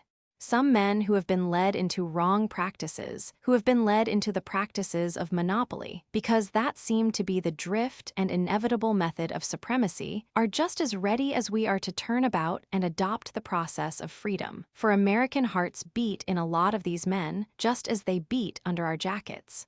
They will be as glad to be free as we shall be to set them free. And then, the splendid force which has lent itself to things that hurt us will lend itself to things that benefit us. And we who are not great captains of industry or business, shall do them more good than we do now, even in a material way. If you have to be subservient, you are not even making the rich fellows as rich as they might be, because you are not adding your originative force to the extraordinary production of wealth in America. America is as rich, not as Wall Street, not as the financial centers in Chicago and St. Louis and San Francisco. It is as rich as the people that make those centers rich. And if those people hesitate in their enterprise, cower in the face of power, hesitate to originate designs of their own, then the very fountains which make these places abound in wealth are dried up at the source. By setting the little men of America free, you are not damaging the giants. It may be that certain things will happen, for monopoly in this country is carrying a body of water such as men ought not to be asked to carry. When by regulated competition, that is to say, fair competition, competition that fights fair, they are put upon their mettle, they will have to economize, and they cannot economize unless they get rid of that water. I do not know how to squeeze the water out, but they will get rid of it if you will put them to the necessity. They will have to get rid of it, or those of us who don't carry tanks will outrun them in the race. Put all the business of America upon the footing of economy and efficiency, and then let the race be to the strongest and the swiftest. Our program is a program of prosperity that is to be a little more pervasive than the present prosperity. And pervasive prosperity is more fruitful than that which is narrow and restrictive. I congratulate the monopolies of the United States that they are not going to have their way, because, quite contrary to their own theory, the fact is that the people are wiser than they are. The people of the United States understand the United States as these gentlemen do not, and if they will only give us leave, we will not only make them rich, but we will make them happy, because then their conscience will have less to carry. I have lived in a state that was owned by a series of corporations. They handed it about. It was at one time owned by the Pennsylvania Railroad. Then it was owned by the Public Service Corporation. It was owned by the Public Service Corporation when I was admitted, and that corporation has been resentful ever since that I interfered with its tenancy. But I really did not see any reason why the people should give up their own residence to so small a body of men to monopolize. And therefore, when I asked them for their title deeds and they couldn't produce them, and there was no court except the court of public opinion to resort to, they moved out. Now they eat out of our hands, and they are not losing flesh either. They are making just as much money as they made before, only they are making it in a more respectable way. They are making it without the constant assistance of the legislature of the state of New Jersey. They are making it in the normal way, by supplying the people of New Jersey with the service in the way of transportation and gas and water that they really need. I do not believe that there are any thoughtful officials of the Public Service Corporation of New Jersey that now seriously regret the change that has come about. We liberated government in my state, and it is an interesting fact that we have not suffered one moment in prosperity. What we propose, therefore, in this program of freedom is a program of general advantage. Almost every monopoly that has resisted dissolution has resisted the real interests of its own stockholders. Monopoly always checks development, weighs down natural prosperity, pulls against natural advance. Take but such an everyday thing as a useful invention and the putting of it at the service of men. You know how prolific the American mind has been in invention, how much civilization has been advanced by the steamboat, the cotton gin, the sewing machine, the reaping machine, the typewriter, the electric light, the telephone, the phonograph. Do you know, have you had occasion to learn, that there is no hospitality for invention nowadays? There is no encouragement for you to set your wits at work to improve the telephone, or the camera, or some piece of machinery, or some mechanical process. You are not invited to find a shorter and cheaper way to make things, or to perfect them, or to invent better things to take their place. There is too much money invested in old machinery. Too much money has been spent advertising the old camera. The telephone plants, as they are, cost too much to permit their being superseded by something better. Wherever there is monopoly, not only is there no incentive to improve, but improvement being costly in that it scraps old machinery and destroys the value of old products, there is a positive motive against improvement. The instinct of monopoly is against novelty. The tendency of monopoly is to keep in use the old thing, made in the old way. Its disposition is to standardize everything. Standardization may be all very well, but suppose everything had been standardized 30 years ago, we should still be writing by hand, by gaslight. We should be without the inestimable aid of the telephone. Sometimes, I admit, it is a nuisance. Without the automobile, without wireless telegraphy.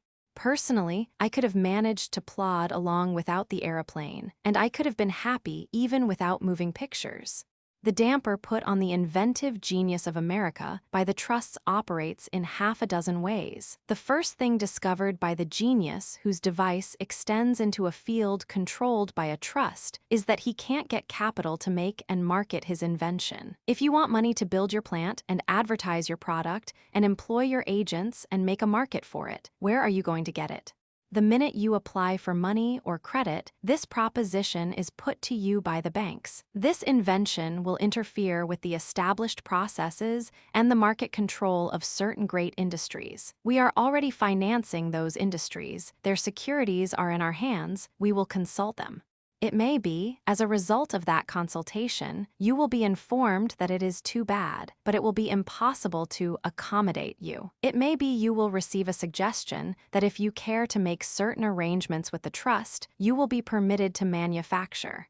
It may be you will receive an offer to buy your patent, the offer being a poor consolation dole. It may be that your invention, even if purchased, will never be heard of again. That last method of dealing with an invention, by the way, is a particularly vicious misuse of the patent laws, which ought not to allow property in an idea which is never intended to be realized. One of the reforms waiting to be undertaken is a revision of our patent laws.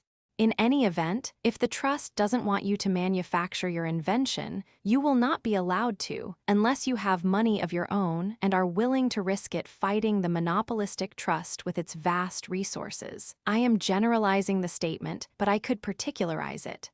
I could tell you instances where exactly that thing happened. By the combination of great industries, manufactured products are not only being standardized, but they are too often being kept at a single point of development and efficiency. The increase of the power to produce in proportion to the cost of production is not studied in America as it used to be studied, because if you don't have to improve your processes in order to excel a competitor, if you are human, you aren't going to improve your processes. Who can say what patents now lying, unrealized, in secret drawers and pigeonholes will come to light, or what new inventions will astonish and bless us when freedom is restored? Are you not eager for the time when the genius and initiative of all the people shall be called into the service of business? When newcomers with new ideas, new entries with new enthusiasms, independent men shall be welcomed. When your sons shall be able to look forward to becoming, not employees, but heads of some small, it may be, but hopeful business, where their best energies shall be inspired by the knowledge that they are their own masters, with the paths of the world open before them. Have you no desire to see the markets open to all, to see credit available in due proportion to every man of character and serious purpose who can use it safely and to advantage?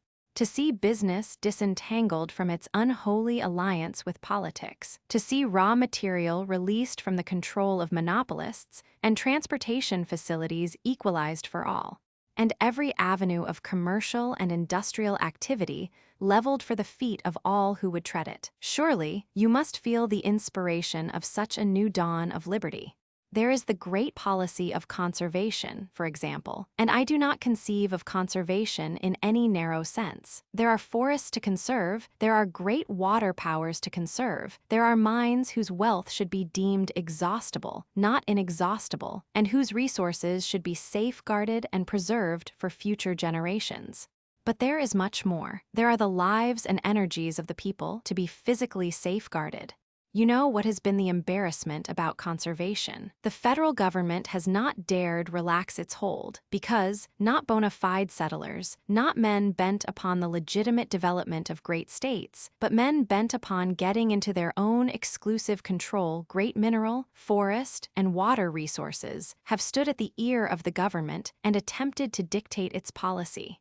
And the government of the United States has not dared relax its somewhat rigid policy because of the fear that these forces would be stronger than the forces of individual communities and of the public interest. What we are now in dread of is that this situation will be made permanent.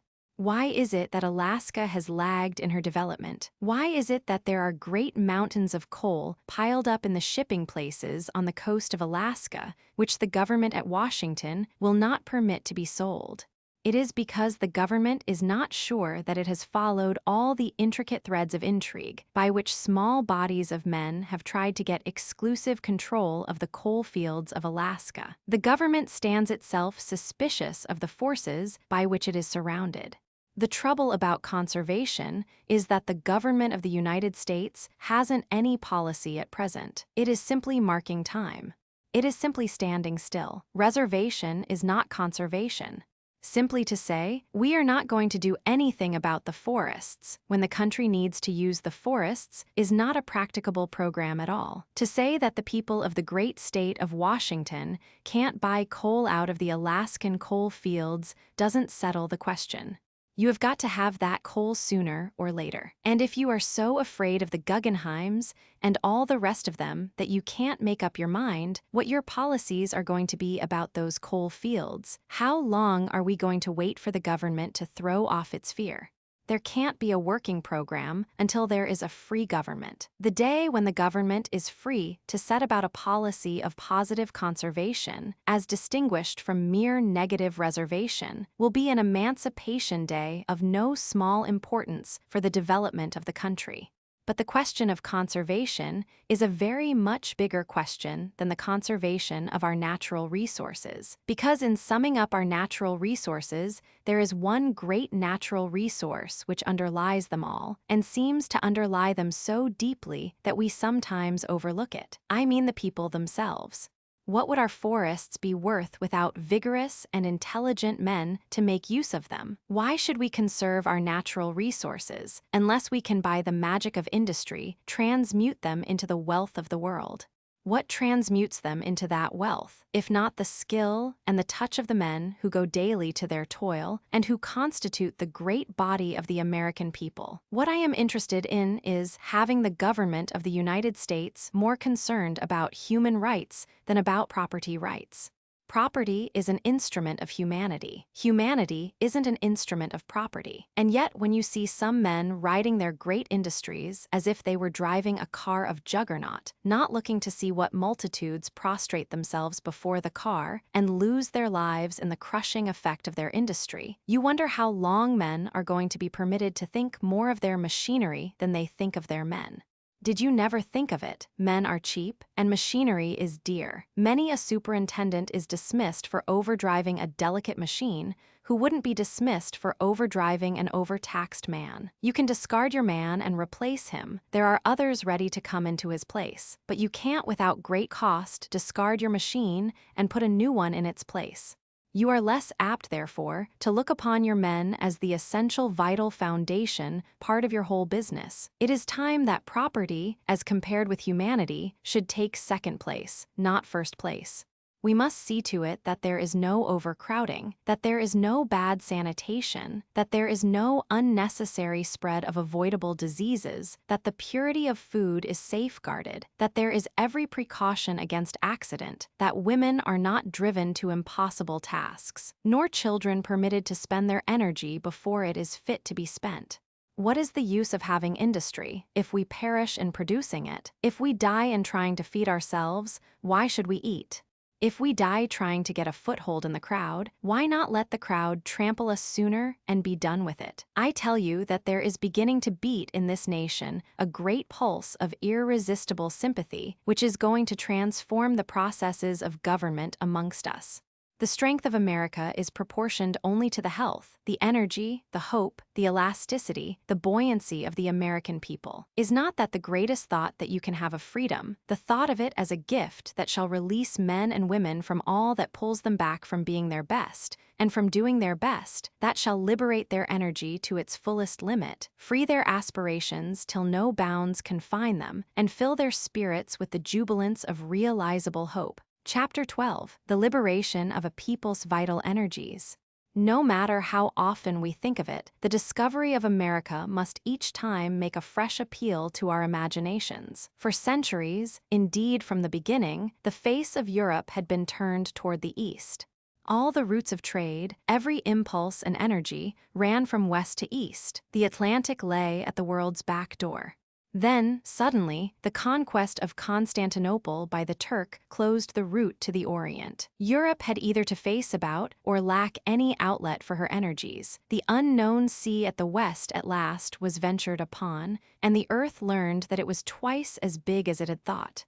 Columbus did not find, as he had expected, the civilization of Cathay. He found an empty continent. In that part of the world, upon that new-found half of the globe, mankind, late in its history, was thus afforded an opportunity to set up a new civilization. Here it was strangely privileged to make a new human experiment.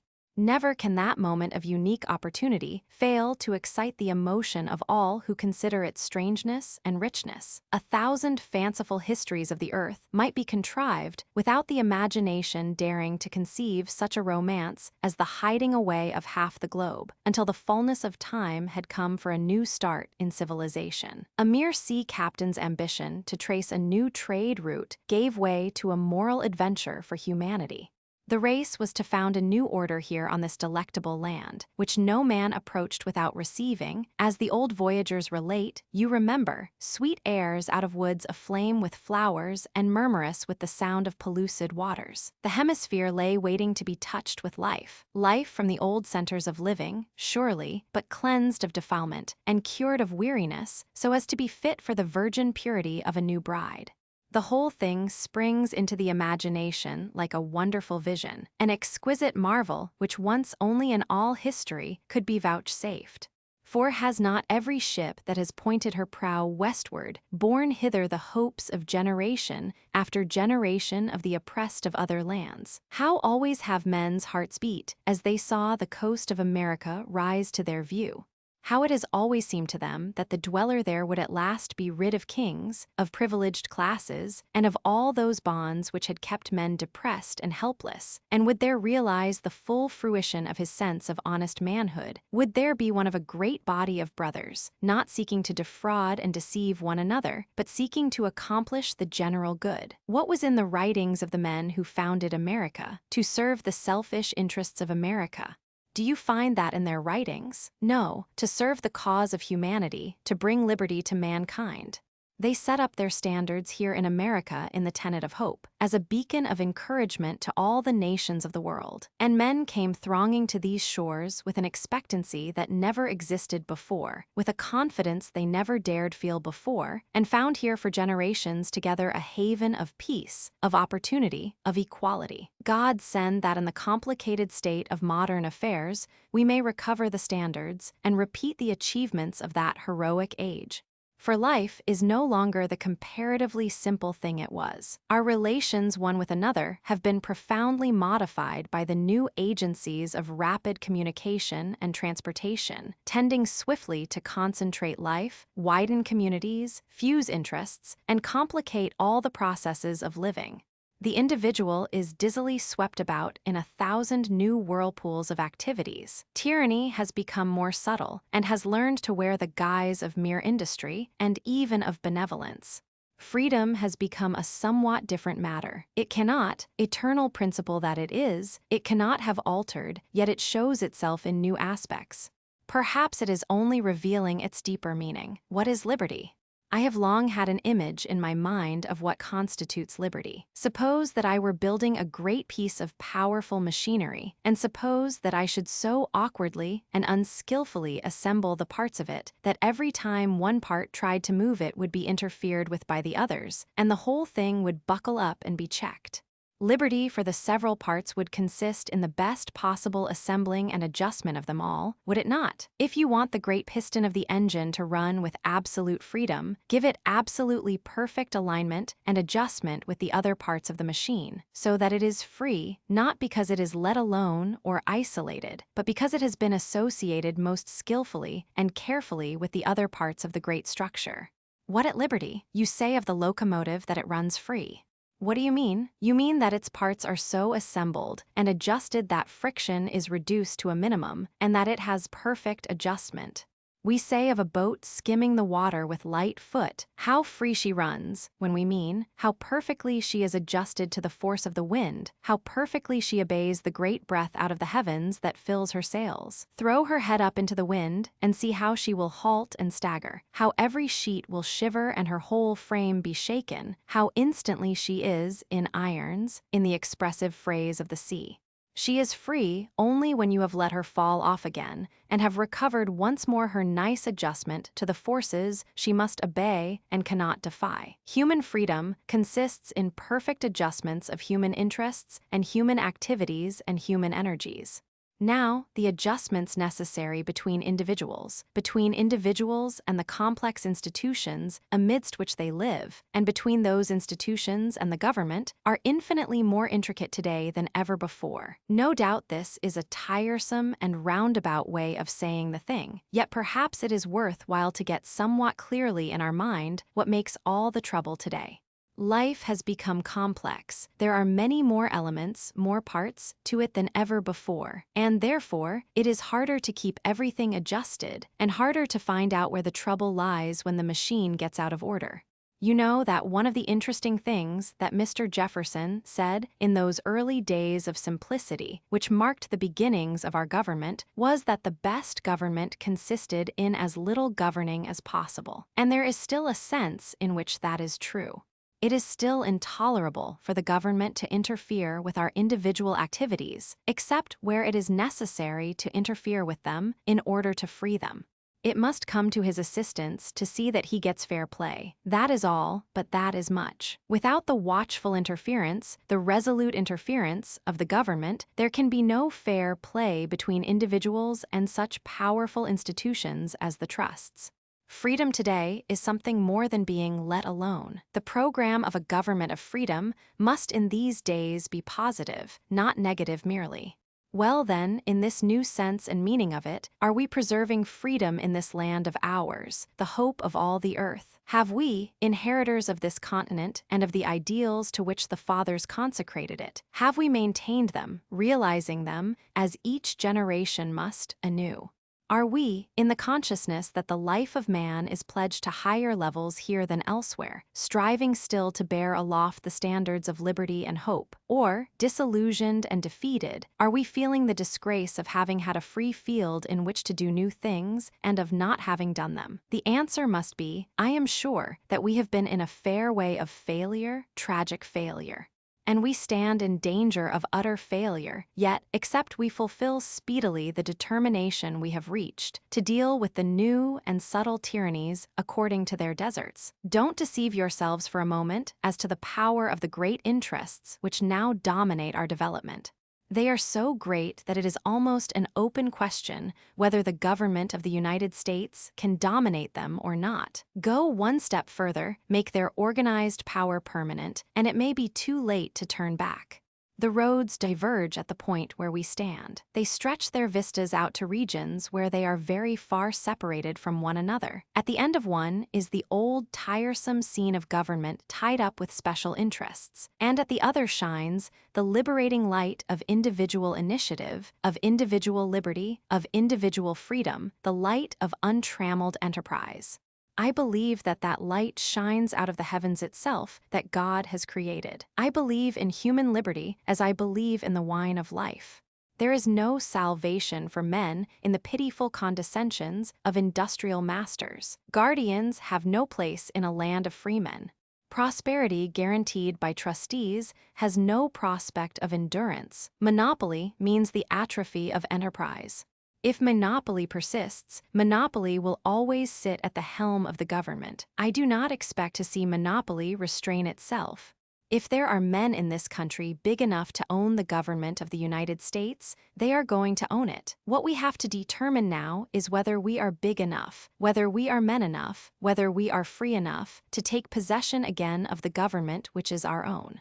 I tell you, when you discuss the question of the tariffs and of the trusts, you are discussing the very lives of yourselves and your children. I believe that I am preaching the very cause of some of the gentlemen whom I am opposing when I preach the cause of free industry in the United States, for I think they are slowly girding the tree that bears the inestimable fruits of our life, and that if they are permitted to gird it entirely, nature will take her revenge and the tree will die. I do not believe that America is securely great because she has great men in her now. America is great in proportion as she can make sure of having great men in the next generation. She is rich in her unborn children. Rich, that is to say, if those unborn children see the sun in a day of opportunity, see the sun when they are free to exercise their energies as they will. The only hope is in the release of the forces which philanthropic trust presidents want to monopolize. Only the emancipation, the freeing and heartening of the vital energies of all the people will redeem us. In all that I may have to do in public affairs in the United States, I am going to think of towns such as I have seen in Indiana, towns of the old American pattern, that own and operate their own industries, hopefully and happily. My thought is going to be bent upon the multiplication of towns of that kind, and the prevention of the concentration of industry in this country in such a fashion, and upon such a scale that towns that own themselves will be impossible. You know what the vitality of America consists of. Its vitality does not lie in New York, nor in Chicago. It will not be sapped by anything that happens in St. Louis. The vitality of America lies in the brains, the energies, the enterprise of the people throughout the land, in the efficiency of their factories, and in the richness of the fields that stretch beyond the borders of the town, in the wealth which they extract from nature and originate for themselves through the inventive genius characteristic of all free American communities. That is the wealth of America, and if America discourages the locality, the community, the self-contained town, she will kill the nation. A nation is as rich as her free communities. She is not as rich as her capital city or her metropolis. The amount of money in Wall Street is no indication of the wealth of the American people. That indication can be found only in the fertility of the American mind and the productivity of American industry everywhere throughout the United States. If America were not rich and fertile, there would be no money in Wall Street. If Americans were not vital and able to take care of themselves, the great money exchanges would break down. The welfare, the very existence of the nation, rests at last upon the great mass of the people. Its prosperity depends at last upon the spirit in which they go about their work in their several communities throughout the broad land. In proportion as her towns and her countrysides are happy and hopeful will America realize the high ambitions which have marked her in the eyes of all the world. The welfare, the happiness, the energy and spirit of the men and women who do the daily work in our mines and factories, on our railroads, in our offices and ports of trade, on our farms and on the sea, is the underlying necessity of all prosperity. There can be nothing wholesome unless their life is wholesome. There can be no contentment unless they are contented. Their physical welfare affects the soundness of the whole nation. How would it suit the prosperity of the United States? How would it suit business to have a people that went every day sadly or sullenly to their work? How would the future look to you if you felt that the aspiration had gone out of most men, the confidence of success, the hope that they might improve their condition? Do you not see that just so soon as the old self-confidence of America, just so soon as her old boasted advantage of individual liberty and opportunity is taken away, all the energy of her people begins to subside, to slacken, to grow loose and pulpy, without fiber, and men simply cast about to see that the day does not end disastrously with them. So we must put heart into the people by taking the heartlessness out of politics, business, and industry. We have got to make politics a thing in which an honest man can take his part with satisfaction, because he knows that his opinion will count as much as the next man's, and that the boss and the interests have been dethroned. Business we have got to untrammel, abolishing tariff favors and railroad discrimination and credit denials, and all forms of unjust handicaps against the little man. Industry we have got to humanize, not through the trusts, but through the direct action of law guaranteeing protection against dangers and compensation for injuries, guaranteeing sanitary conditions, proper hours, the right to organize, and all the other things which the conscience of the country demands as the working man's right. We have got to cheer and inspirit our people with the sure prospects of social justice and due reward, with the vision of the open gates of opportunity for all. We have got to set the energy and the initiative of this great people absolutely free, so that the future of America will be greater than the past, so that the pride of America will grow with achievement, so that America will know as she advances from generation to generation that each brood of her sons is greater and more enlightened than that which preceded it. Know that she is fulfilling the promise that she has made to mankind. Such is the vision of some of us who now come to assist in its realization. For we Democrats would not have endured this long burden of exile if we had not seen a vision. We could have traded, we could have got into the game, we could have surrendered and made terms. We could have played the role of patrons to the men who wanted to dominate the interests of the country, and here and there gentlemen who pretended to be of us did make those arrangements. They couldn't stand privation. You never can stand it unless you have within you some imperishable food upon which to sustain life and courage, the food of those visions of the spirit where a table is set before us laden with palatable fruits, the fruits of hope, the fruits of imagination, those invisible things of the spirit, which are the only things upon which we can sustain ourselves through this weary world without fainting. We have carried in our minds, after you had thought you had obscured and blurred them, the ideals of those men who first set their foot upon America, those little bands who came to make a foothold in the wilderness, because the great teeming nations that they had left behind them had forgotten what human liberty was: liberty of thought, liberty of religion, liberty of residence, liberty of action. Since their day, the meaning of liberty has deepened. But it has not ceased to be a fundamental demand of the human spirit, a fundamental necessity for the life of the soul. The end,